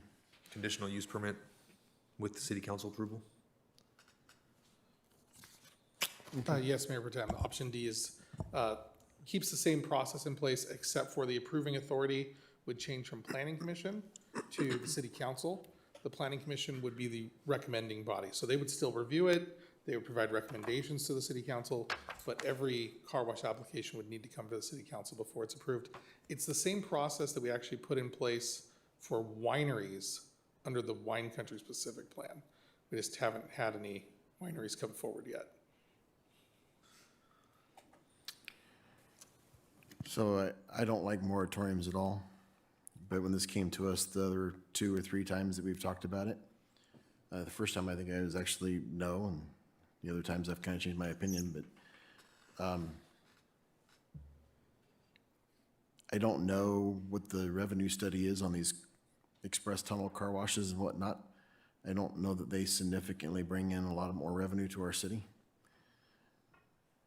And these days, I'm trying to find other ways to get revenue in our city, but I know it's hard to have staff telling landowners when they come in, oh, no, you can't submit that, because then we probably generate a opportunity for a lawsuit. If there's not an appetite for a moratorium, then I think by the time we're done, we're all gonna have an option here that we like. I say the number cap, I like that idea. If we can't do an outright moratorium, then we say we have a certain number that, kind of like you were saying, Mr. City Attorney, once, if one closes, then we can allow another one in. If that number is full, then we don't let any more in until a vacancy becomes available, or something closes. I think the reason a lot of these places have these express car washes because it's a low overhead and they think they're going to make a lot of money on it, and doesn't offer a lot of revenue to our city. But I may be wrong. So I will move it down the line. Councilman Miller? Yeah, thank you, staff, for bringing this back to us. And well, it's 10:08 right now, so I'll be brief. I agree with option C. I think that's the best agreement we can come up with.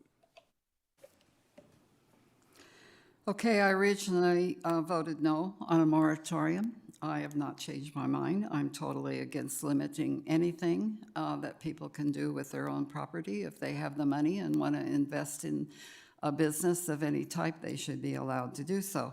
So I don't agree with any of these, so. Okay. With that, do I have an official motion from one of my colleagues? I'd like to make a motion that we accept option C as presented by staff. Okay, I've got a first. Do I have a second? Seconded. Mr. Miller is the first and Beaver is the second. Those in favor? Aye. Aye. Any opposed? No. I'll say aye on that. What was that? I'll give you an aye. Aye. Okay. 4-1. Okay, thank you, council. We will prepare a ordinance that reflects that direction. It will go to the Planning Commission for their review and comment, and then it will come back to the City Council for your approval. Okay, my colleagues here are going to shoot me because on my notes I have that item 11 and 12, or I'm sorry, 12 and 13 was supposed to be a roll call vote. Madam Clerk, do we need to go back and revisit those? No, we're okay. The titles for the ordinances were posted on the agenda, so we should be fine. It's just a precaution I like to take, but we're fine. All right, Thank you. With that, moving to item 16, it's a public hearing. Current time is 10:07. And Mr. Ben Matlock. All right, thank you all, Mayor and City Council members. For you, I have 4 different ordinances. Ordinances 469, 470, 471, and 472. Just kind of a bit of background. Previously, staff had brought ordinance number 450 that was intended to address a number of different kind of code areas. Kind of in the short term, City Council did approve a modified version of that, which is ordinance number 465. As part of it, council also did veto any changes that were kind of proposed regarding unpermitted signage as well as billboard signage. However, they did request a few of the other items that were originally part of ordinance number 450 be come back for discussion on possible action.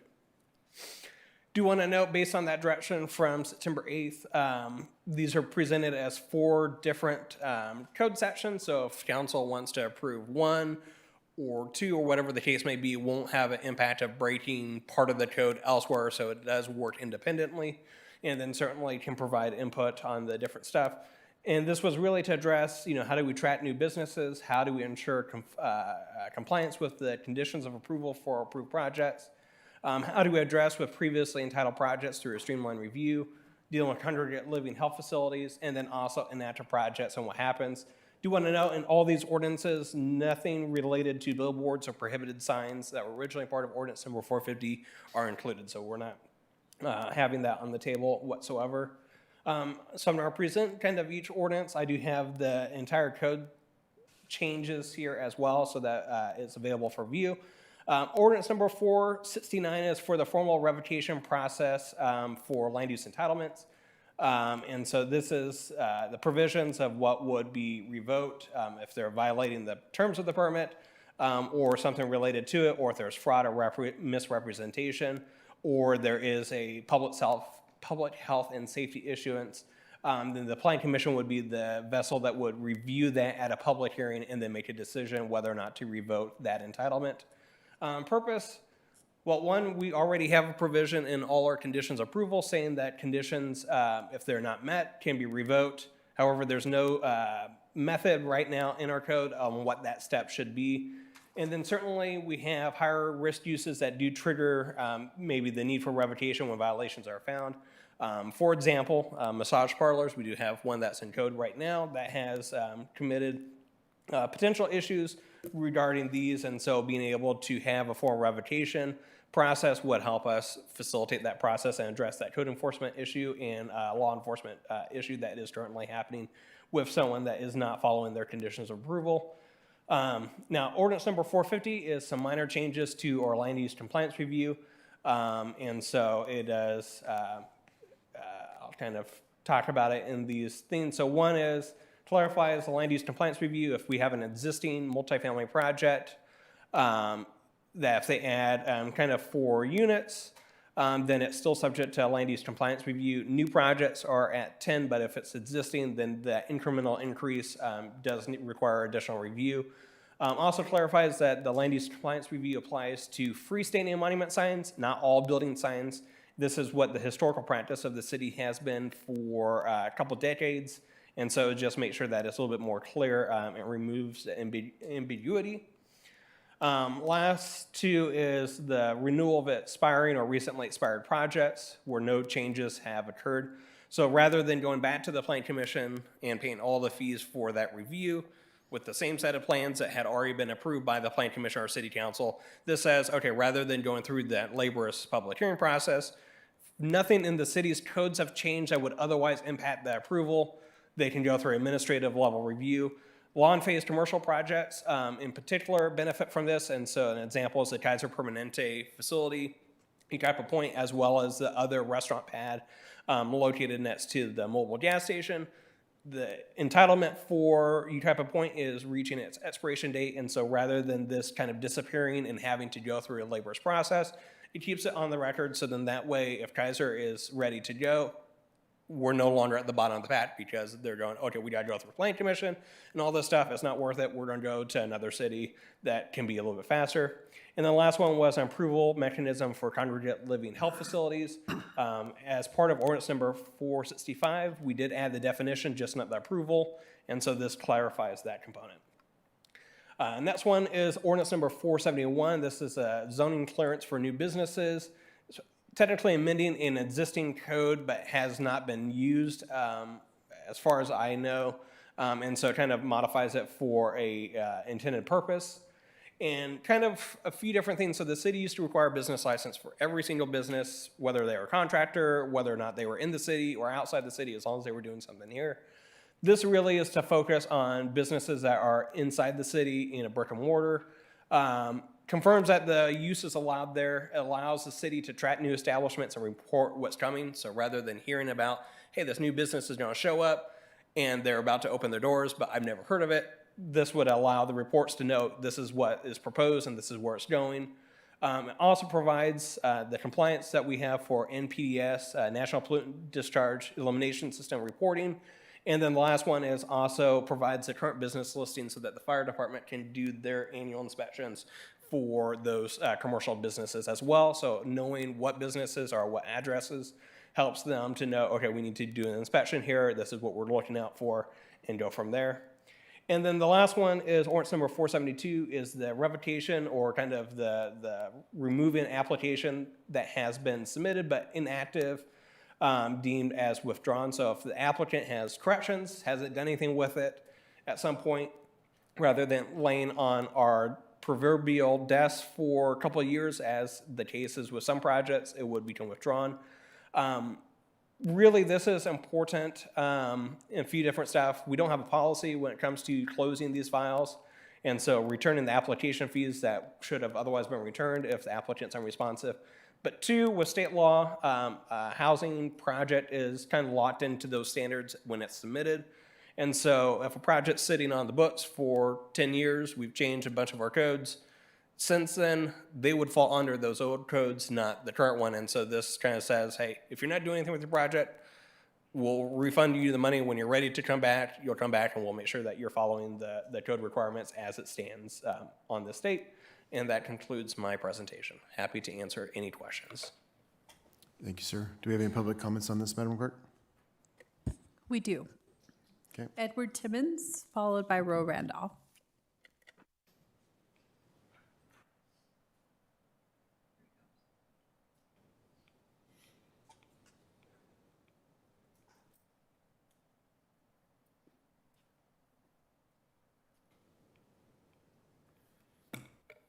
Edward Timmons, District 3. I reviewed the ordinances. Some look like they're tied to state mandates. Some look like they're cleanups that are necessary to streamline some city hall activity with projects that are aging. However, I would like to suggest taking this to a study session with Yucaipa's Planning Commission. Yucaipa's Planning Commission is an underutilized resource made up of skilled and knowledgeable individuals.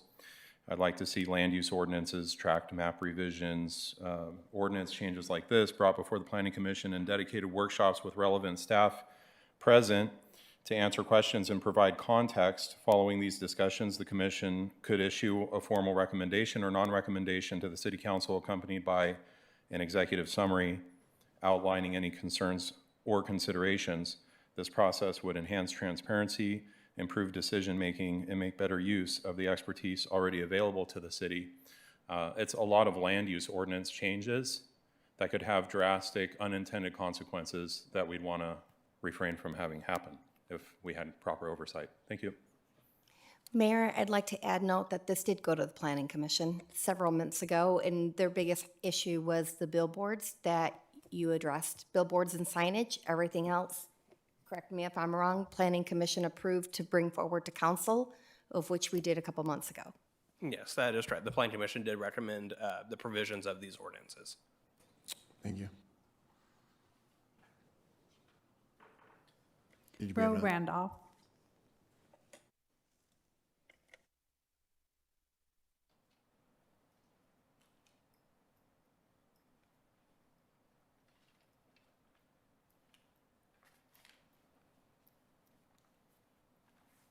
Roe Randolph here. I'm concerned with the ordinances. I'm going to apply them inside the freeway corridor specific plan, even though they're not saying that, but I'm going to apply it into that for obvious reasons. The ordinances are described as development code cleanups, but in practice, they streamline the approval and management of development projects, especially warehouses, across the freeway corridor specific plan. 469 introduced revocation procedures, giving the city more discretion to cancel or adjust entitlements. Ordinance 470 revives expired projects and adjusts permitting for specialized facilities. Ordinance 471 creates a zoning compliance process that can fast-track warehouse approvals. Ordinance 472 automatically withdraws inactive applications, clearing the path for new proposals. Now, these changes align with the 2025 Freeway Corridor Specific Plan update, which rezones over 2 million square feet of regional commercial land into parcels like Pacific Oaks and to business park zoning. The shift enables warehouse development on land previously intended for retail and mixed use. To support this, the city adopted the addendum to the 2016 General Plan EIR, claiming that no new environmental review was needed. This is important. But under CEQA guidelines 15164, addendum is only valid if there's no new significant impacts.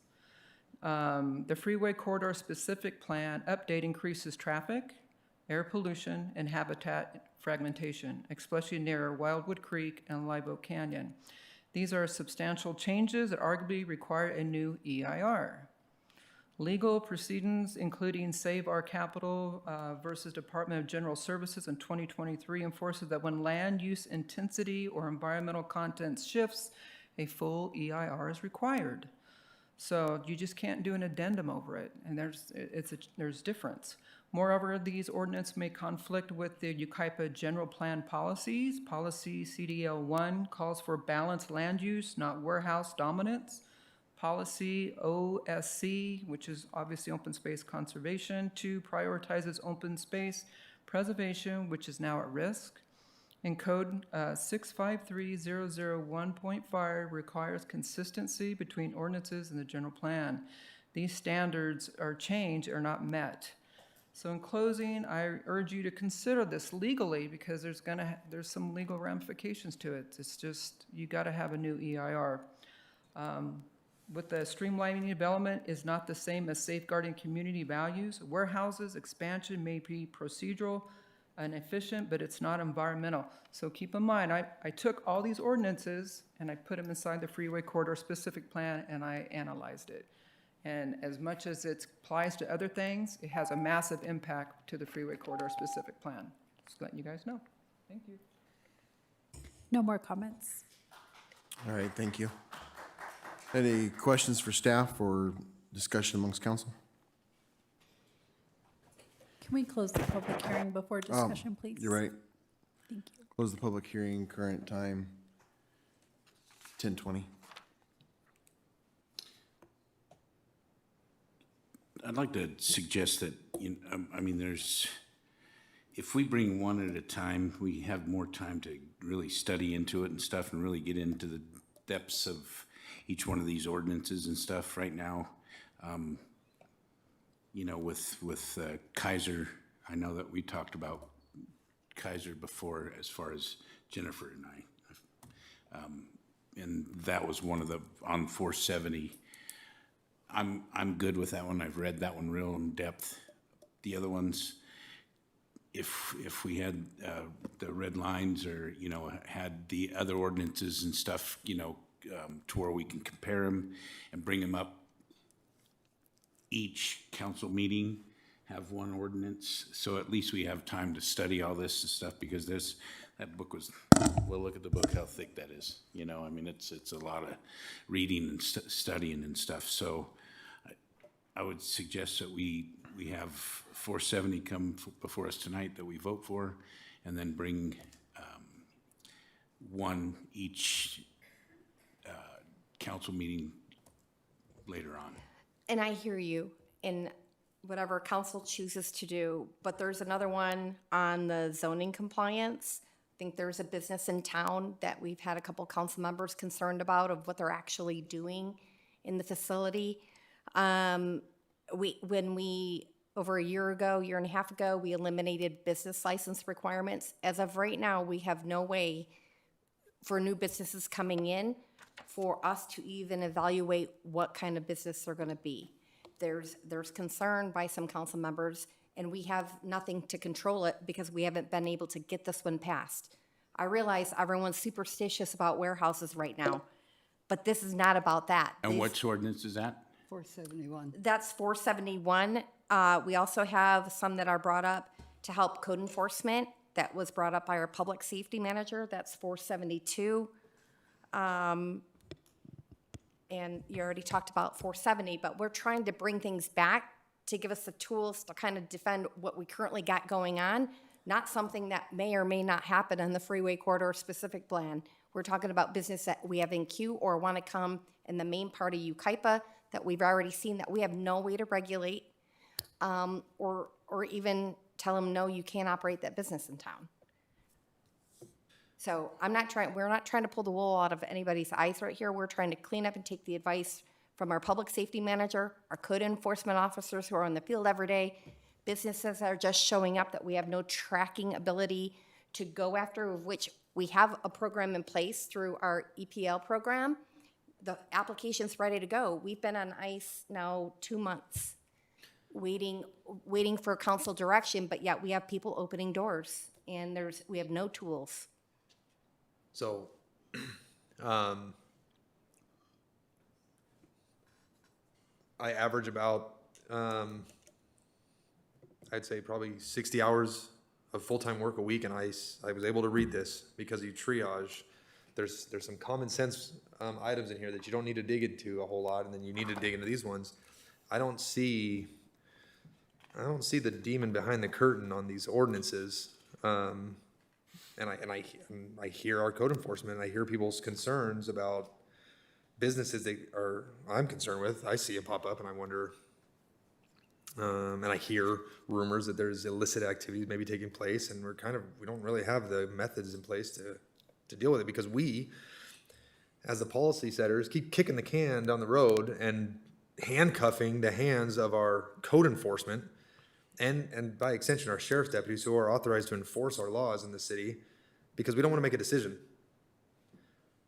Nothing I'm reading. Look at, I read the item when I received my packet on Thursday. And if we play into a game of hypotheticals of how this could apply, sure, this could apply on a stretch to items on the freeway. But every ordinance that we have in the city's municipal code could apply to future development, potentially. These ones, nothing in here seems overly broad, restrictive for business. And in fact, some of these require us to go visit and periodically clean up. Listen, for the last 5 years that I've been sitting on this council, I hear people peeking behind the curtains looking for a demon because it's got to be there. And this is not it. Maybe on other ones you can say that there's some ulterior motive, but I hear the frustrations from our city staff who are begging for us to do our jobs, and we're not doing it. We have, this is since September. Before that even, I think, when we first started having these development codes coming for us, because they're saying, you guys need to do a better job as council and give us the tools we need to enforce the law. And we go, nah, we're not gonna do that. I don't feel comfortable with this. Okay, then get comfortable living in a city that has lawlessness. You better get comfortable with that, because that's coming when we allow massage parlors to open up across the street from the high school giving illicit massages. But we're not gonna check that because it makes us uncomfortable to talk about what could be. I move approval on the item as written. I second. Do we have any further questions? I was just going to suggest that we pulled 470 and 471 and approve. However, in listening to my colleagues, I think I'm good with this. Okay. So we've got a first by Beaver and a second by Mr. Miller. Those in favor? Aye. Aye. Any opposed? No. Actually, we get to redo that. It's a roll call vote. So we have our motions. Now the ball's in your court, sorry. Councilmember Beaver? Yes. Councilmember Miller? Yes. Councilmember Woolsey? Yes. Mayor Pro Tem Venable? No. Mayor Thorpe? Yes. Motion carried. That brings us to council member comments and reports. Starting on my right. Mr. Beaver? I apologize to everybody for my tardiness tonight. We're burying our peace officers in our region entirely too often. My hero ran towards danger today because somebody called 911 and said somebody has a gun and they're trying to hurt somebody. And no sooner than he got out of his car did he encounter gunfire. Didn't even have time to announce why he was there or announce his intentions. A young man with a wife, a toddler, and a baby on the way. And so when so many of my Azusa police officers who came from the San Bernardino County Sheriff's Department got a hold of me as the Honor Guard commander and told me that they worked alongside Deputy Nunez, I relayed it to my chief that this is a direct impact on our operations. And of course, my chief called to the Sheriff's Department and offered any assistance we can give. And in tonight's instance, the assistance was just being there for the family who were enduring a day that I can't even imagine. So I apologize. I know today's council agenda was critically important to the future of our city, our community, our home. I was listening in as much as I could on the way in. The votes didn't go the way I would have wanted them to on one item, but I wasn't here to cast my vote, but I got here as soon as I could. And I appreciate your patience and flexibility with me. I know my job requires a lot of me sometimes, and I'm robbed of serving this city of Yucaipa the way others can. But I assure you it wasn't because I would have rather been here than there, but the family needed all the support they could get tonight. And so with that, I would respectfully request that we adjourn tonight's meeting in the honor of Deputy Andrew Nunez of the San Bernardino County Sheriff's Department's Rancho Cucamonga Station. Thank you, sir. Mayor Pro Tem? Yes, I was attended the Healthy Yucaipa this past week, and they are trying to get Yucaipa into a blue zone. And they gave me this. It says over the past month, Healthy Yucaipa Committee has been learning about blue zone projects, which is a community well-being intensive that helps cities improve health and quality of life through proven strategies focused on policies, places, peoples, and purposes. Blue Zones represents first presents to the community in July, returned in October, followed by a presentation that met. I'm sorry, I'm tired, so you got to work with me through this. So that meeting included committee members, staff, members of the public, and myself were able to participate and engage in question and answer session. Since then, the staff and the committee have connected with other cities that have adopted this program to learn more about our outcomes, funding structures, and partnerships. Many of those cities have used sponsorship and community calibrations to help offset cost, which this makes the model even more appealing for Yucaipa. With that background, I'd like to request, Mayor Thorpe, if we can, that the Blue Zone project be placed on an upcoming City Council agenda for discussion and a direction on possible next steps. I'm okay with that. Council okay with that? All right. Staff? Thank you. So, oh, I'm sorry. No, that's okay. Well, so in that, we've, with the youth advisory and stuff, I think that we have still 3 committees that are 3 members that we're still looking for. So if anybody has any kids that would like to join a fantastic organization, we'd love to have them. So that's all I have. Thank you, sir. And Councilman Beaver, thank you for doing what you had to do tonight.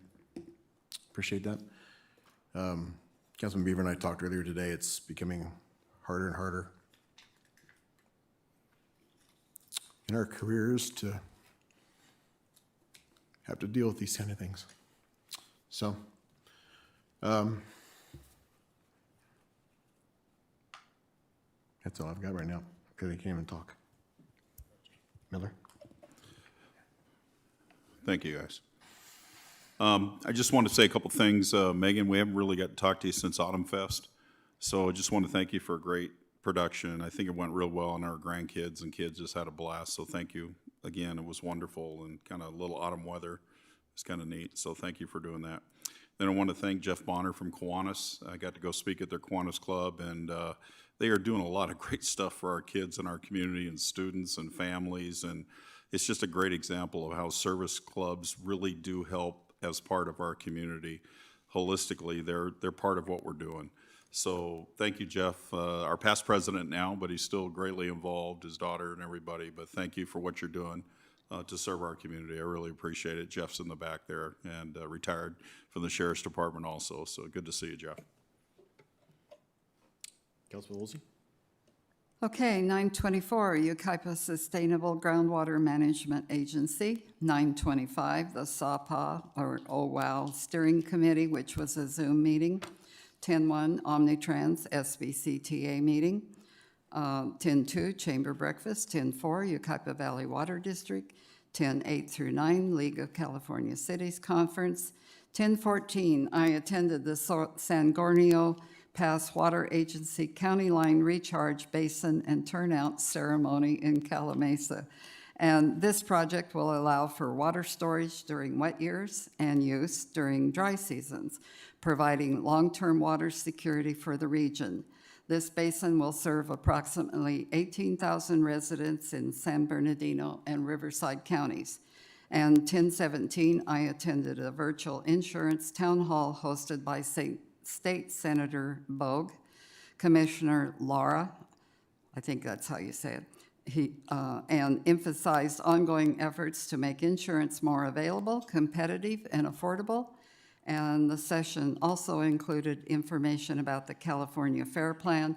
I think you could probably go online and pull that all up. And then Friday, I have to read this off the phone. It didn't print all out. On Friday, I will be having a 30-minute interview with Omnitrans in regards to the Omnitrans Strategic Plan 2026 to 2030. If there is anything staff or the public would like me to share with them, please reach out before Friday. This isn't really a public meeting, it's just myself and Aaron, and I think the gentleman working with the strategic plan, so I won't need any city facilities. So, you know, if you could, if you have anything, just get a hold of me so I can pass it on to them. Thank you. Thank you, ma'am. Interim city manager, any announcements? Yeah, just wanted to make mention that I also attended the League of California Cities Conference with Councilmember Woosley. And in addition, Senator Ochoa Bogue will be holding a Yucaipa and Calamasa Town Hall meeting on Wednesday, November 5th from 6:30 to 8:30 at Wildwood Elementary School. I think we pushed that information out to you also as council. Thank you, ma'am. With that, I don't think there's any other business. Our next council meeting will be November 10th. We were adjourned. Current time is 10:36.